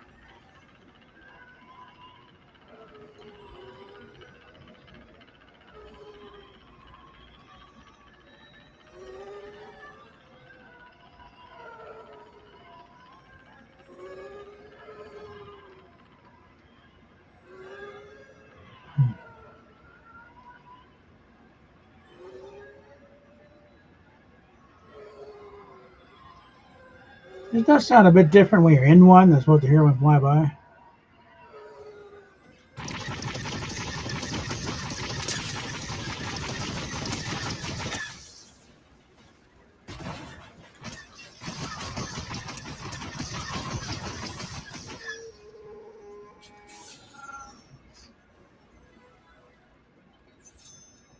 Hi.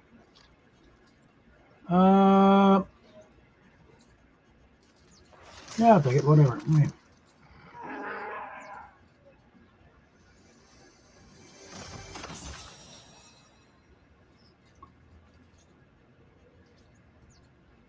All right.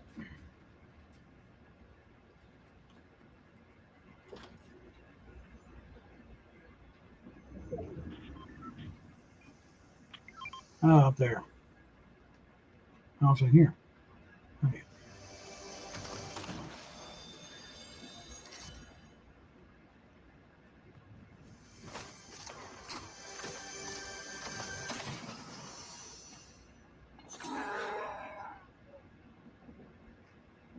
Okay. Come on, fuzzball.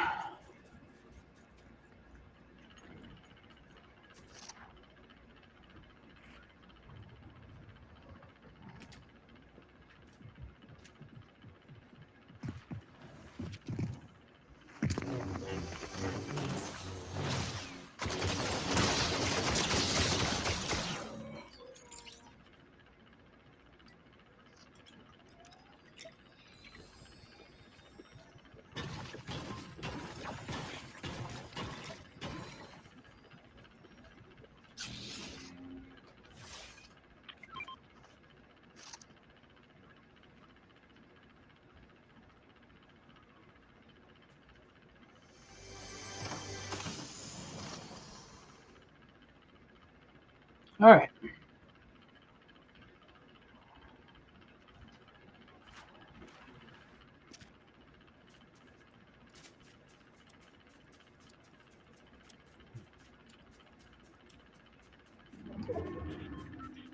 Let's go ahead and get into town.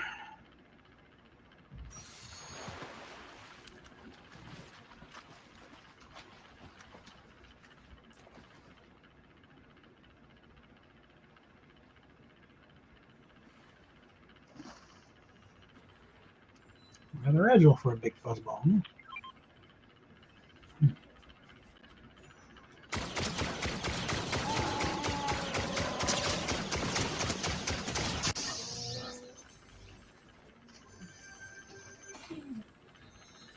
All right. This most cases, I wish I was running Han. Yeah. It'd just be perfect.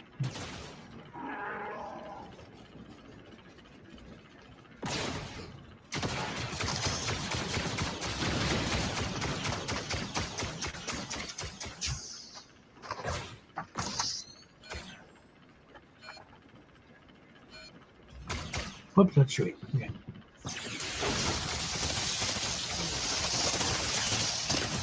Ah! All right.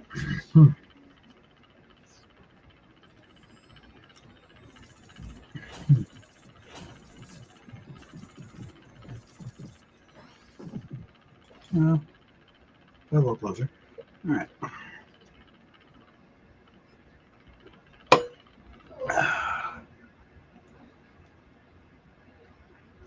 Next season is supposed to be superhero stuff. Okay, they're going to do a new Superman to coincide with the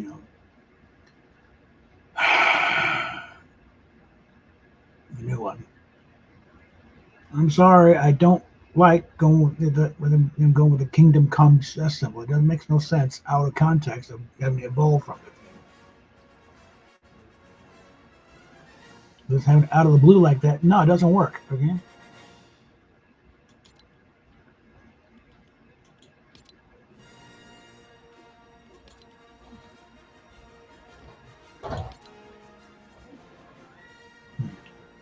Well, it's a quick 1,000.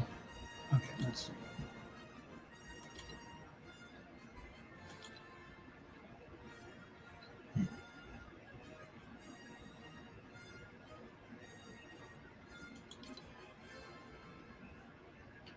Okay, just gauge it after landing at either resistance base or whatever. Okay.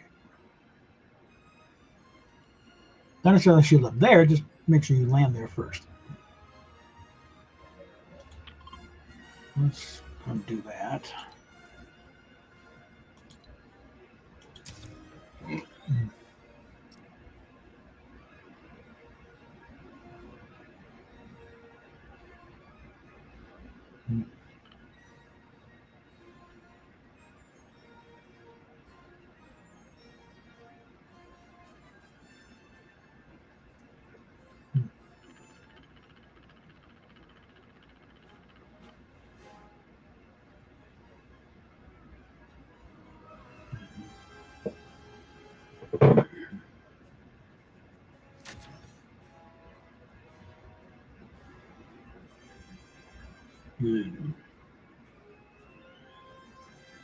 Nothing changing there. Doing lewd pictures of Teddy Chan. Yeah, I think it's fine. You noticed that last time they did the big,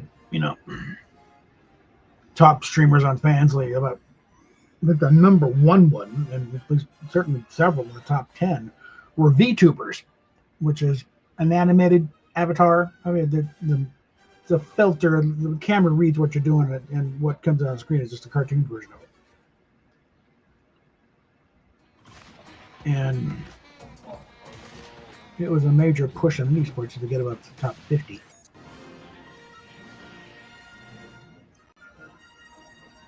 By contrast, Amaranth jumped in like a week before the end of it and launched, immediately started like top 25.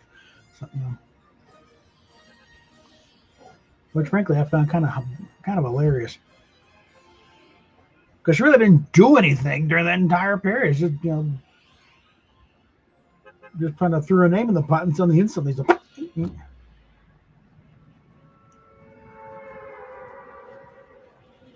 And I know that had to chapped Indy's eye because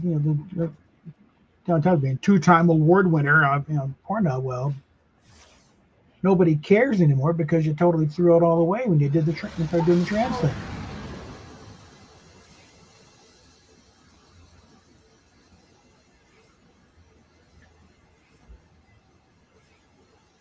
Your numbers are dropping steadily. You started getting complaints from the guys who were looking for actual femboys.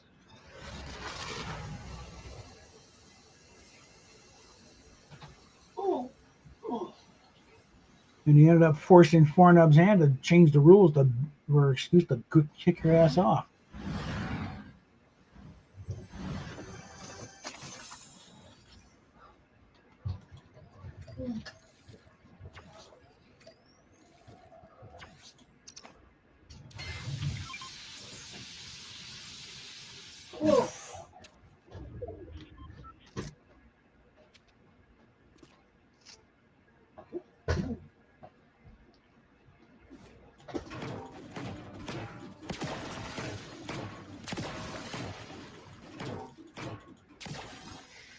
Like, it doesn't really say much, if your legacy is seeing how many sites you get kicked off of, okay?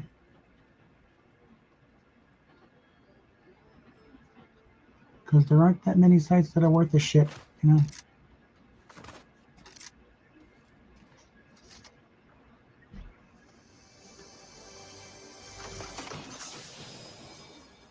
sooner or later, it's going to run up like, you got no place left to go, bitch. Okay?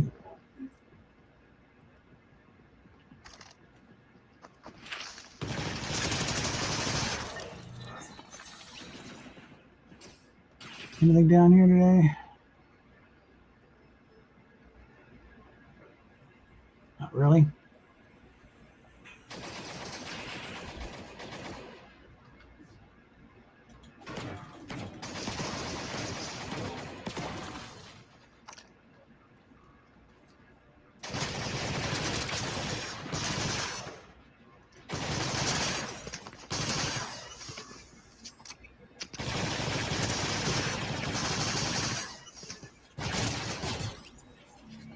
Now I gotta find another damn thing. You little shit.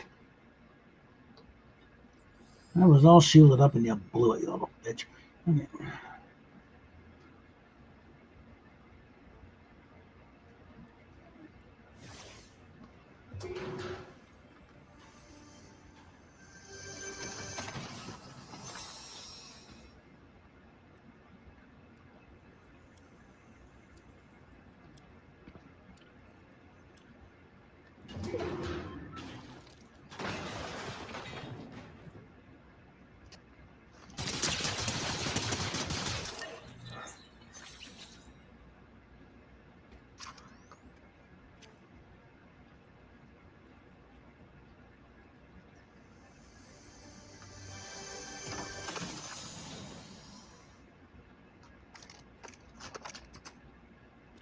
Okay, now.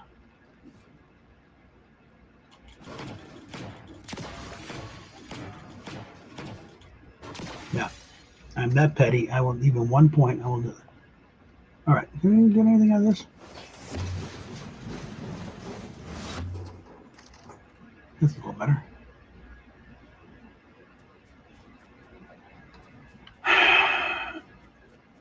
And it's not that I want to do Sith all the time. It's just that's what always keeps showing up is Sith. Okay.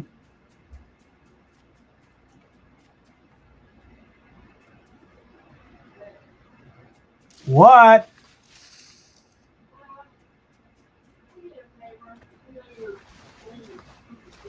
Well, hold on. I'm in the middle of something here. Oh, there's a Jedi over there. It's a little safer ground, too.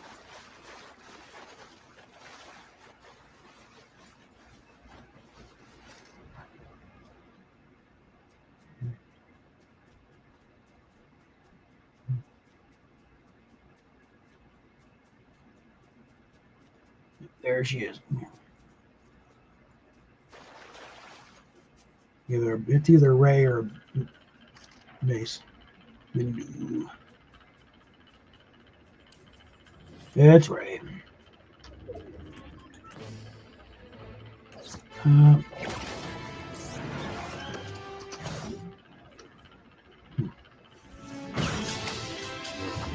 All right, now let's see.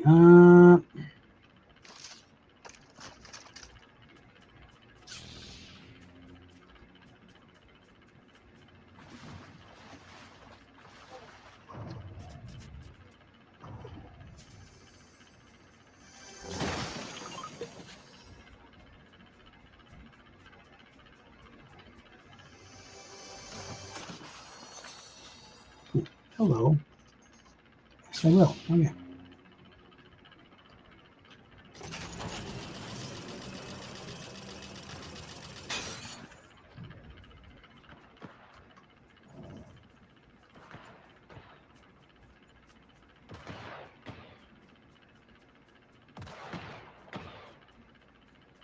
I haven't got time for this.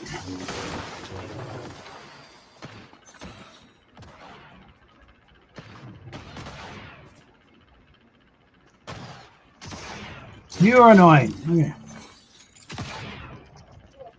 And you're not much better.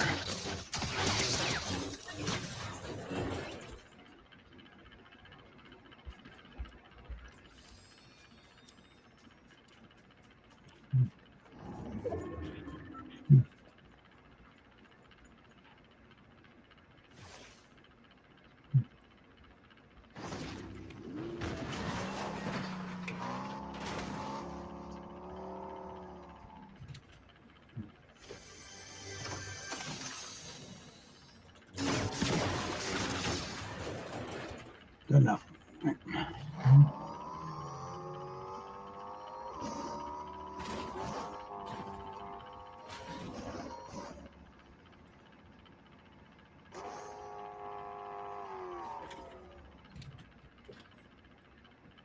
Okay. Ah. I know these slugs lean a lot too.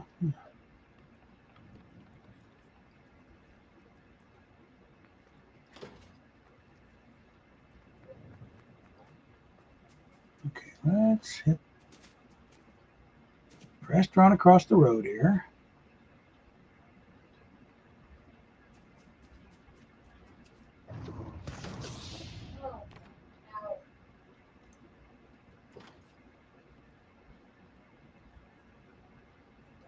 What?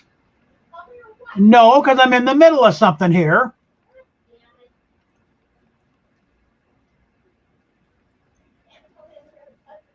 You know how damn well how this works, okay? I'm in the middle of a damn game. I'm not going to interrupt a freaking move. But it is going on right now, and I'm in the middle of it, and you can wait a couple minutes here, okay? I will find a place I can break away, but right now I'm in the middle of it, and I'm not going to just stand here in the middle of the damn field waiting to be shot.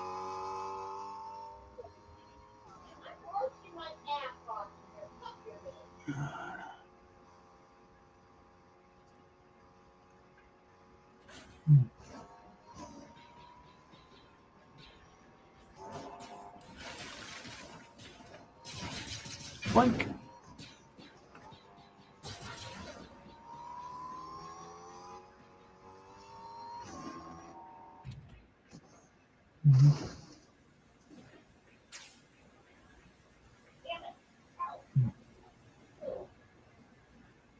All righty.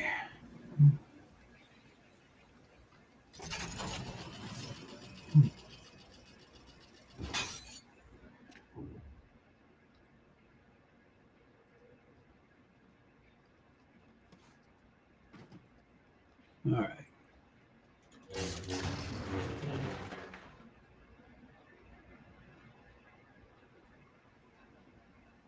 This should be secure enough. All right. I'll deal with what my wife's after here. All right. All right. Okay. That it? All right.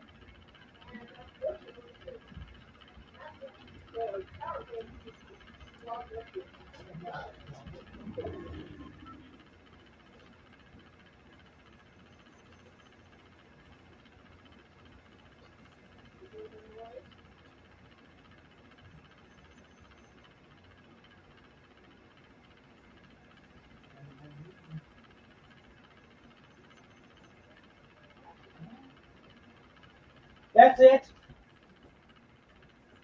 What those Caterwauling was about?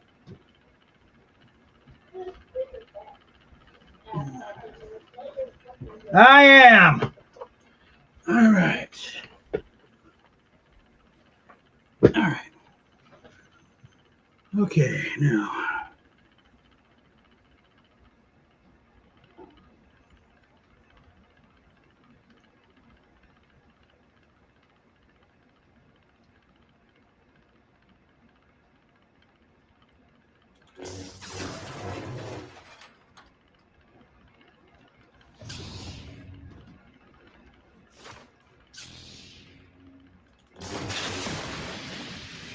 Shit for God damn it.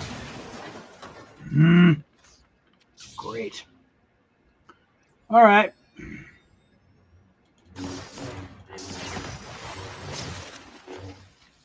All right.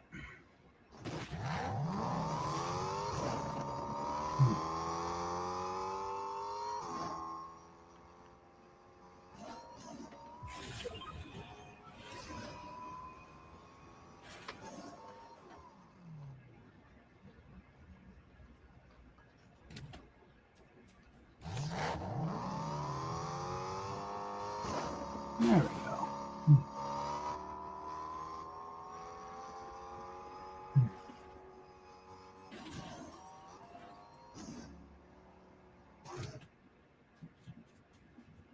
All right, what did they leave behind here? Not bloody much. Okay.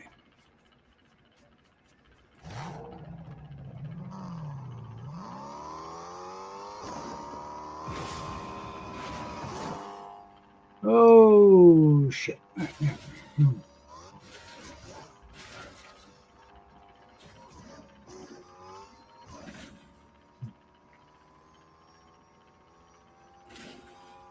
Okay.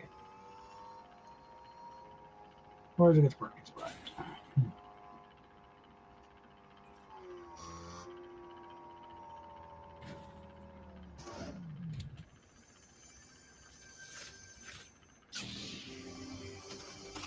All right. Ah, come on. Sit up, asshole.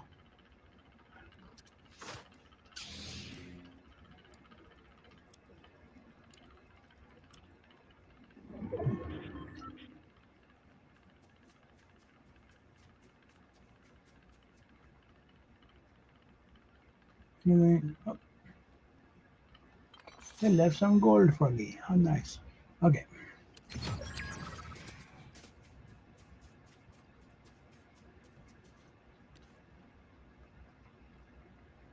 Ah.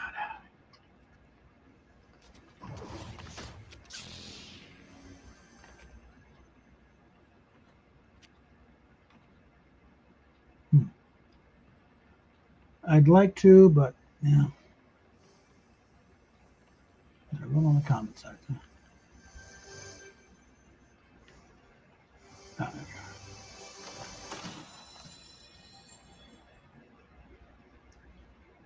If I can find some above gray, then yeah. Then I'll drop some.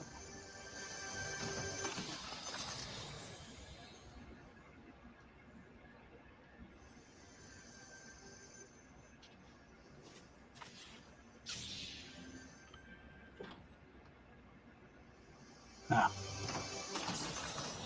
Well, there we go. All right. Yeah. That I'll drop those.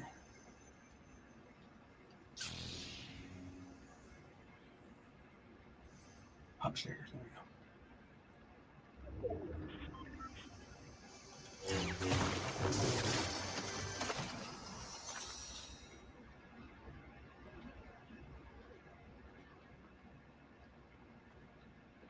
All right.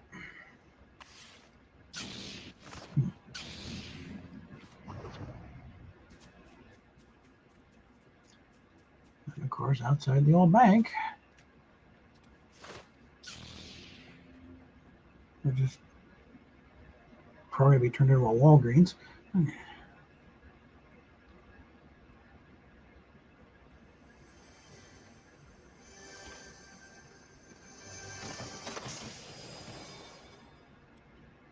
I got to wonder what will they do?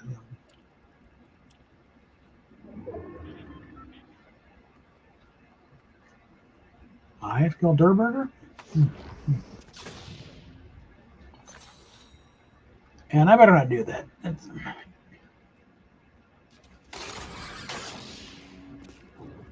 I gotta get out of here.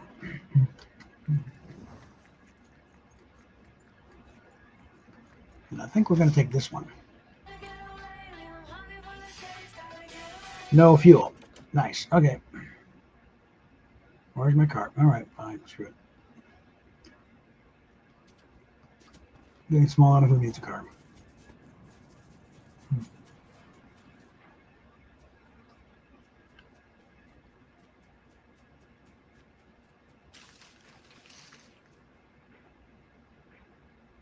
Frankly, right now I'm kind of inclined to whatever color scheme on this armor I end up winning a game with, I'm going to stick with.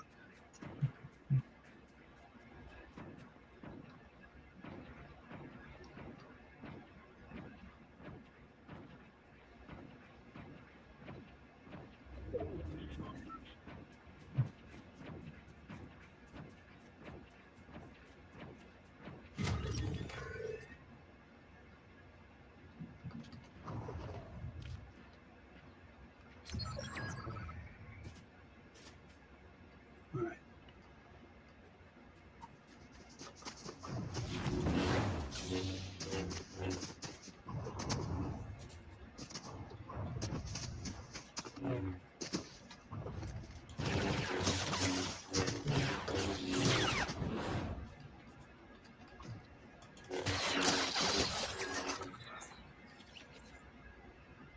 Anything of use? Not really. Except a gold. All right, 1v1v1.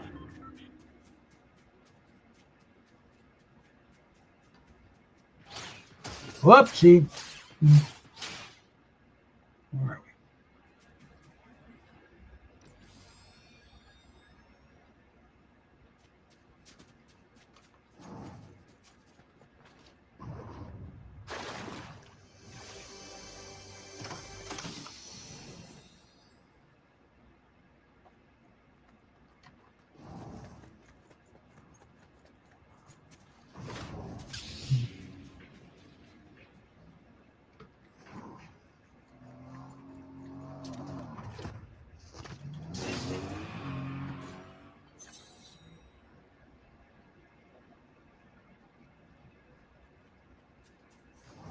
All right.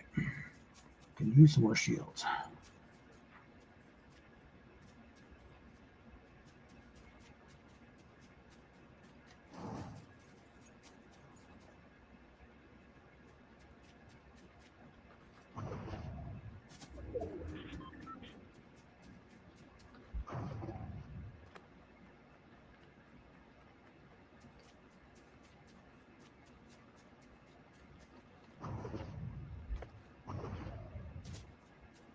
All right.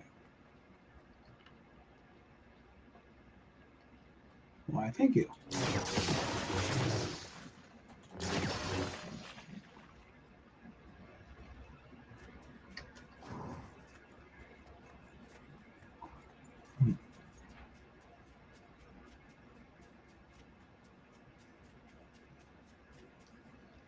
All right.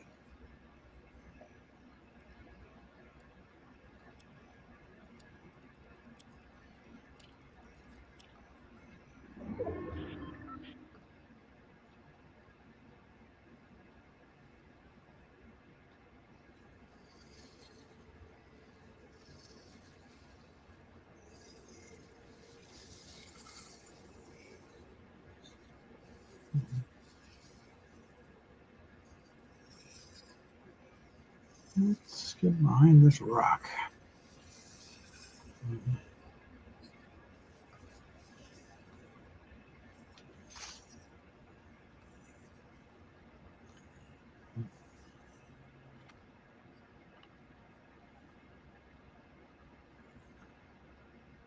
And see if we get lucky who comes over the ridge.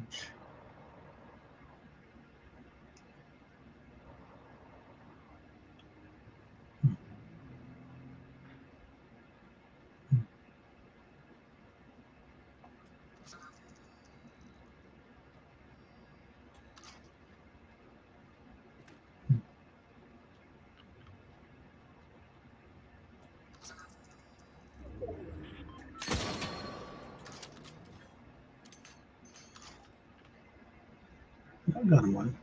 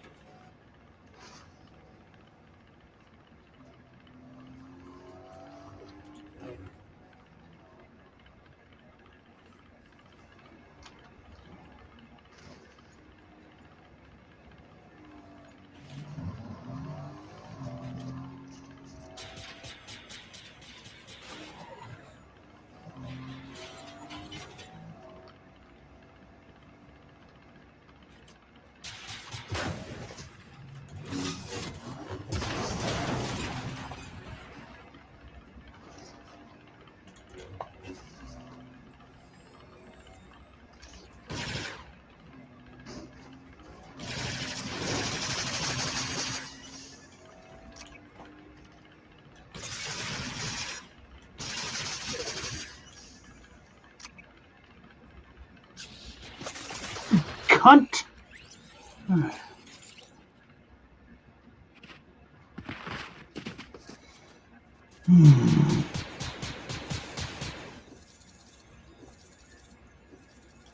see what we got.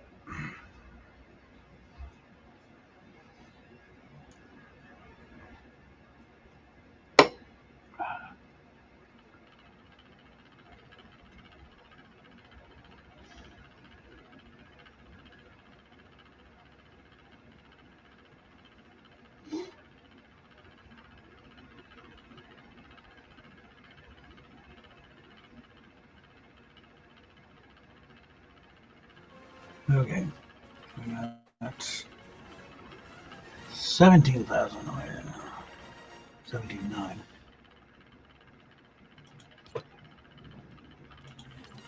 Yeah, one more level. And we got the glass Grievous in there, so let's see what we got here.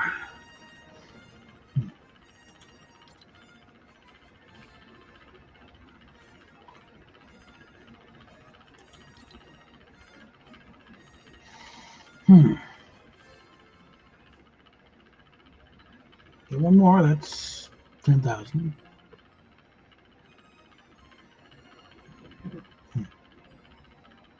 I guess that's how many shields we got, something. Yeah. All right, so all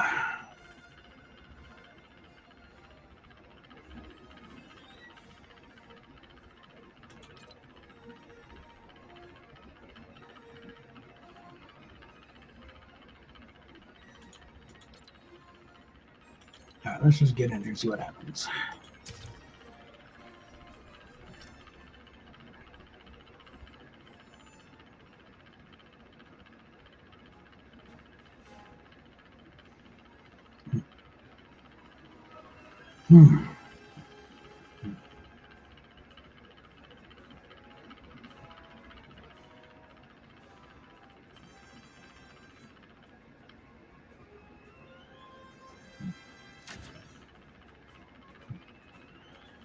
Coming up on 4 hours. It's still long for me, but I'm gonna get that damn skin.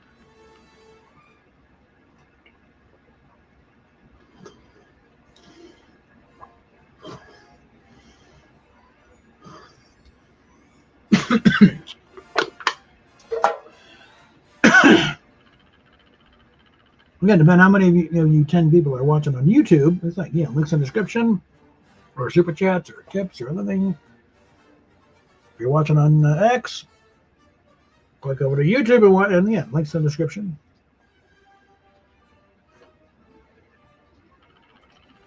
To help me pay my bills, stay in this nice apartment,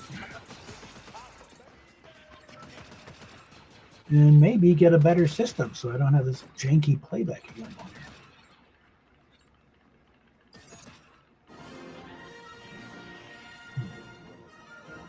All right, let's see.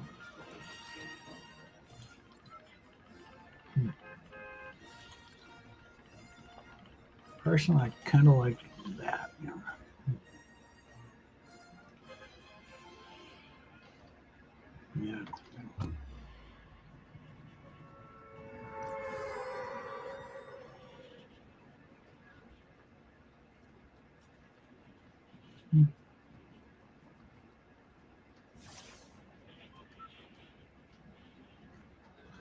Yeah. Originally there was no function to thank the bus drivers. Some player asked, hey, is there some way to thank the bus driver? Hey, not a bad idea. So they added a function. Oh, jeez.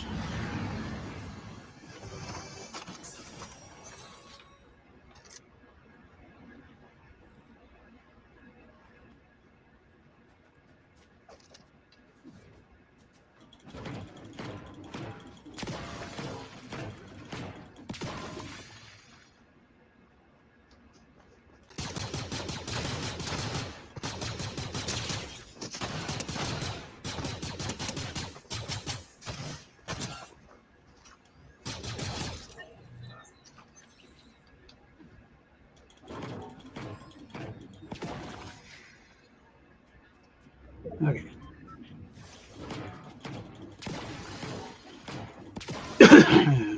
Your Highness.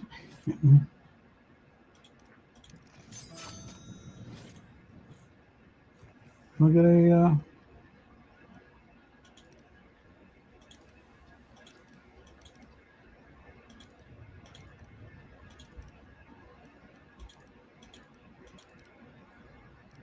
Look at any shields in it. Well, that's disappointing.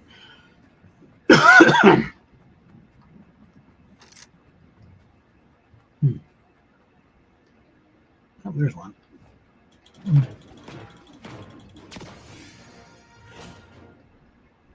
Did I? Not quite. Okay.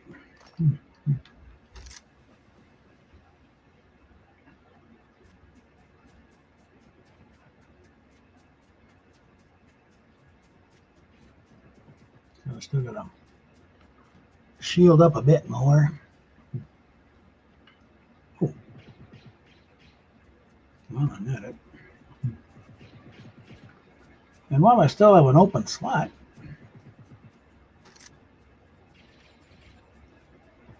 okay, Ray Ray.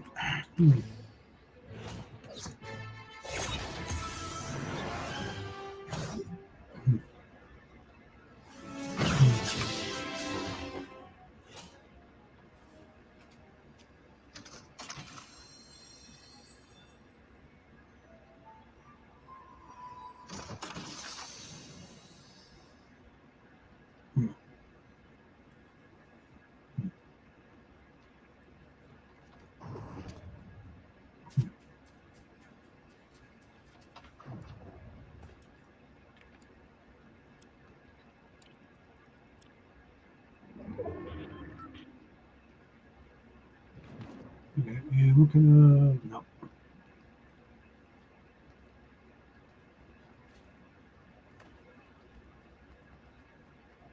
Did I find the one downstairs?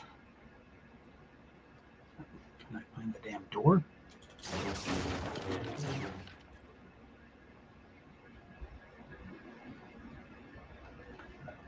Guess there wasn't one downstairs. Okay.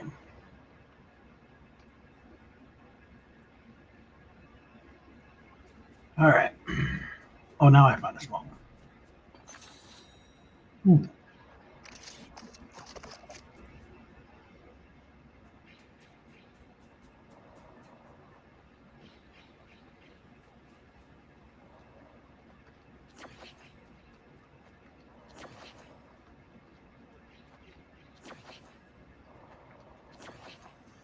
Every little bit helps. All right.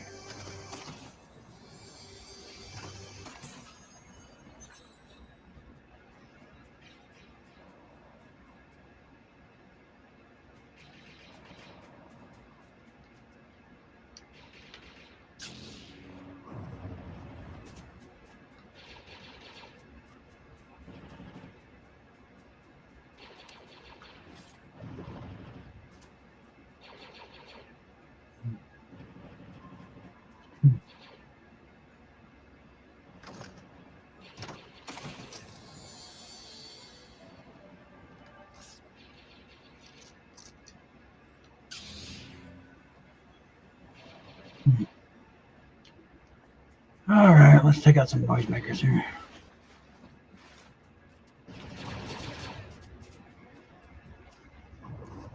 You guys are idiots.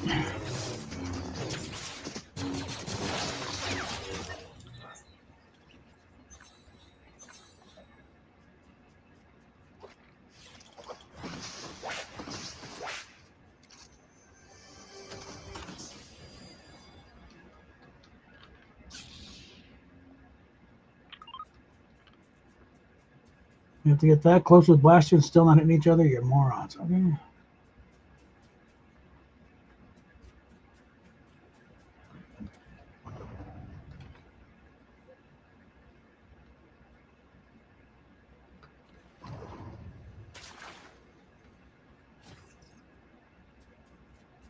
Zip line.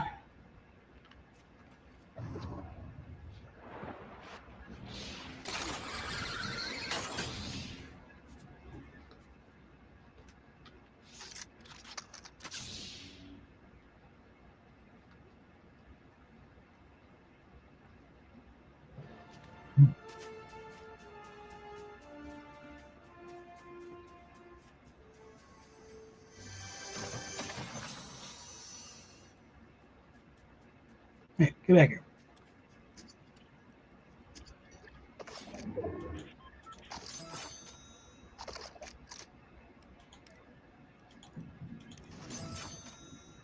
Always make sure you buy your goodies first, and then you hire them.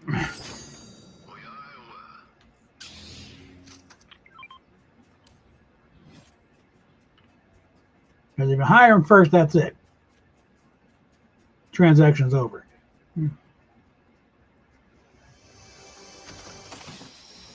Because you can't buy shit off him after you've already, hired him. He's just he's not just working for you.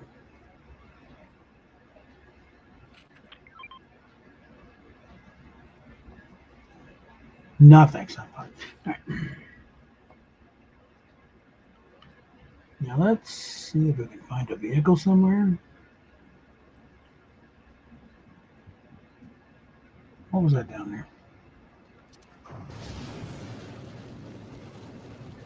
Okay. No, why does it go slide? Okay. All right.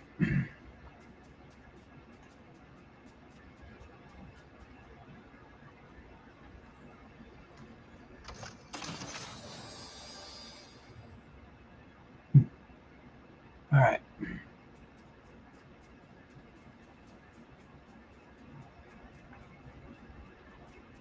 And it's one of those hidden things. I don't like those. Okay, they never.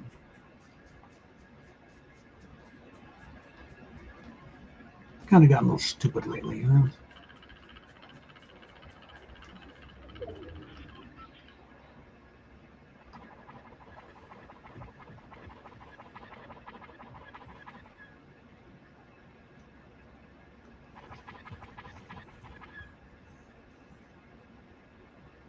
All right. Whoa. Okay.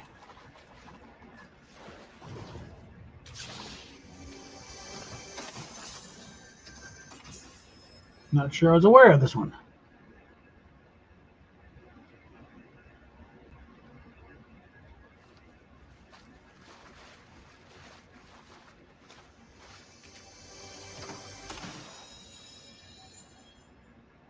Okay.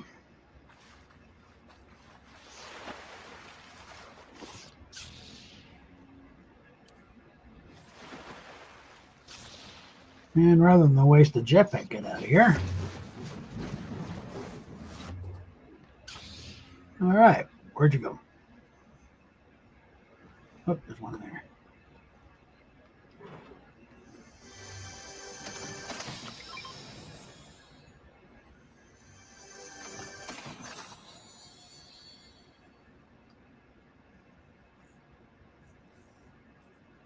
All right. No one for conversation. All right.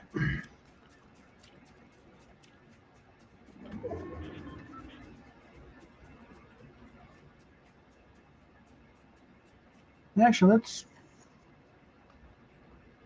Oh, there's one over there.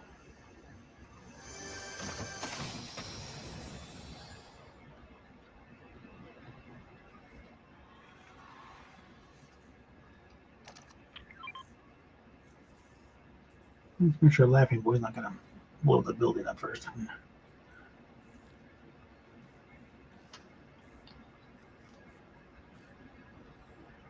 Probably should get a little more centrally located, but.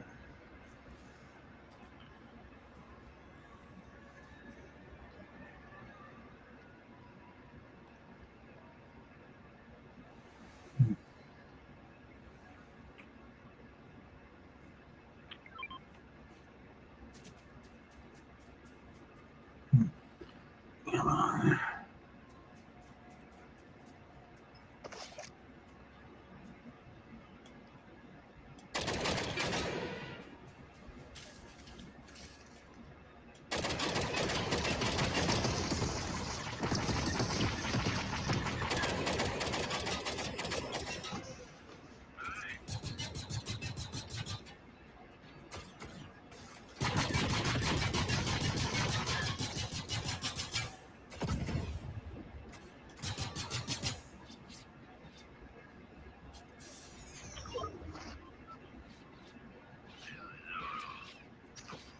Mhm.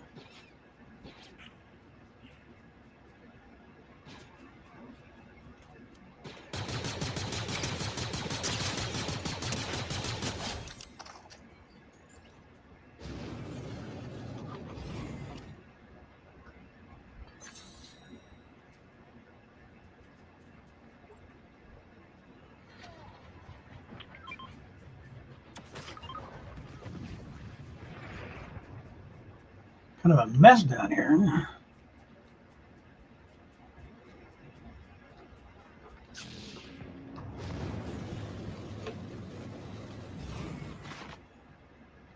Yeah, the off switch is the left control button. It's a little awkward to get at sometimes. All right. All right.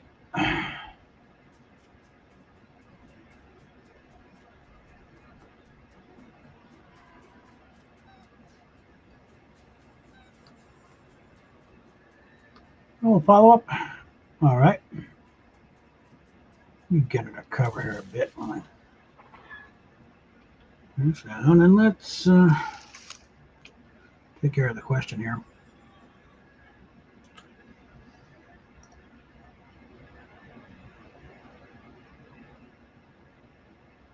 All right.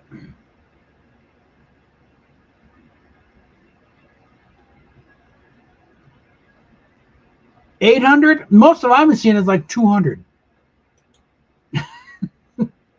That's the same. Yeah, it's definitely she's definitely scamming these guys. Okay, and they're falling for it. Because I thought 10,000. That's a pretty simple machine there. But it's like, yeah, I did it, and it's bank on the fact that nobody's going to do a Google search and find out what they really cost.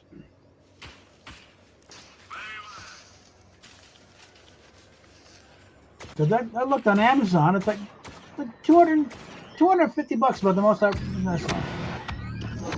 Most of them, some of them, less than 100. And the thing is, she already has one. That's the thing. I don't know if it's working necessarily, but she already has one.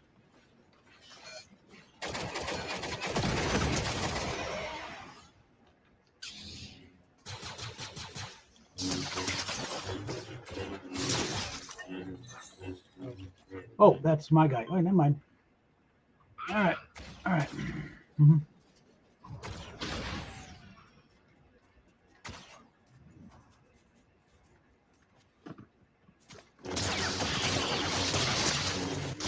Ah, so close.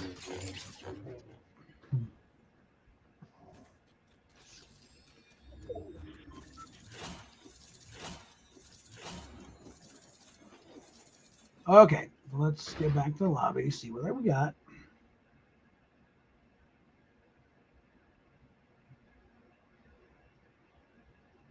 Now, I know she was getting close, but man, I wasn't going to say anything right off the bat because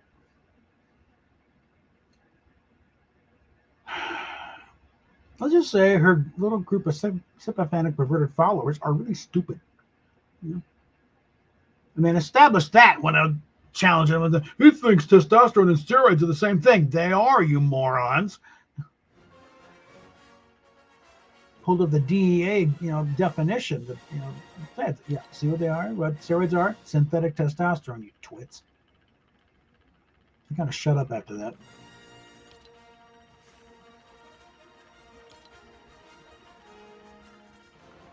All right, so I think we've done everything of that. I didn't bother with OG. No, okay.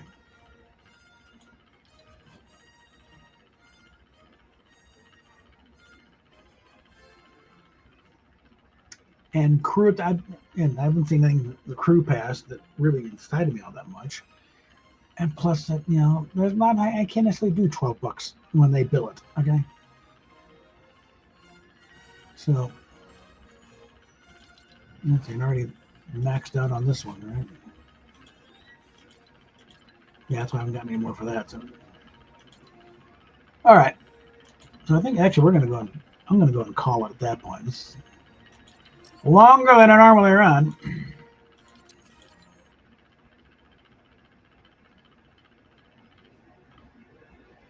Let me go ahead and stop the screen there.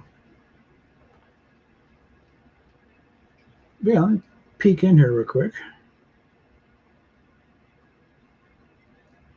Still going live.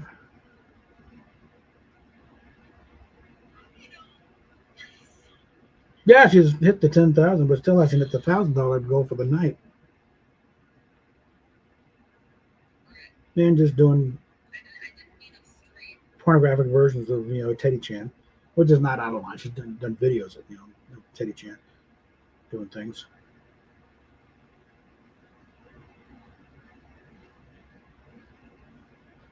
And again, if it works, it works. I want her to be successful in this, but I also want her to be sane and safe and not, what she's engaging in is, once she's going to finally wake up, it is a long-term form of self-harm. She's just farming it out to doctors who, frankly, have lost the right to call themselves that.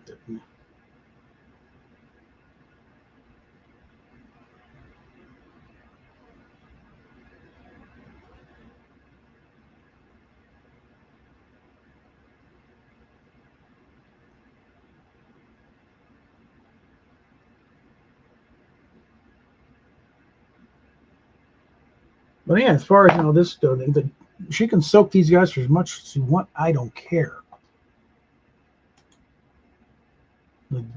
Get them for all you can, because so I ask you, when she finally wakes up, and she will, everyone, all the districts I know, eventually she will finally come out of it. It's just a question of how much damage she'll do to herself in the process before it takes her to finally wake up.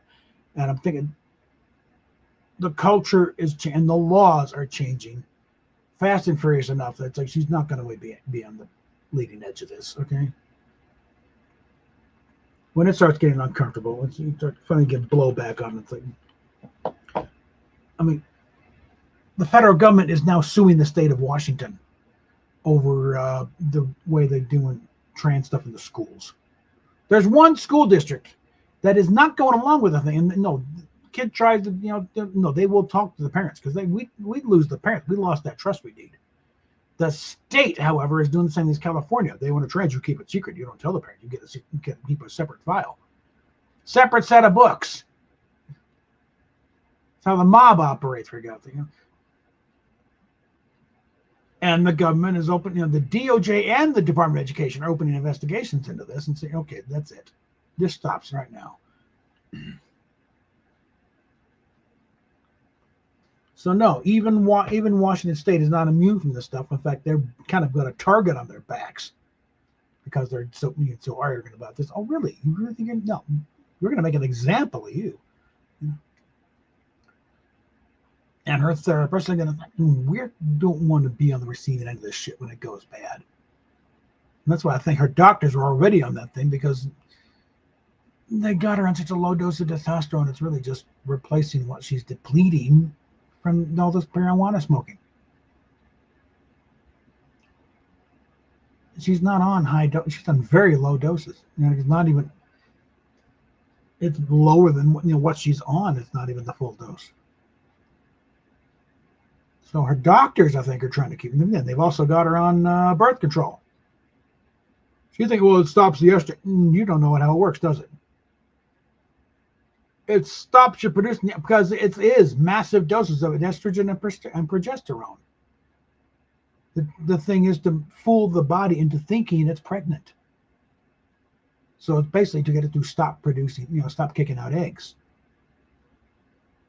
But it doesn't stop the estrogen. That they probably told her that to sell around the idea to go along with it.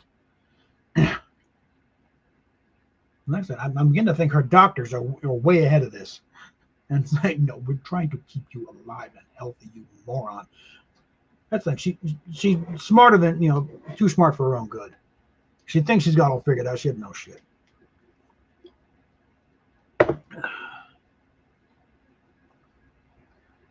But yeah.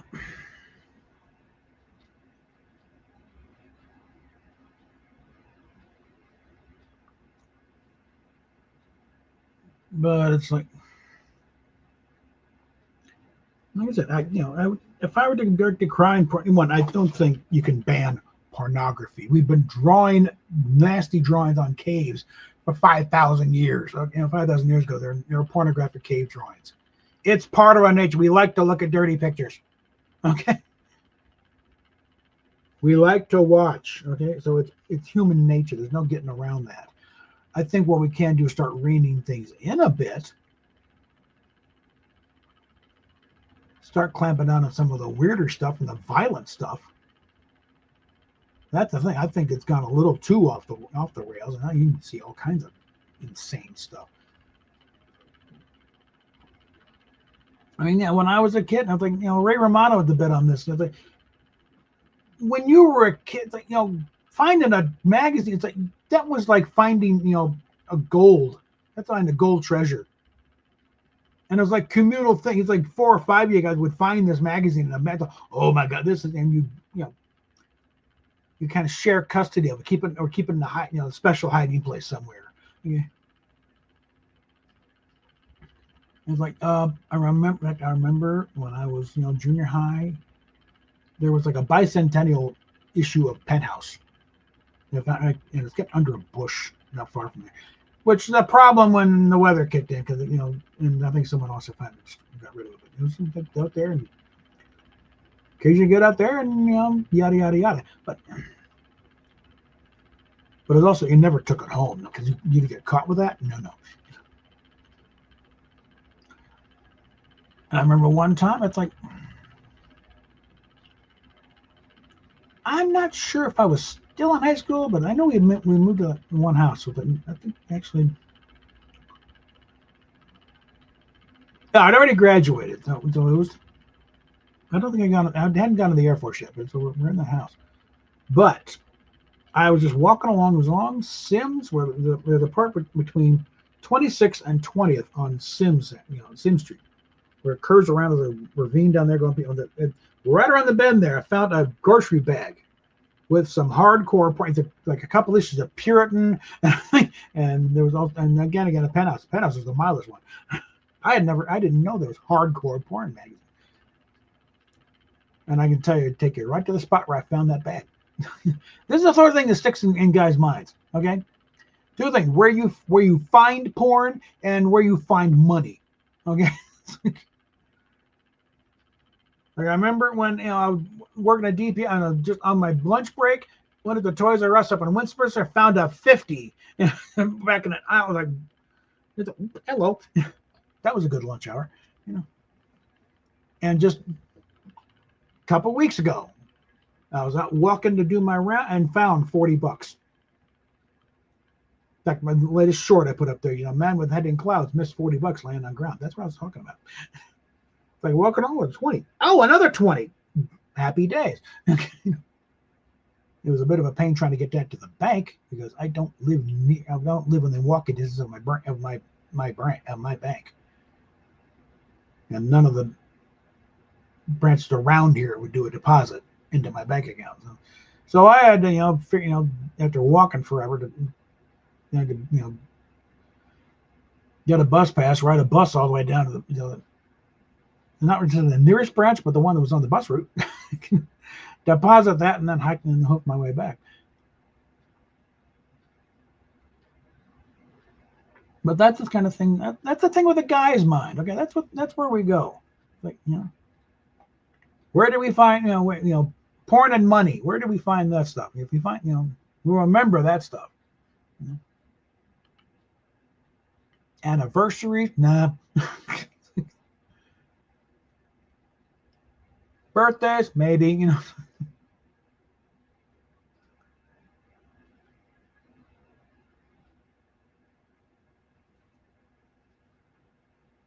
But find something that makes us happy. Oh yeah, we remember that take that to our graves. Happy memories.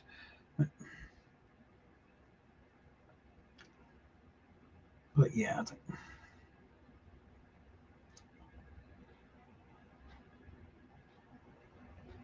I don't know what fuck machine costs $800. Okay, yeah, the most expensive I found on Amazon was like $260. Yeah, and it's generally a pretty simple machine. It's just kind of a electric thing driving a wheel with a piston with a where you attach a dildo on the end. It's a pretty simple thing. And again, there was some she's already got one of basically a dildo with a spring in it, so it goes back and forth. She's already got one of those. She's used it online. And again, like I said, she streams from back back when she was in a role place. She's already got a fuck machine. Again, I don't know if it still works, but she knows damn well these things do not cost $10,000. Which tells me, supposedly her low month is $10,000 for total income. So the fact that she set that as a goal and is doing this, I think that you're not making that much money anymore, kiddo, are you? Your fortunes have dropped off a lot. I think it's also one motivating reasons why she's got her fiance living with her now to cover the rent. Because I know that apartment is not cheap. It's easily a few $1,000s a month just by itself. Anyway, we're really getting up here, so I'm going to go ahead and wrap it up here because we're almost 4.5 hours. So, hopefully by tomorrow, Rosetta will be ready to jump in on one of these here. And also the Sunday stream, we'll put them, now that everyone's back in their relatively proper places, we should do that going. So, and if that doesn't happen for whatever reason, I'll be doing a stream then. But either way, we will talk.